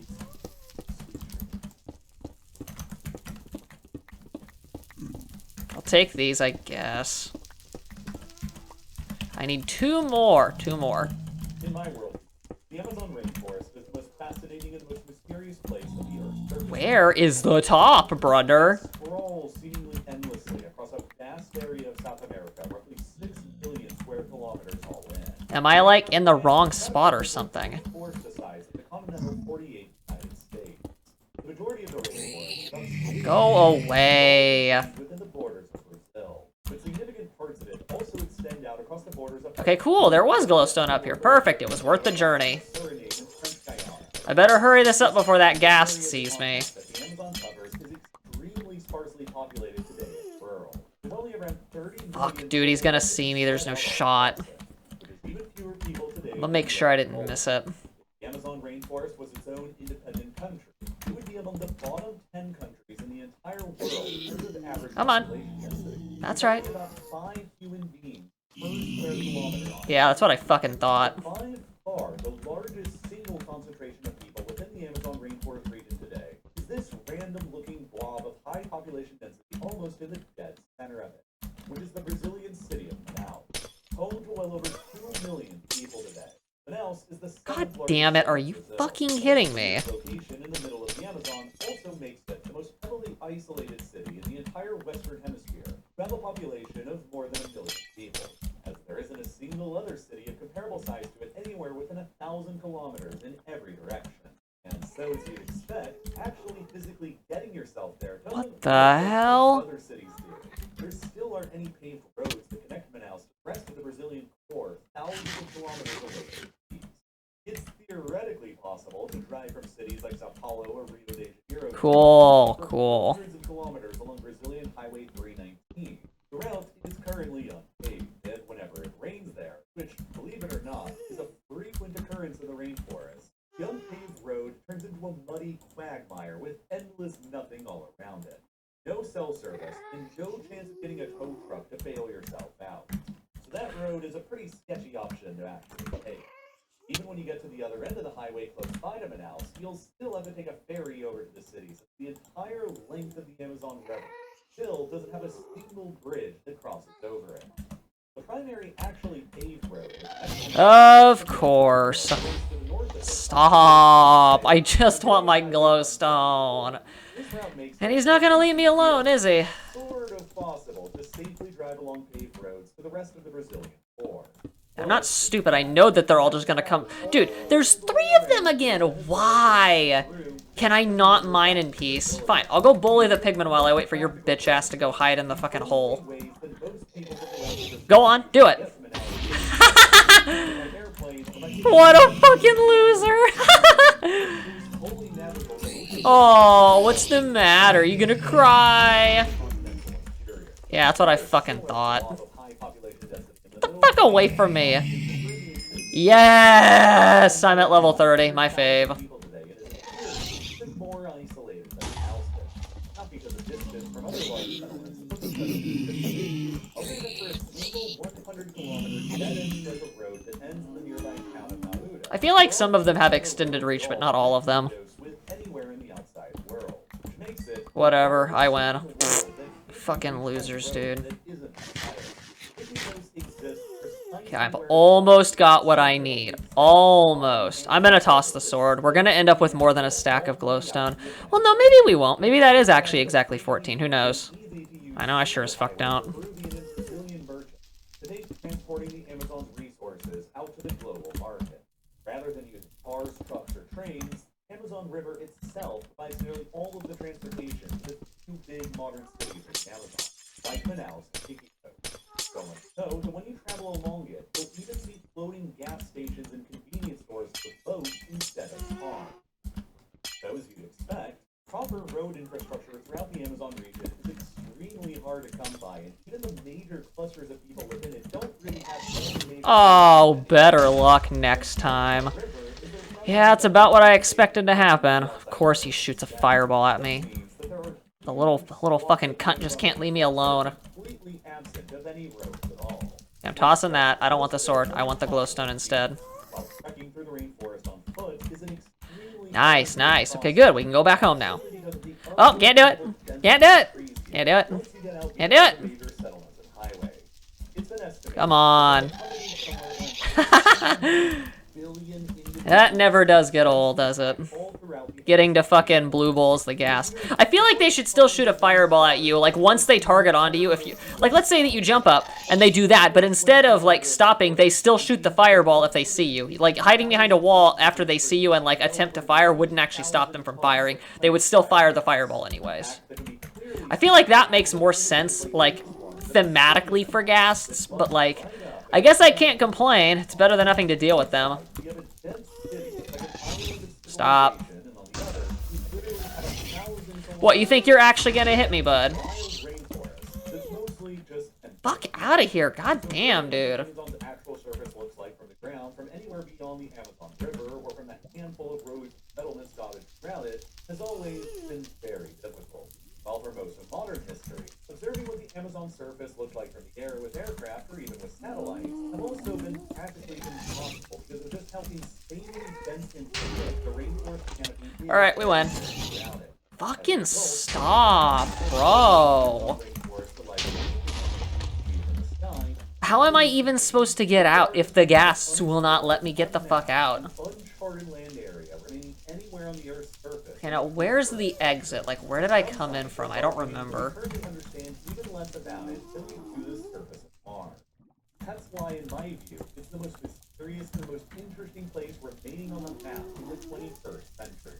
And all of a sudden, very recently, modern advances in the field God of art damn it, bro. Go away. are finally, after all this time, enabling us to penetrate through the previously impenetrable rainforest canopy to see the Amazon surface like we've never seen it before. Why did another gas just spawn, dude? Space on the Earth's surface, filled up by the world's biggest rainforest, is finally beginning to get mapped out and filled in. Some of the things that we Too bad. Now my armor can't get damaged. have been so profound Bummer, I know. that you have to upend our entire history and science of the process. But more incredible discoveries down there are probably Now, where did I come in from? in order to understand why some of these recent discoveries have been so shocking. We need to understand the general historical view on the Amazon region. Like, dude, I can't even, like, leave. Like, dude, I can't even get the fuck out of here. Like, what are you gonna do about it, huh? What are we gonna do about this, dude? 2020s begun to be proven incorrect. You see, for the past several centuries, the generally accepted mainstream view on the Amazon Where the fuck is my exit? I know I came up through, like, a little, like, rivet thing. Was it this? Was this the area that I came in through? Am I being stupid?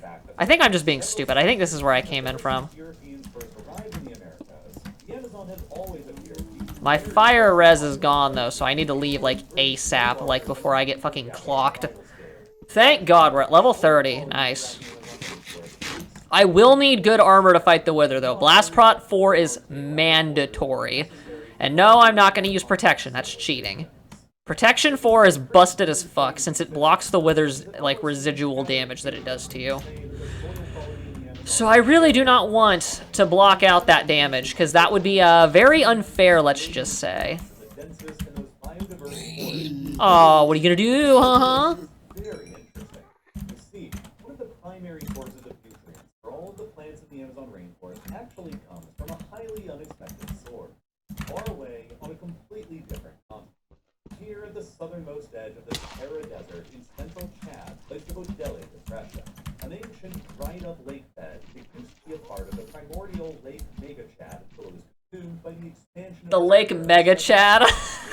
dried-up lake bed of the Bodele Depression contains massive amounts of exposed rock minerals composed of dead microorganisms that are chock full of phosphorus, the essential nutrient that fertilizes plants for growth.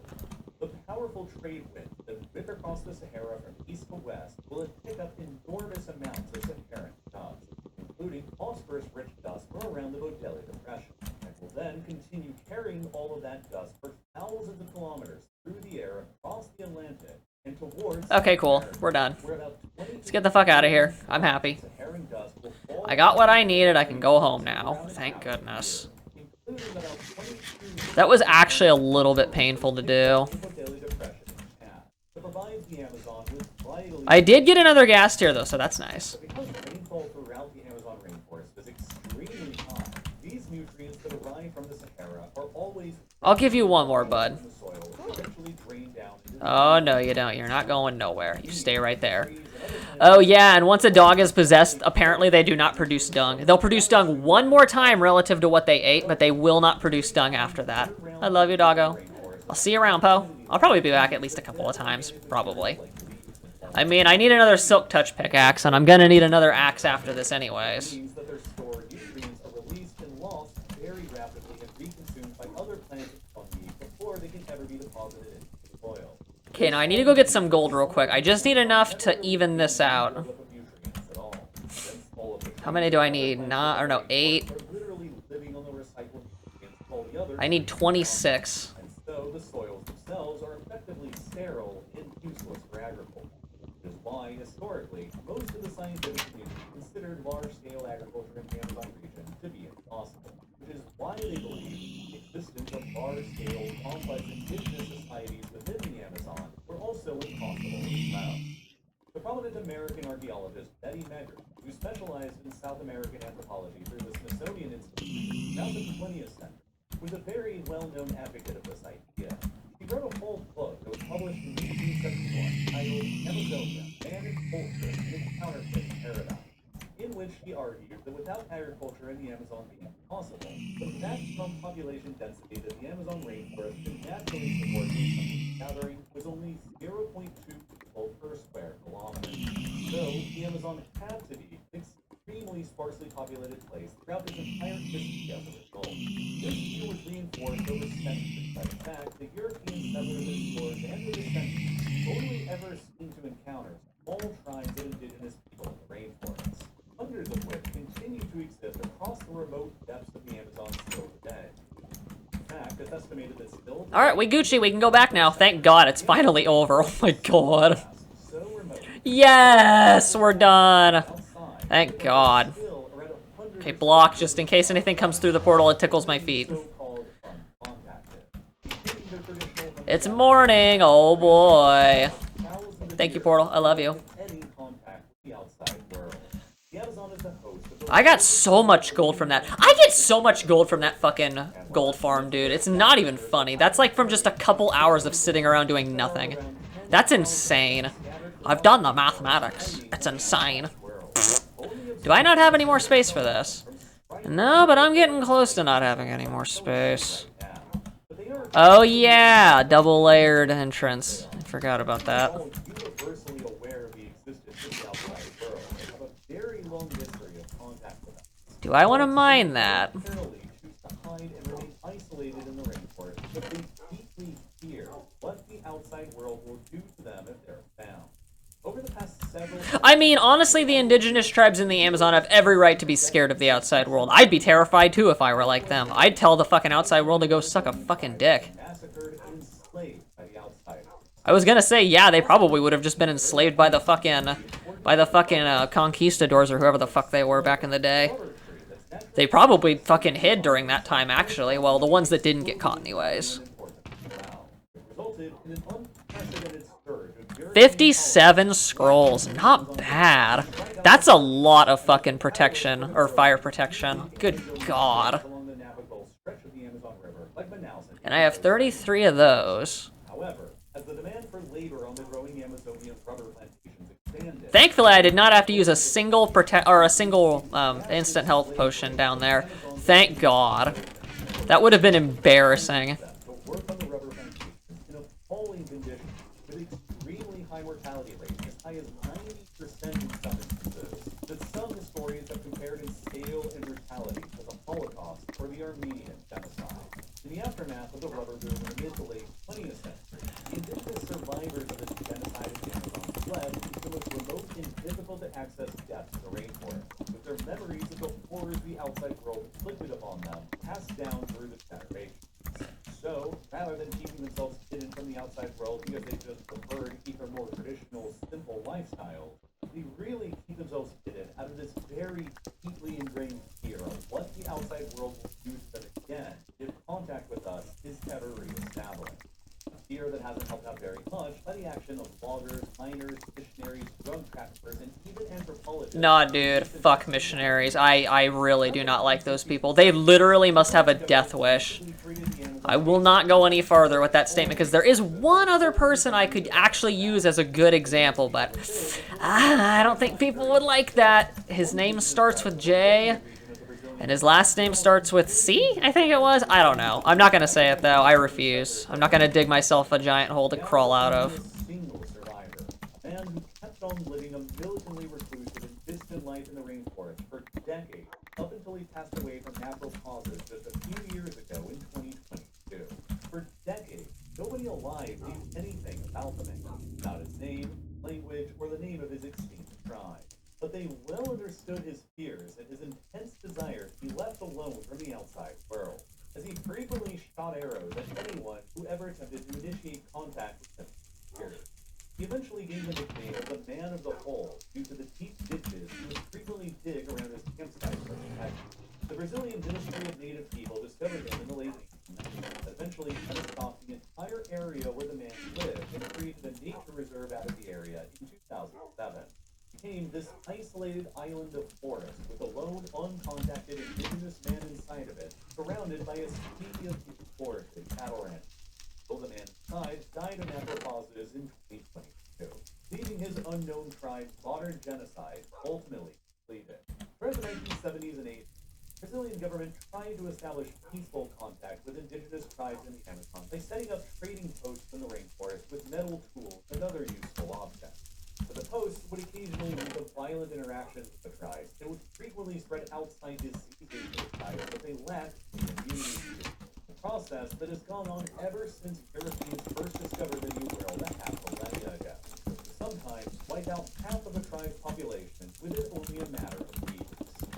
These disasters eventually led the Brazilian Department of Unknown Tribes to take a radically different approach starting in 1987, when they decided that isolated tribes in the Amazon shouldn't ever be contacted by the outside world at all unless they, the tribes, voluntarily chose to initiate contact first, creating a sort of real-world crime directive from Star Trek process. This was also a part of the late 20th century Brazilian government's creation of the indigenous territories across the country that are heavily concentrated within the Brazilian Amazon. There are currently more than 700 areas set aside for exclusive use by the country's indigenous population, including the Vale do Javari, the far west of the Brazilian Amazon here. It is believed to contain the highest concentration of uncontacted people in the entire Amazon, and by extension, the entire world. The territory is roughly the same size as Portugal, and it's completely illegal for any unqualified outsider to enter into it. It contains an estimated 14 separate uncontacted tribes within it, numbering around 2,000 people all in all, who are occasionally observed by the Brazilian government from the air, which is where most of these striking aerial photographs of uncontacted people in the Amazon have come from.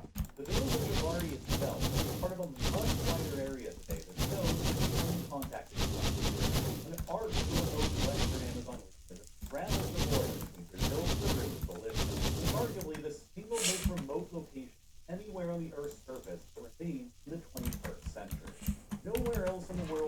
are 4 uncontacted people, including a highly elusive tribe known as the Mashco Puro on the Peruvian side of the uncontacted frontier. Around 50 of whom were recently seen and photographed by an organization known as Survival International in July of 2024, during a very rare encounter with the outside world. Because of these very recent photos and this encounter, the Mashco Puro are now believed to be the single largest uncontacted tribe remaining in the Amazon and in the world, probably numbering around 750 total individuals.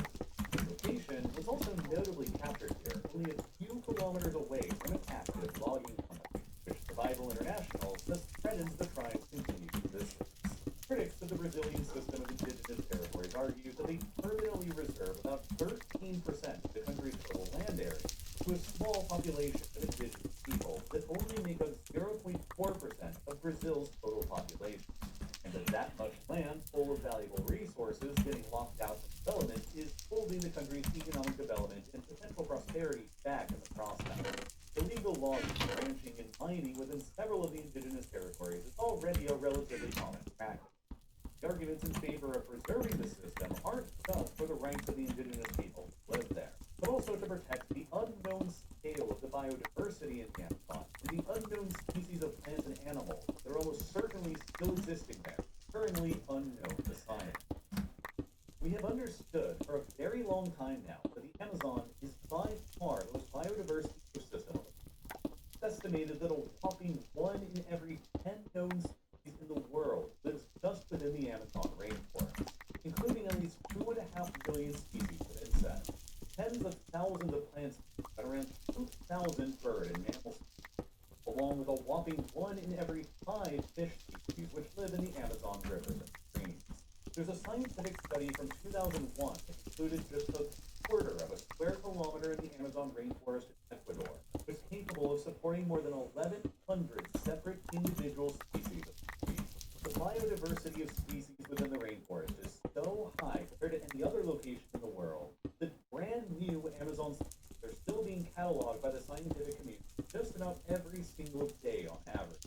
According to the Brazilian National Institute of Amazonian Research headquartered in Manaus, an estimated 6% of the tree species within the Amazon have yet to be properly cataloged and identified. And there's no telling how many insect, bird, reptile, and mammal species remain undiscovered deep within it as well. Some of the most recent animal discoveries made in the Amazon have been particularly interesting. This red-striped monkey that was only discovered in 2020. This species of dart frog that was only found in 1999. This bald parrot that was only discovered in 1999 as well. Or this unique species of blind and bright red catfish that was only discovered in the waters of the Amazon in 2007. There's even a huge new species of northern green anaconda that was only very recently discovered in the Amazon by researchers this year in 2024. That could potentially be the biggest snake species in the world, though that's currently unconfirmed. Nice. We're almost done. Getting there. Okay, good. I've mined all my ores, thank God. And there's probably entire species currently going extinct there before the scientific community even becomes aware of them. And there's always the very slight possibility that deep within the rainforest's most uncharted and unexplored depths, there could be exotic, large animal species that remain undiscovered as well. One of the biggest examples in recent history of a large, previously unknown animal species getting discovered by the scientific community is the case of the Saola, a large, forest-dwelling bovine creature that was only unexpectedly discovered deep within the jungles of rural Vietnam in 1992, and only first photographed in 1993. And the deepest depths of the Amazon are even more remote and difficult to access than where the Saola was discovered in Vietnam, so who knows? There's a very popular legend among several indigenous tribes in the Amazon of a mythical monster that's colloquially known as the Mavacura. The descriptions of the legend vary widely from tribe to tribe. There are some who believe that many of the descriptions of it closely match that of the giant ground sloth known as the Megatherium, which used to exist across the South American continent before it probably went extinct sometime around 11,000 years ago. The Megatherium was a giant ground sloth. God damn it. The same size as a modern-day African elephant. And a very recent discovery in 2023 nearby to the Amazon of a set of Megatherium bones modified Well, here, how about this? to suggest that at some point in history, to live side by side with the giant ground sloth. Just in case I ever need it. Could have essentially been passed down orally from generation to generation, and eventually became the basis for the modern mopping rhino. That doesn't stop some people from speculating that the continued reportings of the Mapinguari by indigenous tribes in the Amazon suggest that the Megatherium could still have survived after all this time somewhere deep inside the rainforest. But that's probably not the most likely possibility, with a creature of that enormous a size to leave behind major signs of its existence, like carcasses, hair, droppings, remains, predator droppings, and much more, that have to date never actually been found. And even though the Amazon is a big and remote place, finding a creature of that size for this long would still probably be almost impossible. But that doesn't mean it isn't still fun to think about and speculate. If a large, living, extant land animal currently unknown to science is going to exist anywhere on the Earth's surface today, it probably would be somewhere deep within the Amazon, hidden beneath the canopy. While one of the most fascinating recent scientific discoveries made within the Amazon wasn't of a large, legendary living animal, it was still just about as exciting as one anyway. In 2011, a geoscientist named Andres Russo, who grew up in Peru, Nicaragua, and the United States, had heard legends dating back to his childhood of a boiling hot river that supposedly existed somewhere deep in the Amazon. That year, he set out on an expedition deep within the rainforest of central Peru to try and see if he could find it. And sure enough, hundreds of kilometers away from the nearest active volcano, he stumbled upon the legendary boiling river, now known to the outside world as the Sinead Mishka, a fully flowing 6.5 kilometer long river. Waters average a scalding temperature of nearly 86 degrees Celsius, or 186 Fahrenheit. Not exactly boiling, technically speaking, but still hot enough to almost instantly kill any animal or person unfortunate enough to fall inside. The local indigenous people had, of course, known about the boiling river in the Amazon for generations. Until Russo's encounter with the river in 2011, it remained completely unknown to the rest of us in the outside world outside of legend, and it's now understood to be the longest and hottest boiling river known in the world. A natural wonder as wide as a two-lane street, nearly 5 meters or 16 feet deep in places. Made even more puzzling that it isn't volcanic activity that causes the river to get so hot, but it's geothermal feature beneath the area instead. And almost a century before Russo's expedition, Peruvian Amazon revealed the boiling river to Western science, based only on hearing about a legend. Another Western explorer set out on a series of expeditions across the Amazon based on hearing similar rumors and legends about long-lost civilizations and ruins, hidden deep within the Amazon despite the contrary academic consensus. A British man named Percy Harrison Fawcett. In the early 20th century, Fawcett became obsessed with finding a lost civilization in the Amazon rainforest that he believed existed and which he steadily began to call the Lost City of. Part of his convictions on this lost civilization's existence stemmed from the historical record of early European explorers in the Amazon, the Francisco de Orellana. A Spanish conquistador became the first European to sail through the entire length of the Amazon River. Oh, it's Gloom Night. Okay, fair enough. During his search for the legendary city of El Dorado. During his early voyage through the Amazon, Orellana. I love that I can switch that with a button. It's very nice. Very, very good. Very, very, very professional. I love it. Well-developed and ancient roads and monumental construction projects. According to for centuries, was widely believed to be nothing more than the wild exaggeration of a glory hunting story. Countless expeditions across the following centuries were made in the Amazon to try and find any traces of these lost cities, but none were ever successful. Legends of them inspired Fawcett in the early 20th century. 1924, Fawcett took 7 expeditions throughout the Amazon region.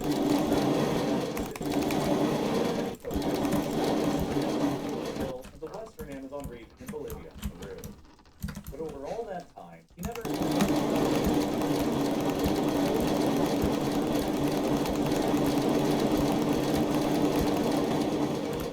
In 1925, Fawcett ordered 64, not bad. final expedition. Thank you, Saru. City of Speech, along with his son. Oh, look at that. It's beautiful. Now I don't have to worry about running out anytime soon. I basically have no wood left after all of, like, this. I basically used it all up on my shit. So none of them were ever seen or heard of death. I'm not surprised in all honesty. The Amazon forever. Their ultimate fates still unknown to us entire centuries later. Also, ill-fated expeditions that failed to find any lost civilization. I'm actually almost out of Hardy Stew. Look at that. I mean, to be fair, I had to use quite a bit of it to get the rest of the scrolls. I did not have an easy time doing this. It was very difficult. It was very resource intensive. Very, very resource intensive indeed.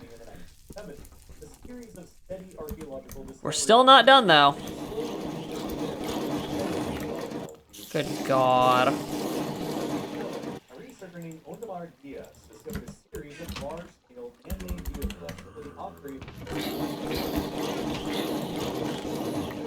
Smite. Ooh, a Smite 4 sword. Nice. Literally hundreds of these kinds of complex geocollections. That's a good sword. I might actually have to save that. I don't have a use for iron anymore, so I mean, I might as well. Now, where could I actually put the damn thing? Like, where would I put the damn thing? Ooh, I know where I'm gonna. I know what I'm gonna put here. I'm gonna go get back that gold sword out of the Nether hideout. No, that's not a. It's not a broken enough sword. But like, dude, imagine having this sword early game. Smite 5 would guarantee that you could almost always one-shot skeletons. That's broken as fuck. I really want to save this sword, but like, I don't have a spot for it. Fuck 'em. We'll put it right there. It's fine.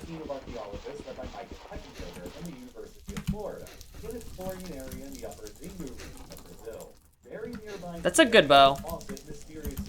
Why is there an Enderman over there? Go away.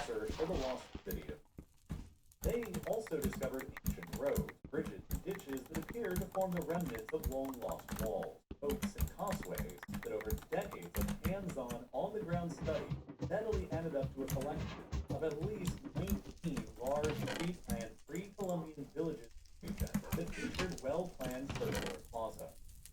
But researchers still didn't generally consider this a truly urbanized area of the pre-Columbian. Okay, I'm just gonna go ahead and smelt that. Actually, wait a second. I have enough to do that now. Couldn't I just do this? Like U-shaped temples or pyramids. So they appear to be more of a collection of Amazonian villages networked together rather than. Yeah, see, that looks nice. I like that. Actually, you know what? No, I don't like that. That looks nasty. I'm just gonna smelt all of them. Might as well. Such as in the Llanos de Mogos region of the Amazon in northern Bolivia, where on-the-ground research and limited remote sensing studies steadily revealed a similar pattern as in the upper Zinga region. Dozens to even hundreds of isolated small villages across an area roughly the size of Rhode Island. But even though hundreds of kilometers worth of overgrown canals and causeways were discovered here, there was abundant evidence of pre-Columbian agriculture and forest management. Logistical problems involved with actually mapping the entire region out in a deeply remote part of the rainforest, crowded from above by the densest forest canopy in the world, proved to connect all of the numerous obstacles. But all those impossible to happen. So for a while, it was pretty unclear if all of these small settlements were even related. Okay, nice. We'll do that bit first, just because I know that I need to get it done. But without any clear.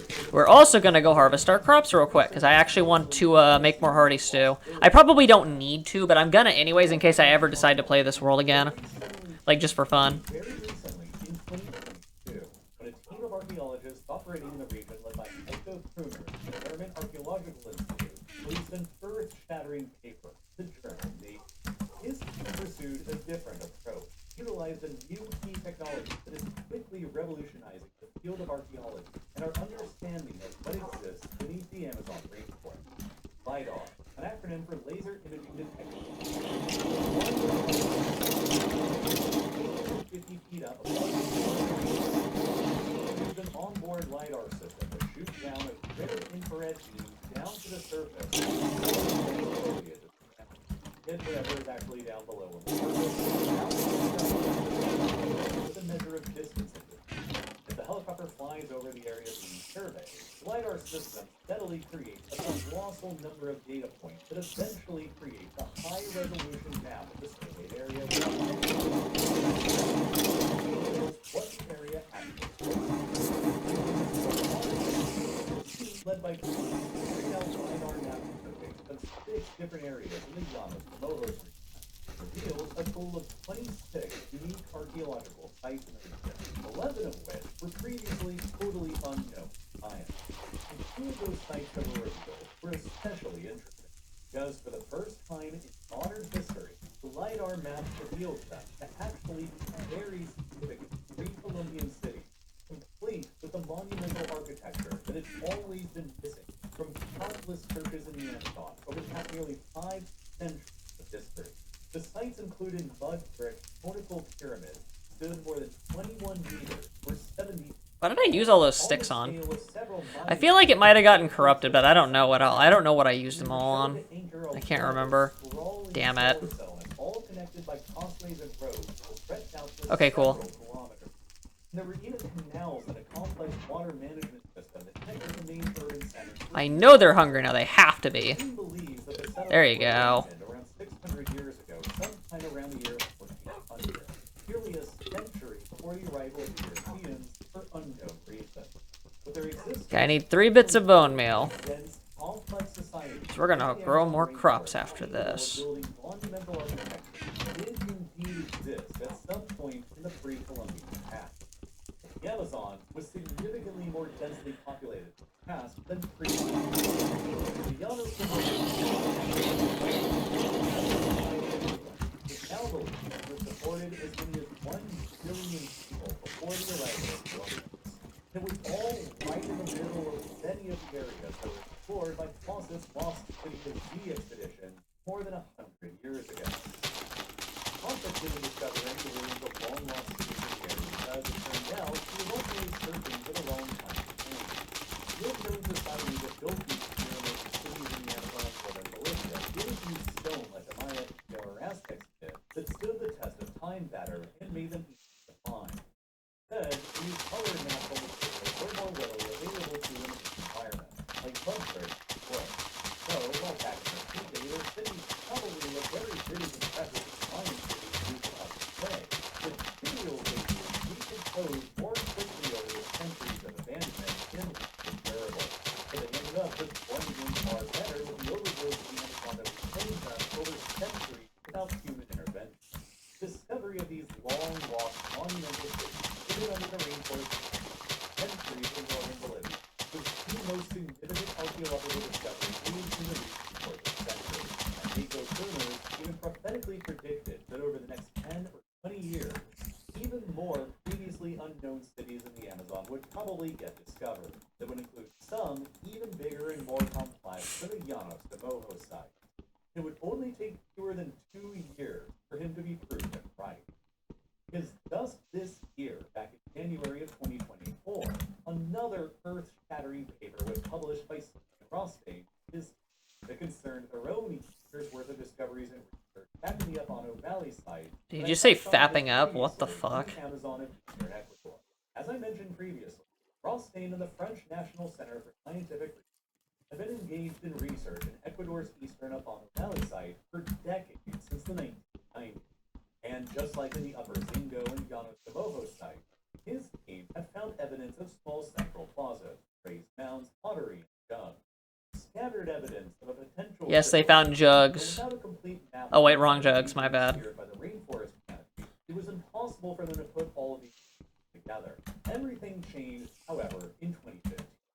The Ecuadorian government agreed to fund a LiDAR survey of the Apano Valley to finally reveal what was all sitting there beneath the overlay.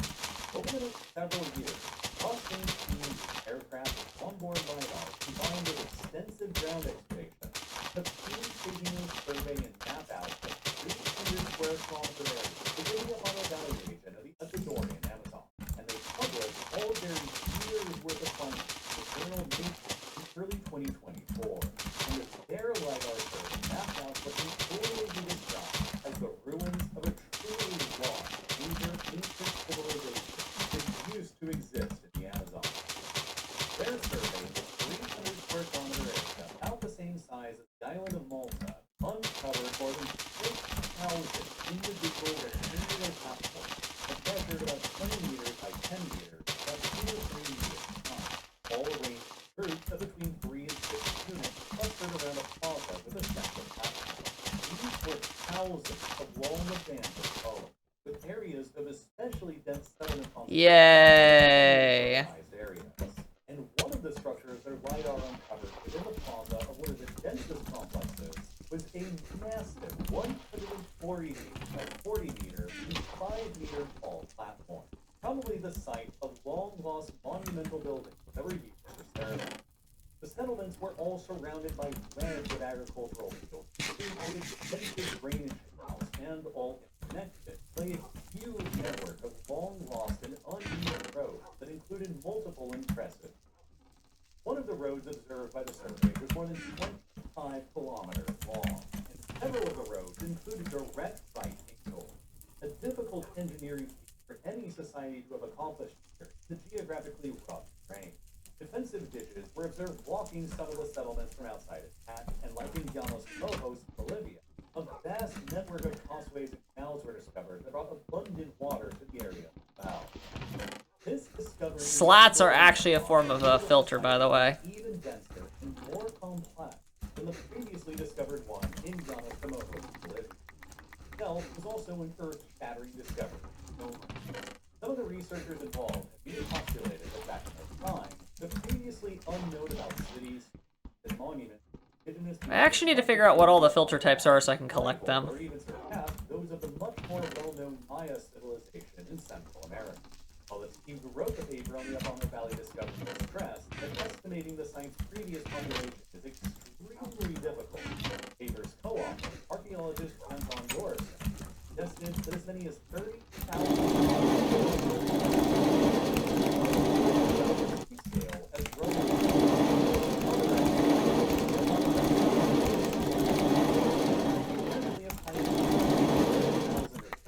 which, if that's true, would have made it among the largest human settlements anywhere in the world.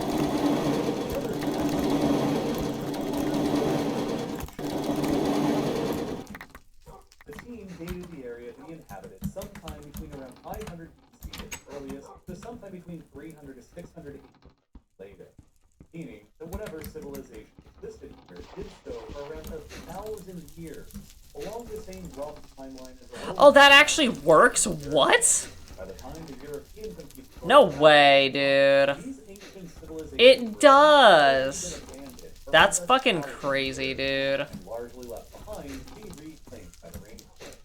It's no wonder why it was never rediscovered by anyone until the very late 20th to early 21st century. It's not very often that an entirely brand new civilization, previously unknown to recorded history, is discovered these days in the 21st century. Okay, cool. But that's exactly what the Apamo Valley site discovery was. So we have wood now. Good, good, good. One of the most important I can use this to build more axles, if I need to, of course. around this part of the Amazon on the eastern slope of the Andes, soils that are richer than elsewhere in the rainforest because they've been fertilized by rich volcanic gas from nearby volcanoes. There's also a potential explanation for why the site was eventually abandoned. One of the volcanic eruptions nearby may have been big enough to have caused an apocalypse. Interestingly, small pockets of fertile soils have been recently discovered all throughout the Amazon rainforest by archaeologists that's called terra preta, or black soil translated literally from Portuguese. These pockets of terra preta are now understood to have been managed. It was created by indigenous people adding a mixture of charcoal, bones, compost, and manure to the infamously sterile Amazonian soil. Charcoal they added would then remain stable within the soil for literally thousands of years, which binded and retained the soil's mineral nutrients and color into a characteristic black appearance. By doing this, indigenous people were able to create fertile soils out of the Amazon themselves. And modern archaeologists have discovered patches of terra preta all throughout the rainforest over the past few decades, with the probability of this fertile soil type appearing. Actually, I'm not doing that. Fuck that. It's gonna take too long. Located all throughout the rainforest. This all means that the long-held notion maintained for centuries of the Amazon sparsely This should be done, right? It should be close. dead, Yeah, it's done. and we're only just starting to understand what could all actually be hidden out there. We now understand that prior to the arrival of the Europeans, Amazon was in fact a densely populated place. How is that one still? Oh, wait, no, that was a different one. Never mind. There could have been as many as 8 million or more indigenous people living throughout the Amazon around the year 1500. also at around the same time. It's also now believed that as much as 1/5 of the current Amazon rainforest was an open savanna type environment back then, which enabled Amazonian civilization an environment more easily thrive in. It was only taken over by the rainforest in the centuries after the Europeans arrived and caused an apocalypse to take place there. Introduced diseases brought by the Europeans like smallpox and measles, coupled with their own violence, decimated the indigenous population of America, including the indigenous people of the Amazon. When Francisco de Orellana sailed down the Amazon River in the 1840s, he actually probably did encounter very large Amazonian settlements and organized armies and societies. But over the centuries that followed from that, disease and brutality steadily took its toll on the rainforest's indigenous population. To the point where by the turn of the 20th century in 1900, their population had probably fallen from 8 million in 1500 to fewer than 1 million. While by the 1980s, their numbers crashed even further, fewer than only 200,000 people. Far from being an untouched, pristine wilderness, the Amazon essentially became the world's best preserved post-apocalyptic landscape. It was so well hidden by the overgrowth of the rainforest over centuries without anybody left behind to manage it, that we didn't even realize it was a major civilizational post-apocalyptic landscape until, like, literally just a couple of years ago. This all ultimately means that additional huge civilizational discoveries could be made out there. Disturbing time anomalies. Okay. I've always been interested in time travel and the idea that it could ever actually happen, but I really just wanted to learn more about it, so I found this iceberg that goes pretty in-depth in time travel, what it is, and time. Okay, cool. Okay, we're good with that. Now let's go process a bunch of wheat. How many mushrooms do I have and how many carrots do I have? I have 4. Or if you go in here on YouTube, you get to know what videos I make. But anyway, I want to learn about time travel, so let's go ahead. By the time that we're done with that, we will have 4 rounds, right? We'll just do 4 for now. Either in the future or the past. In science fiction, it's often portrayed as something people can do with machines, portals, or other technology. In real-world physics, time travel into the future is actually possible under certain circumstances. According to Albert Einstein's theory of relativity, How did that fucking end up in there, bro? the same rate for everyone. For example, if someone were to travel close to the speed of light, time for them would pass more slowly compared to someone standing still. This is called time dilation, and it's been confirmed through experiments involving high-speed particles and astronauts in time orbit. Time travel into the past, however, is far more controversial and complicated. Most physicists believe that going backward in time is a logical problem, such as changing events that already happened. There are a few speculative models in physics that we'll get to later on, such as wormholes or closed time-like curves that suggest time loops could theoretically exist under conditions. But none of them have ever been proved or observed, and many would require forms of energy or matter to know how to create organisms. Stephen Hawking's time traveler party. In 2009, physicist Stephen Hawking conducted a simple but clever experiment. He hosted a party that was intended only for time travel, but didn't send out the invitation until after the event had already taken place. The idea was that if time travel into the past were possible, then someone from the future might find out about the event and show up, but nobody can. Hawking said this was experimental evidence against the possibility of time travel into the past, though he presented... Why would any sane time traveler actively go to a person's party luring out time travelers? That makes no sense. That's literally like the dumbest thing ever. No one's dumb enough to do that. Some signs of it, such as people from the future visiting our time. The fact that we haven't may suggest that time travel is possible, or that there are rules or limitations to understand, like not being able to go back further than the moment time travel was first invented. Or maybe it has happened and we don't know. H.G. Wells. H.G. Wells was a British author who wrote one of the earliest and most influential science fiction stories about time travel, called The Time Machine. It was published in 1895. Oh my. In the book, a scientist builds a device that lets him move forward and backward in time, and uses it to explore both the future and the Earth. What made Wells' story so important wasn't just the concept, but the way he treated time travel as a scientific idea rather than magic or fantasy. He helped popularize the idea of time as a fourth dimension, something you could theoretically move through, like space. Wells didn't invent the idea of moving through time, but he was one of the first to treat it with a scientific, which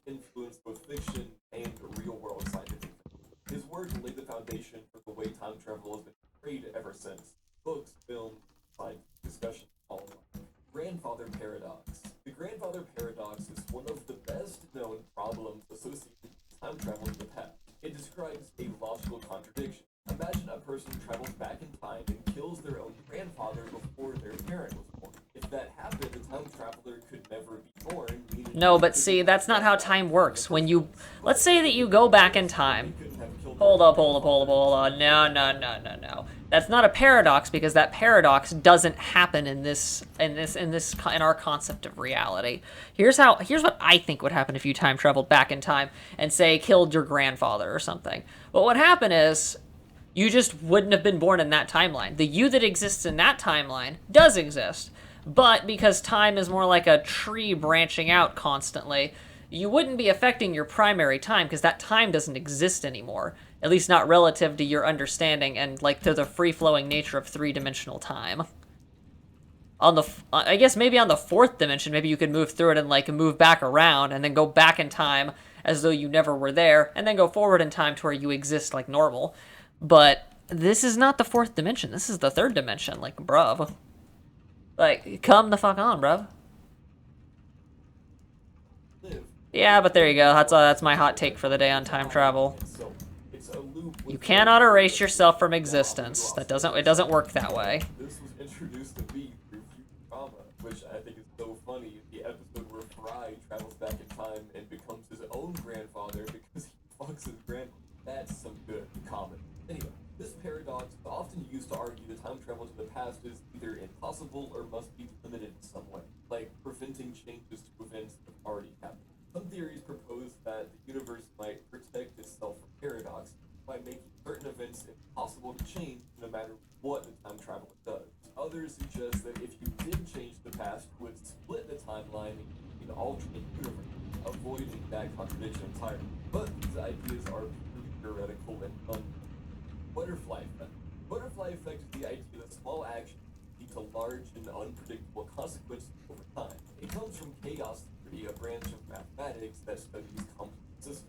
The name comes from the metaphor that a butterfly flapping its wings in one part of the world could eventually lead to a tornado in another part of the world due to a chain of small changes. So I need a stack and 32. Butterfly effect is used to show how even minor changes in the past can completely reshape the future. For example, if someone goes back in time and steps on a bug, that small action might cause a series of events that change history, maybe even preventing their own birth. This concept ties closely to the grandfather paradox, but it's less about contradictions and more about how sensitive systems are to small disturbance.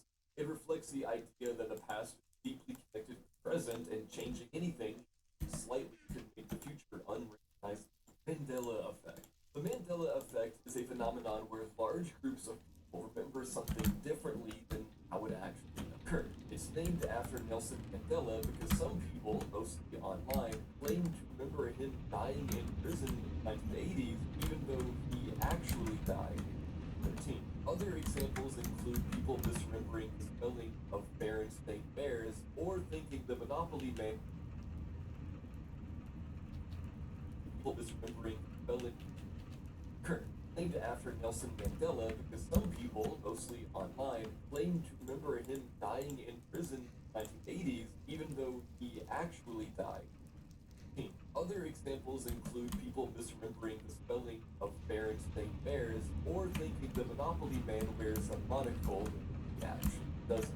Some people speculate that the Mandela effect is evidence of alternate timelines or parallel universes, suggesting that these false memories are actually real in a different version of reality. While there's no scientific proof for this, it ties into time travel discussions, especially around the idea that changing the past might cause reality to glitch or split into different versions. More realistically, the Mandela effect is usually explained by how human memory works. People often misremember details, especially when those details seem to fit better with what they expect or assume. Wormholes. Wormholes are theoretical structures in space-time that could connect two distant points, kind of like a tunnel through the fabric of the universe. The idea comes from Einstein's general theory of relativity. In theory, a wormhole could allow someone to travel vast distances very quickly, or even jump different times. For a wormhole to exist and be stable enough for travel, it would require an exotic form of matter with negative energy, something that has been theorized but never ever observed. Some physicists have proposed that if one end of a wormhole moves at near light speed and then returns to its original position, two ends might experience time differently due to time dilation. This could potentially allow for time travel between them. But this is purely theoretical and relies on extremely specific, unproven conditions. Even if wormholes are possible, they may collapse too quickly to be or require technology far beyond anything that we currently. TikTok time travel. In early May 2024, Florida real estate agent Alex Shaw posted surveillance footage from his Airbnb property on TikTok. The clip shows a young man entering a shed and seemingly disappearing. The next day, an older man wearing similar glasses emerged instead. This led to speculation of a time traveler who aged rapidly overnight. Shaw's interpretation sparked viral interest and debate. Some viewers proposed a hidden door, twins, or even supernatural explanations. Others took it seriously as potential time travel evidence. The local police investigated but found no one inside. Shaw claimed significant personal stress and pulled his Airbnb listing amid online harassment. However, there is no corroborating proof. No internal cameras inside the shed, no matching footprints or forensics, no official confirmation. As with most caught-on-camera time travel claims, the most likely explanation lie in human error, staged footage, or misinterpretation. It's probably just an urban legend or like a viral hoax. Jacob von Hogflume is often credited as the first known inventor of time travel. According to several commemorative plaques found in cities like London and Edinburgh, he was born in the year 2091 and died in 1909, suggesting he lived his life in reverse after a malfunction time machine in the past. These plaques describe his groundbreaking experiments in temporal mechanics and even imply that he may have played a quiet role in shaping historical events during his unintended stay in the early 20th century. The idea that someone born in the distant future could travel backward, live an entire life, and leave behind subtle traces of advanced knowledge is one of the more romanticized versions of time travel lore. The real twist, though, none of this is. I just liked. The entire Jacob von Hogflume story was invented by British humorist Chris Dolan as part of a satirical art project poking fun at pseudo-history and our fascination with mysterious inventions. The plaques were installed, but as jokes, not tribute. One of those cases where the line between parody and urban legend gets blurred, especially online. Like, I'm sure there's people out there who actually believe this guy is real. Nostradamus. Michael de Nostradamus, better known as Nostradamus, was a It's Nostradamus, you tard. and writer who became famous for his book Les Profeties, collection of cryptic four-line poems known as quatrains. These quatrains were Really? I'm fucking missing one again, dude. forecasting everything from Napoleon to Hitler to 9/11. Nostradamus is often included in time travel discussion, not because he traveled through time himself, but because many believe he had access to knowledge of the future. His writings are vague and symbolic, often referencing celestial movements, natural disasters, or royal figures in abstract terms. What makes his work relevant to time travel discourse is the way people retroactively apply his predictions to real-world events. Rather than providing verifiable forecasts, his texts tend to be so open-ended that they can be made to fit countless scenarios in hindsight. There is no scientific or historical evidence that Nostradamus had precognitive abilities, nor that he received knowledge from the future. His work is better understood as a product of Renaissance astrology and literary mysticism rather than anything resembling real foresight. But he still holds a place in popular imagination as a symbol of prophecy and temporal awareness. Time slip. Time slips are a type of anecdotal phenomenon in which a person reports suddenly experiencing a different time period, either from the past or occasionally the future. These events are typically described as spontaneous and brief, and the person often feels physically present in the alternate time. In some accounts, people claim to have walked through a doorway or down a street and found themselves in an older version of the same location, complete with historical clothing, architecture, and sound. These details often vanish when the person turns around or attempts to interact. There is no scientific evidence to support that time slips are real occurrences. Most explanations focus on psychological or neurological factors such as dissociation, false memory, or temporal lobe activity. In some cases, environmental conditions like low light, stress, or electromagnetic fields might contribute to altered perception. These paranormal theories suggest that time might be layered or non-linear, and that under specific unknown conditions, these layers could briefly intersect. Still, no time slip has ever been verified under controlled circumstances, and many of the most popular stories lack any physical. Ooh. Time dilation is often brought up in serious conversation about time travel because it's one of the only effects confirmed by modern physics that actually alters how time flows. But what makes it more than just a theoretical idea is how precisely it's been measured in real-world situations. While the basics were already touched on earlier, what's worth digging into is how it scales and why it matters. At extreme velocities, like speeds approaching the speed of light, the effect doesn't just slow time by seconds, but by years, even centuries, depending on how long and how fast you travel. This isn't something humans have experienced personally yet, but it's absolutely visible in subatomic particles and GPS satellites. In particle accelerators, unstable particles that normally decay in microseconds live much longer when they're shot through at high speed. That's not a trick of measurement, it's their actual lifespan stretching due to time dilation, like the actual time is slowing. Likewise, satellites orbiting Earth have to constantly adjust their onboard clocks to stay in sync with ground-based systems because time is literally moving differently at that altitude and speed. If we ever reach a point where space travel pushes toward relativistic speeds, time dilation could be the key to one-way time travel into the future. Someone aboard a fast-moving ship could return to Earth having aged only a few months, while decades passed here. It doesn't open the door to backward time travel or paradoxes, but it proves that time is not a constant. It bends and stretches based on motion and gravity. In that sense, we're not really waiting for time travel to be invented, it's already happening. We just haven't really built the machines to make it meaningful at human scale. And that was layer 1, guys. Let's get into layer 2. I am very excited. This iceberg is fucking awesome. That was only layer 1? What? 1941 bridge opening. This case centers around a photograph taken during the 1941 reopening of the South Fork Bridge in British Okay, I need to make another pickaxe real fast. Decades later was the appearance of a man who seemed out of place. He wore dark sunglasses, had a graphic printed t-shirt, and held a small camera that looked almost digital. To modern eyes, he looked like someone from the 2000s photoshopped into a black and white crowd. For a time, the internet ran wild with claims that this man was a time traveler caught on camera. But when historians looked closely, they found that every item he was wearing could be traced back to that era. The glasses resembled protective goggles from the 1930s. The camera looked like a Kodak folding model available at the time. And the sweater, though printed, wasn't unheard of in athletic wear back then. The photo wasn't fake and the man wasn't from the future. He just stood out because he didn't conform to most people's stereotypical idea of 1940s fashion. World War II cell phone.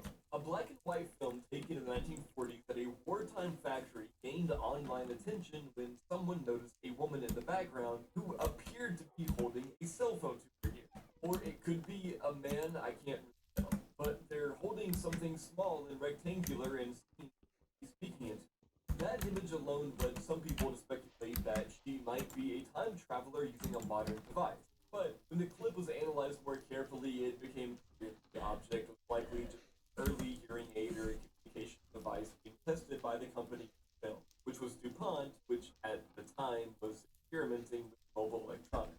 There were even internal company records showing similar devices being developed, so it's not really that cool. Old Street time slips.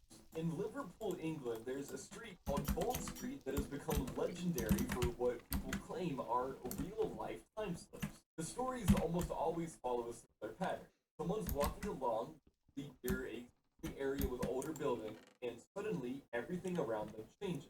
Cars vanish, the street becomes quieter, shop signs shift to older styles, and people are dressed in clothing from decades, sometimes centuries ago. The most famous account comes from a police officer who reportedly stepped into a version of most of the 1950s, only to return seconds later to the modern world. These experiences are often extremely vivid, with some people trying to make purchases at old-time shops that no longer exist. Skeptics suggest these are hallucinations, memory glitches, or even mini fugue states triggered by stress or environmental factors. But believers argue that something real is happening. Tomb of London.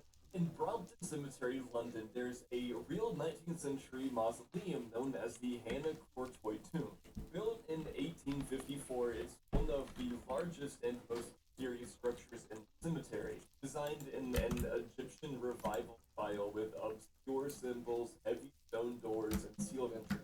What makes it stand out isn't just its unusual design, but the fact that it's remained locked for decades with no surviving key, and little is known about its exact construction or internal layout. This has fueled a number of speculative theories and urban legends. Some claim the tomb was designed by Samuel Warner, an inventor involved in spiritualist circles, and that it may contain secret chambers or even advanced devices. The most persistent rumor is that it houses a Victorian time machine, based purely on its design and the fact that no one has entered it in living memory.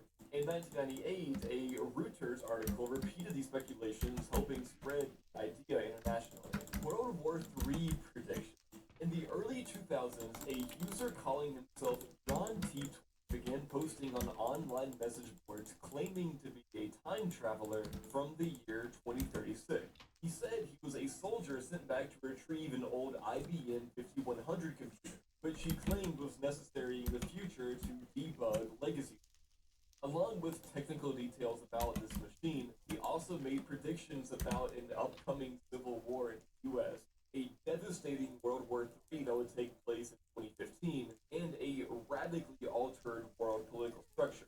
Some of his predictions were vague, while others were very specific, but none of them came. The T-Tour saga eventually unraveled under scrutiny, and several researchers pointed out inconsistencies, traced his IP data to a known hoax. So, sorry. Bootstrap paradox.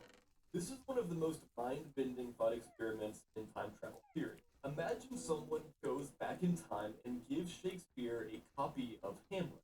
Shakespeare publishes it, and centuries later, someone finds that book and sends it back in time again.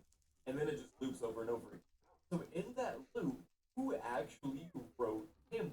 The idea is that the information or object never had an origin. It just exists in this endless loop. This kind of paradox is called a bootstrap because the object pulls itself into existence without a clear beginning. It raises serious questions about causality, authorship, and whether information can exist independently of a creator. It's often used in fiction, but some physicists have proposed that under certain closed timeline curve models, these loops might be logically self-consistent, meaning that they could technically happen without necessarily breaking the laws of physics, even though they do defy how we understand time and cause and effect. The twin paradox.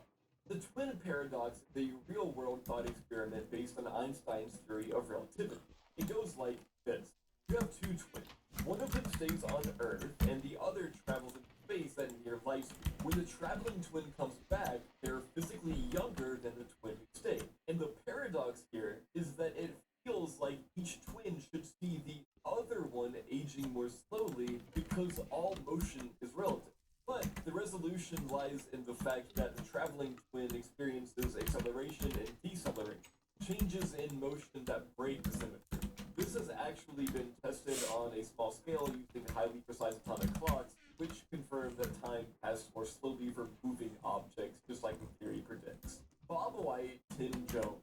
Between 2001 and 2003, people around the internet began receiving bizarre emails from someone claiming to be a time traveler stranded in the year 2003. Using the names Bob White and Tim Jones, he begged for help building a dimensional warp generator, listing parts like quantum flux emitters and gravity capacitors. The emails were strange, frantic, and poorly written, but so consistent in tone and detail that eventually journalists traced the source to Robert J. Todino, a man with a long history of sending spam and had reportedly struggled with mental illness. While the emails are sometimes lumped in with fictional stories like John Titor, this case stood out because it was real. A person earnestly, or at least persistently, claimed to be displaced in time. Like maybe this guy actually thought he was. Tarid? The legend of the man Tarid begins in 1954 at Tokyo's Haneda Airport. Customs officials stopped a man with a passport from a country that didn't exist. The man insisted that Tarid was a real nation located between France and Spain with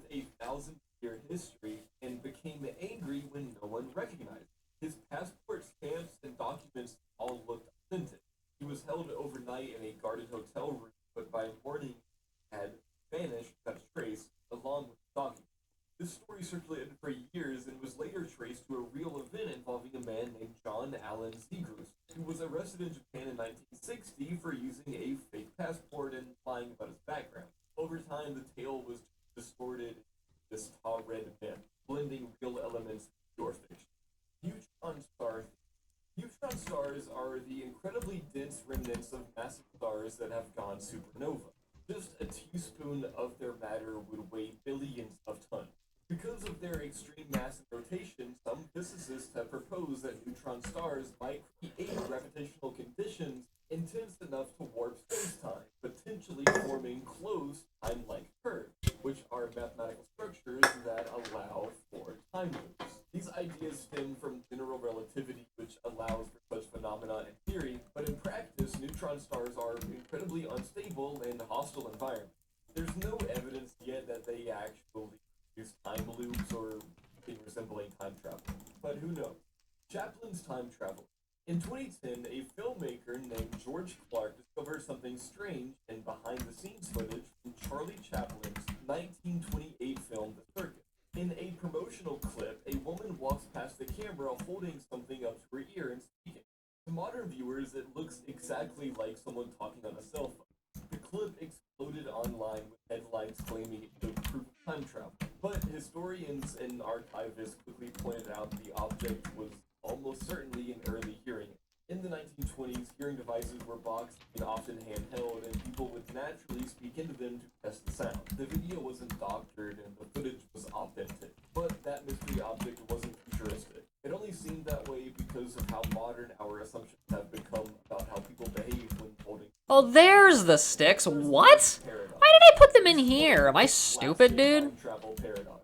If you went back in What time the and killed hell? Adolf Hitler before he rose to power, you'd prevent the Holocaust, World War II, and countless developments that followed. But without those events, your reason for inventing time travel or for taking the trip in the first place might never exist. So if you That just means the you from that future wouldn't have done it. You still get to meet the you from that future, though. Maybe. Variation of the grandfather paradox.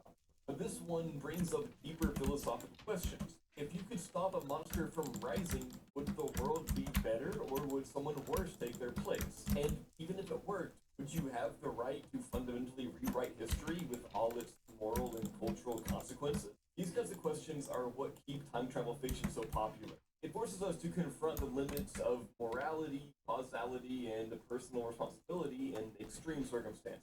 Exotic matter. Exotic matter refers to hypothetical substances that have negative mass or negative energy density, something that doesn't exist in any practical form but is mathematically consistent with certain solutions in general relativity. In theory, exotic matter could open a transversal wormhole or power a warp drive by bending space-time itself. Without it, constructs like wormholes would collapse instantly under their own gravity. Some quantum field theories suggest that exotic matter might be produced in tiny amounts through quantum fluctuation, like in the Casimir. But even if that's true, we're talking about energy so small they're nowhere near usable. Exotic matter is considered essential for making time travel physically possible, but as of now, it's just a theoretical placeholder.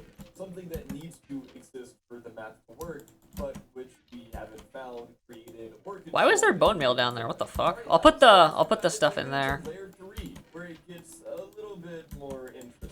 And we're going to start with Montauk Project. The Montauk Project is a long- So yeah, I'll put the remaining other sticks in here. It's fine. Conducted secret experiments on time travel. I may have put it down on the bottom just so I could have someplace to put it, maybe. Hero in Montauk, New York. Most of the story comes from Preston Nichols, who co-authored a series of books starting in 1992. He alleged that children were abducted for experiments, that psychic portals were open, and that a monster was even manifested through thought. While the claims are elaborate and detailed, no documentation has ever been produced to confirm it. The base itself was decommissioned and opened as a state park, and no evidence of underground labs or time technology has been found. The Montauk myth grew pretty much likely out of Cold War anxiety, urban legend culture, and media influence, and it served as a partial inspiration for Stranger Things. It's not backed by any official records or credible investigations, and nearly all evidence comes from unverifiable personal accounts. Mike Tyson iPhone photo.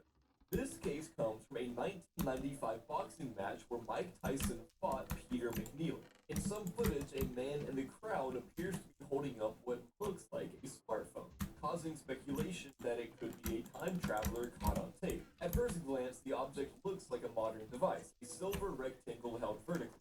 But tech historians quickly pointed out that early digital cameras and camcorders with that exact shape were already available in the early 90s.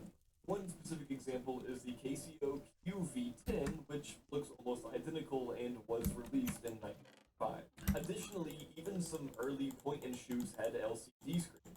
The footage isn't doctored and the person isn't using an iPhone. It just looks modern. Novikov self-consistency principle. The Novikov self-consistency principle is one of the most important ideas in theoretical physics when it comes to making time travel mathematically possible without causing paradox.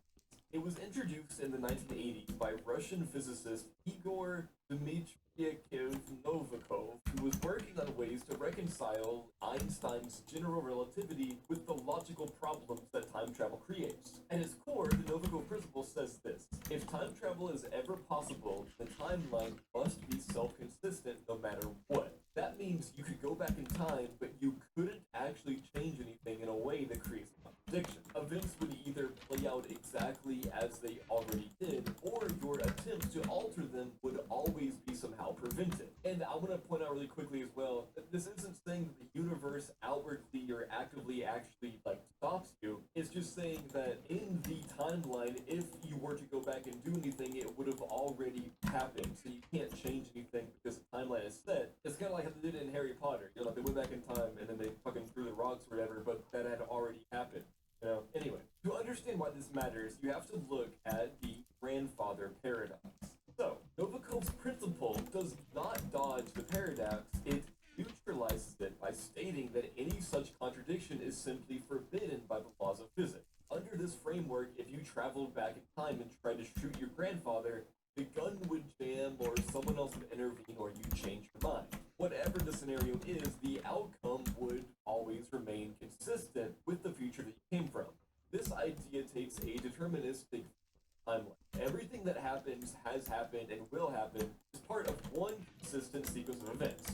You can interact with the past, but you can't change it in a way that breaks causality. And this isn't just philosophical. There are actual mathematical models that support this idea in the context of general relativity. One such model involves closed time-like curves, or CTCs, which are solutions to Einstein's equations that allow for paths in spacetime which loop back on themselves. These theoretical paths are what would allow time travel into the past.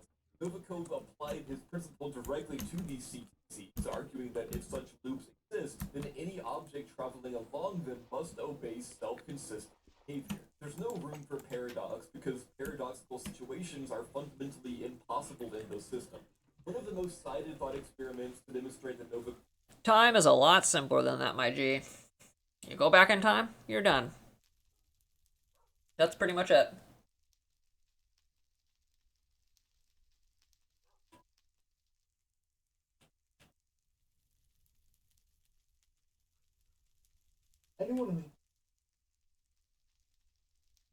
Akashic records of the bastard magic instructor. I'm not watching a goofy fucking... I'm not watching Jailbait today, thank you. I refuse.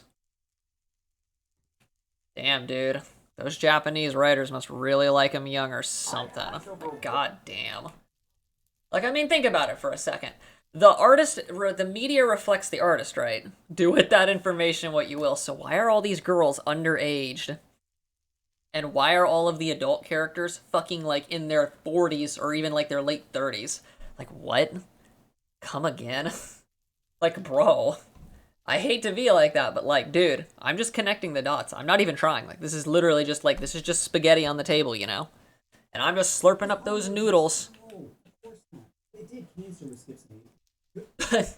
Yeah, I'm just slurping up the noodles, bro. I'm not even doing anything. Spaghetti's already there on the table. I don't know what else there is to say, you know? God damn. Yeah, well.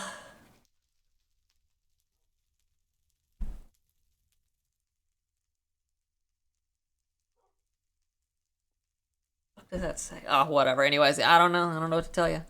I'm just playing with the cards that I've been given, you know? Does karma exist? No, of course not. They did cancer with schizophrenia.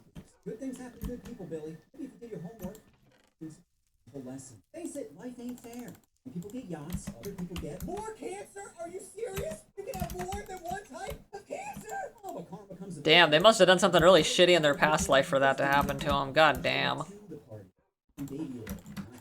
Think, people, there is no cosmic referee for humanity. No one keeping score. No one blowing the whistle when life hits below the belt. If you want the scales of justice to balance out, you're gonna have to do so. Like, let's say, hypothetically, you told your brother not to use your soap and how it has hair on it that definitely isn't yours. Well, you could scrub your back door with a toothbrush. Nothing wrong with a little deep cleaning, right? But what if you went to a movie with someone and they wouldn't get off their phone? Well, you could post their number on the middle school bulletin board with the phrase, looking for kids under 13 that keep a secret. What the fuck? Or what if you told your friend to look away when you entered your Netflix code, but then you catch him looking? Well, you could just hire a clown to follow him around. Let's see how they like being watched. Sometimes you at 8:20 in the morning without any warning. Well, you could just make a fake dating profile with pictures and send to the girlfriend. But look, she didn't want to see your face either. Or if someone borrowed What the hell? They came back Friday, and now it's Friday, and they're telling you Wednesday. Well, you could put fake parking tickets in their car and link directly to your PayPal. You think they're gonna ask scanning that QR? Dude. Triple K is having a rally meeting where all that hate makes you hungry. They open up a food truck nearby with all American food. Bacon really covers up its taste. Or if you need life-saving surgery but are denied health care, you could just turn on your favorite game, pick your favorite character. Or what if someone takes up 2 parking spaces? Dude, okay, that joke actually was a good one. That was actually really well thought. God damn. Well, you could just sabotage their relationship. Hit it with a, how often are you getting blowies? 3 times a week? What is she, disabled? Dude, I was with my ex, she was giving it up every day. Even when I didn't see her in person, I'd still be getting snaps to tide me over. Tell me she's at least tasted your appetizer. Salad. Oh, no, bro, that's like first base nowadays. I won't even hold hands with a girl until she holds my cheeks. What do you want to drive? You. As for me, I'm gonna go hit up that college bar again. You can come if you're free. What am I saying? Of course you're free. What if your neighbor doesn't pick up their dog poop? You could call the cops for a noise complaint and blow a dog whistle when they arrive. Oh. He wasn't doing this before. What if you hold the door open for someone and they don't say thank you? Well, then it's time to go for a scavenger hunt. Oh boy, I wonder what valuable things I'm about to find. What if you hired someone to house sit little mittens and they left him with 0 food and water? Well, you could send him letters every day, counting down the days. Imagine getting a letter that says 22 days. Next day, 21 days. Life slowly slipping away. Or what if someone posts a picture of their house with the title "Hard Work Pays Off," if you know damn well they inherited it? Well, you could show up to their housewarming party with a potted plant filled with invasive species, the centipedes, fire ant. Matter of fact, you get some alone time, just take off your fire alarm, stab a hole in their ceiling, fill it with a termite colony, then put the fire alarm back on with a fresh battery. Don't want any beeping, drawing attention to that creeping. Or if a coworker decides to microwave fish in the break room, well, you could take fish oil vitamins and break them open on their car's airbags. Time they turn on their AC, they're greedy with that road. Or what if you were real poor and started selling herbs, but your best customer finds a new connect? But then you find out that connect is a school bus driver for a neighboring high school. Well, you could just send an anonymous tip to the police station, and just like that, business. Or what if someone doesn't use their turn blanket? Well, if you have a full tank of gas and it's time for a little road trip. Ooh. You don't want to make it too obvious. Oh, no shot. Okay, whoa. Before I go a single second more into this episode of offending everybody, oh, I've actually got a good story about that. Okay, actually, wait, should I save this for fucking... Should I save this for the next episode?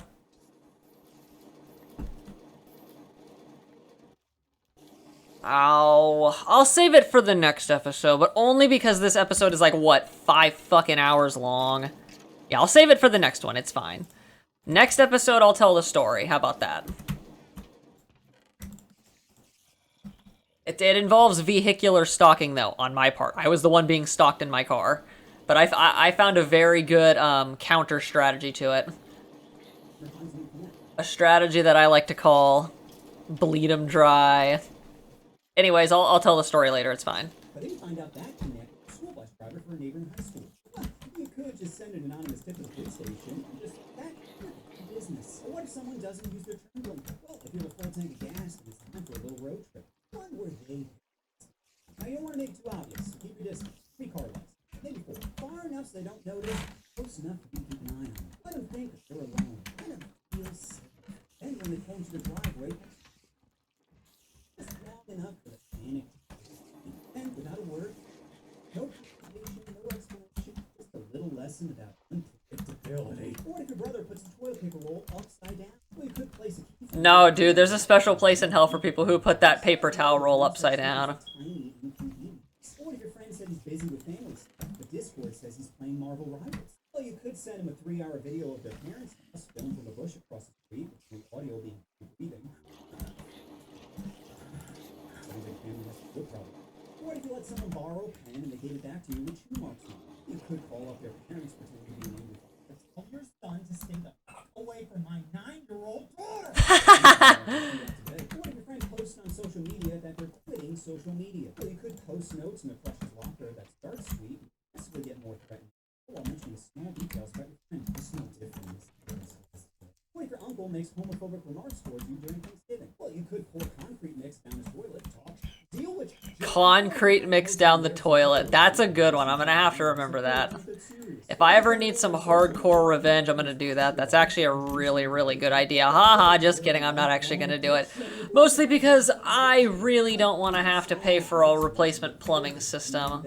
What if someone spiked your drink with Do people even realize how much that goes? Like, dude, holy shit. Just to replace a toilet, it's like, I think almost like $500 or something ridiculous like that. To replace the whole fucking plumbing unit is absolutely vile. Even more vile than fucking Taco Bell Tuesday's aftermath. Well, if you know their last name and general location, you could pull up real estate records and find their parents' house, and use Google Street View, a 3D printing company, to take miniature model of their house and surrounding land. Place it on their porch with the word spoon written. Take away my take away your peace of mind. Or you get into the car with someone and they immediately start driving with a death wish. Speeding. What episode is this? Oh, please slow down. Well, you could crowbar open their gas cap and fill their tank with new black. The only thing accelerating is the frustration. Music out loud in a public place. You could slip a note in their bag that says we're all listening and also watching. Or if someone sat on the couch, eat popcorn, and use their cushions as their personal napkin. Or you could return the favor by seasoning their couch. All it takes is a turkey baster and milk. Enjoy marinating in your mess. Or what if you were bedeviled? What the hell? Well, you could pull Why out was there the string in there? Father Cunningham, it's your boy, revenge. Question, do you know how much blood you can lose before you pass? No, neither. Hey, before we get started, you mind locking that door right there? I don't want anyone to disturb this. Making you submit was so good. See why you enjoyed it so much. Tell me, boy's father. Did I stutter? Your holy shots. So what you're telling me is, you're not special. Notch your belt, huh? Jeez, I didn't think I almost left this. It's all about to test out that pepper right there. Now, who are you talking to? You thinking I'm Nipping Power is gonna say, hey, help out the diddler? Here, let's Eiffel Tower the kid. Really teach him a lesson. Spoiler alert, father, I'm the only one listening. So I bet you get on your knees and start begging for my forgiveness. Or you just let it go. With all that hate and anger and let it go. Because yeah, revenge feels great at first. Fantasizing about the moment to find a tire plumbing correct. It not only hurts them, it ruins their day, it ruins their week, it ruins their life. I just need to see the reaction. I just need to see their suffering. Show me! Show me a crack in their smile. Show me their tears. Show me their pain. But you're not gonna find it. All you're gonna find is proof that waiting is gone. You didn't. You didn't spend that time building your life, creating your empire.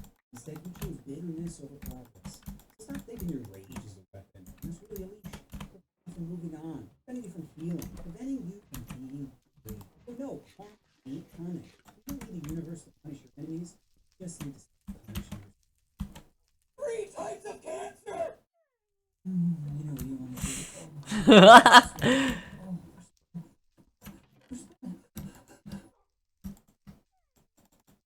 Stop buying issues! Give your right hand a break and start chasing some cake.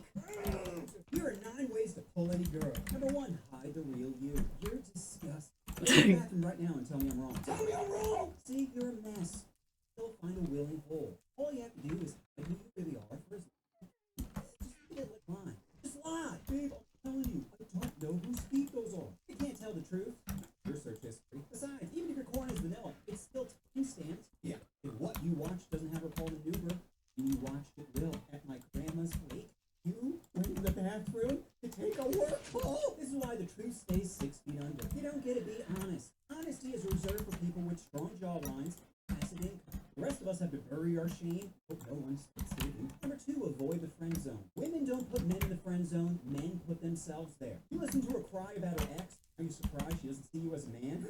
Bro, built this cage you're stuck in. She doesn't respect you because you never gave her a reason to. Had 3 months to shoot your shot, and you're still spanking it to bots? You blaming her for that?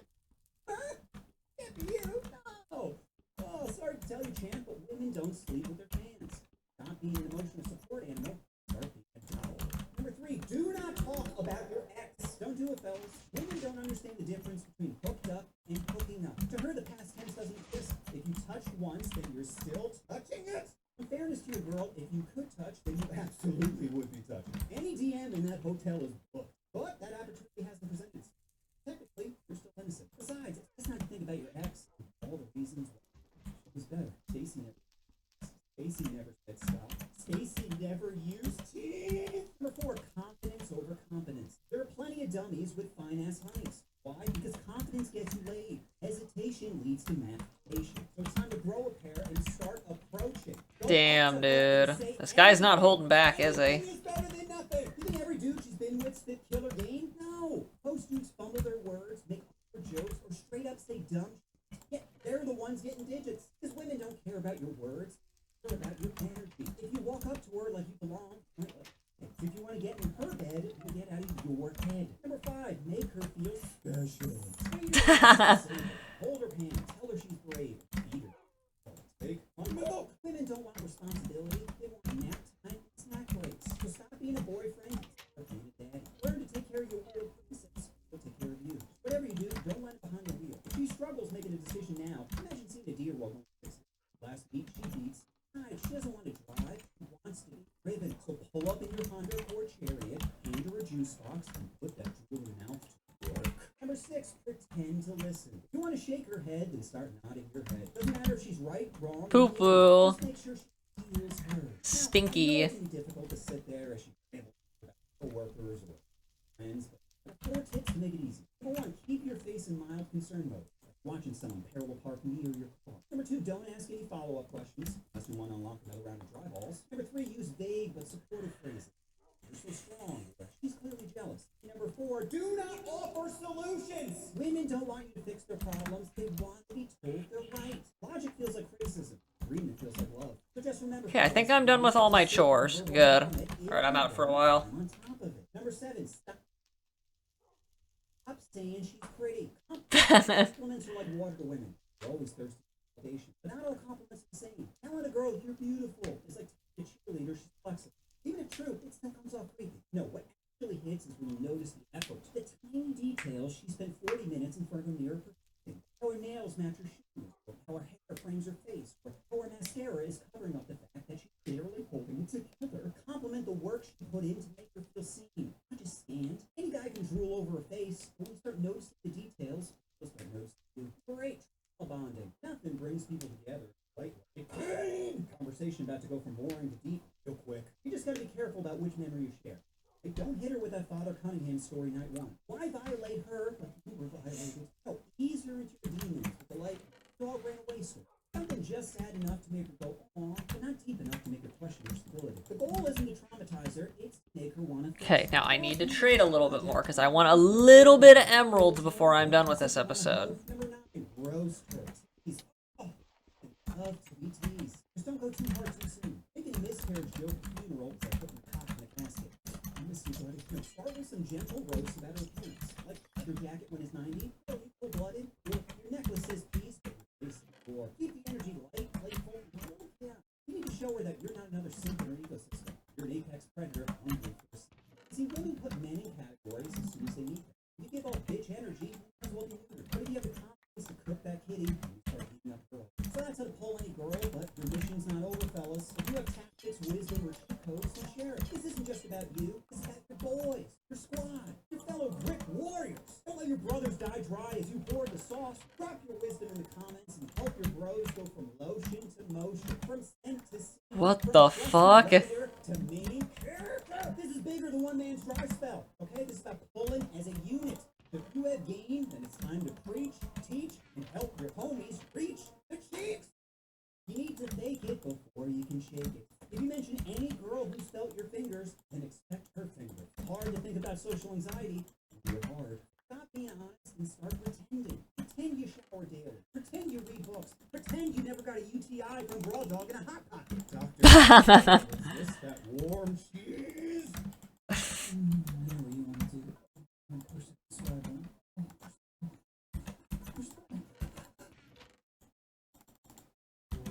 We all like it raw. There's consequences. Some people get a rash, others get a remnant in the ash. It's not just you that suffers. No, when you don't pull out, the rest of us will pull into your night. Cut to me 3 weeks ago. I'm one of the last people to pour the plane off. When I got to my seat, I noticed an empty one next to it, and I'm thinking, sweet. Did he really just ask for that twice? The exact same number. Police, don't make a lot of diddler jokes, but excuse me.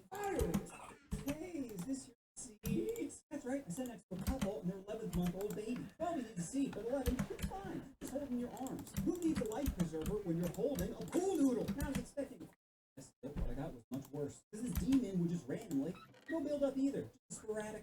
Whew, nice kid. Just fell asleep there. On top of the random shrieks this kid had, I'm about to throw up. Now, I would never hit a child. But if one is vomiting out, no one's throwing a penalty flag on a plane. If I'm in danger, I will grab a face mask. Sorry, can't juke in a seat. Besides, it's gonna be really hard to convict without any cameras. Assault? No, you need turbulence. Sounds more like a God problem. Anyway, what are the parents' health on life?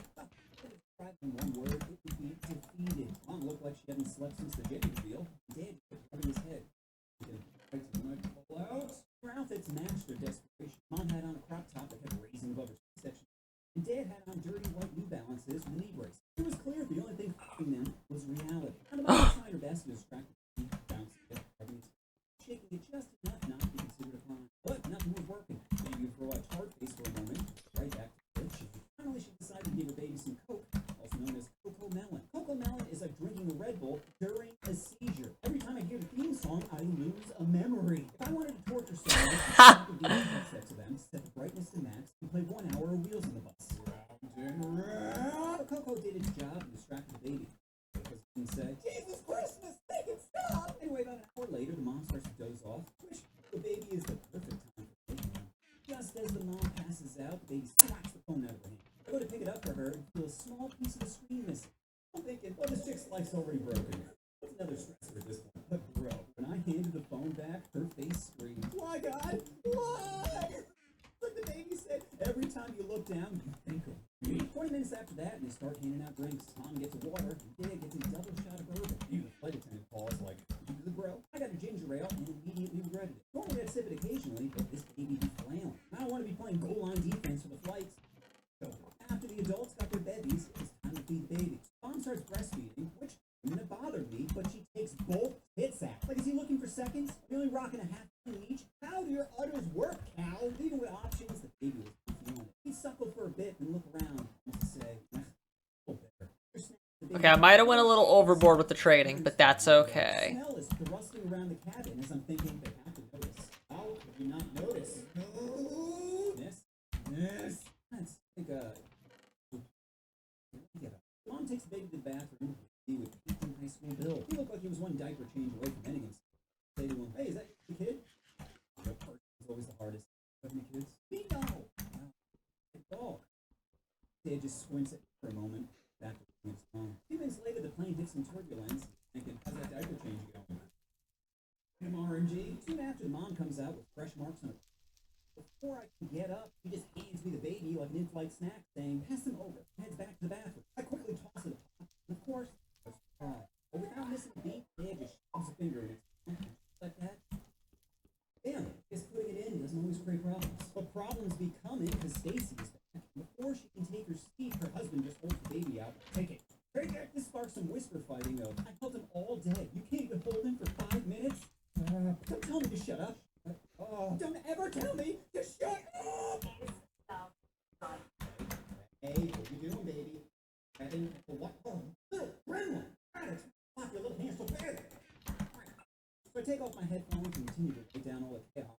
Mom looks at my phone and says, are you writing about us? You're disgusting. I'm disgusting. Why do I know what both your nips look like? You giving dinner and a show? Then she tells me to delete it. I'm like, delete what? Delete what you're writing about us. Miss, I know your life's in shambles right now. You're lashing out because you lack proper... Oh, I think we're good. I think this is the end of this episode. Okay, so we're about to go on to like what, 33 days? Hello, can you please move him? Is there a problem? passing me, and I walked and moved. We're about 35 minutes from landing. This is full flight. There aren't any open seats. Can you switch with someone? I can't force another passenger to give up their seat. If you feel unsafe, I can notify airport security to meet us at the gate. Good. Do that. Pause. Now, I love trolling turns, but the plane is not the place to do it. There are a bunch of tired, stressed out passengers trying to make connections. I'm not going to amp up some walrus for calls. It would have been so easy. All it would have taken is a simple, did you just come from the beach? Or a woman's value is based on looks. Years are gone. Or just drive into the lake. Or just drive. Just drive right off the pier to a We're almost at 800 hours. Brown man in the sedan. Or I could turn to dad and say, bro, remember, always walk away. That is her responsibility. Her tax. They tax die. That's life. Or 23 pills. Just 23 pills all over. 25 for the squad. You're going to let someone else quarterback your team? No. It's either touchdown or guarantee that'll get one of them vibrating. Oh, but I decided to be lame and sit there quietly scheming. All right, maybe I can bypass the a fast speed walker. There's no way I'm losing to a bit flip-flops. We're screaming some problems. But I can make them laugh if they're clear. Organizing some one. Sandy Cooter, Cutter's workout, round drive. Oh, what? Got that. Finally, we land in Austin. As soon as they turn off the fasten seatbelt sign, got injured. I stand up and throw on my backpack. Mom says, "Don't think you're getting away." I wisely didn't respond, but husband, we're back up. Are you serious right now? I'm not wasting time because you're PMSing. PMSing? Oh, that's right. Floodgates are open. I'm so sick of you doing this. She mutters. Your voice, dude. Don't tell me to calm down. Oh, your fucking voice. Then the baby starts wailing. What's the scene? Climbs around the cabin and some friends. Slowly rising. Mom just forces her way through the aisle, saying, "Move!" Person behind us, like, "Jesus Christ, lady!" Flight attendant comes overhead, saying, "Let's all try to orderly fashion." And as we're continuing to shuffle away off the plane, Dad responds back with the coolness. This trip wasn't a mistake. Marrying you was. The aisle goes. Eventually I make it to the terminal, and sure enough, 3 security officers will be waiting. Before I can even adjust my back, Dad keeps walking. Doesn't look back, doesn't say a word, just beelines straight to freedom. Mom starts chasing him, yelling, "Hey!" I turn to one of the officers, shrugs, nods like, "Yep, track." But doesn't do to keep moving. As I made my way to baggage claim, reflecting all the chaos, parenting isn't a journey. Crash landing. One moment you're dogging in the back of the Civic, next you're holding the wet pool noodle, you're all right wrong. All it takes is one bad decision. You will be careful. One Thursday, if you up, it's time of turbulence. The next time you're thinking about not wearing a seatbelt, just remember. Touchdown. Or you need a license to drive, but not a spawn of gremlin. The real danger isn't the Jeep, it's off meds. Babies aren't a starter Pokemon. Okay, you don't just get to pick one and hope it evolves into a functioning adult. Why is it burning things? You know what you want to do. Struggling.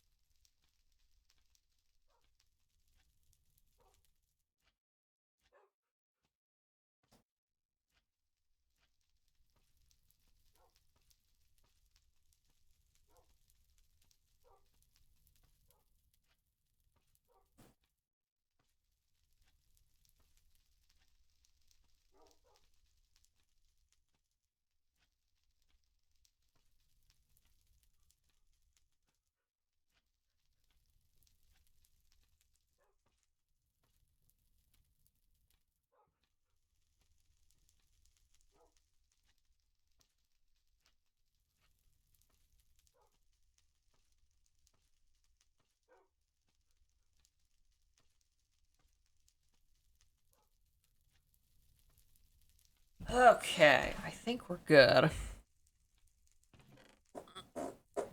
Well, I'll see y'all later. I have to go do some stuff.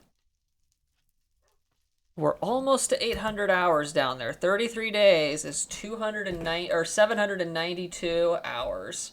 That is a lot of hours. And I know some of that's like sped up time, but you also have to keep in mind that when I do this, my game's not running, meaning that I've probably been in this world for well over that amount of time. Like, if you took all of the footage, added up, it's probably something stupidly insane, like over 1,000 or so hours. Probably over 1,200 hours, actually, but whatever, we vibe. All things considered, though, I love y'all. See y'all later. Bye-bye. Gotta go.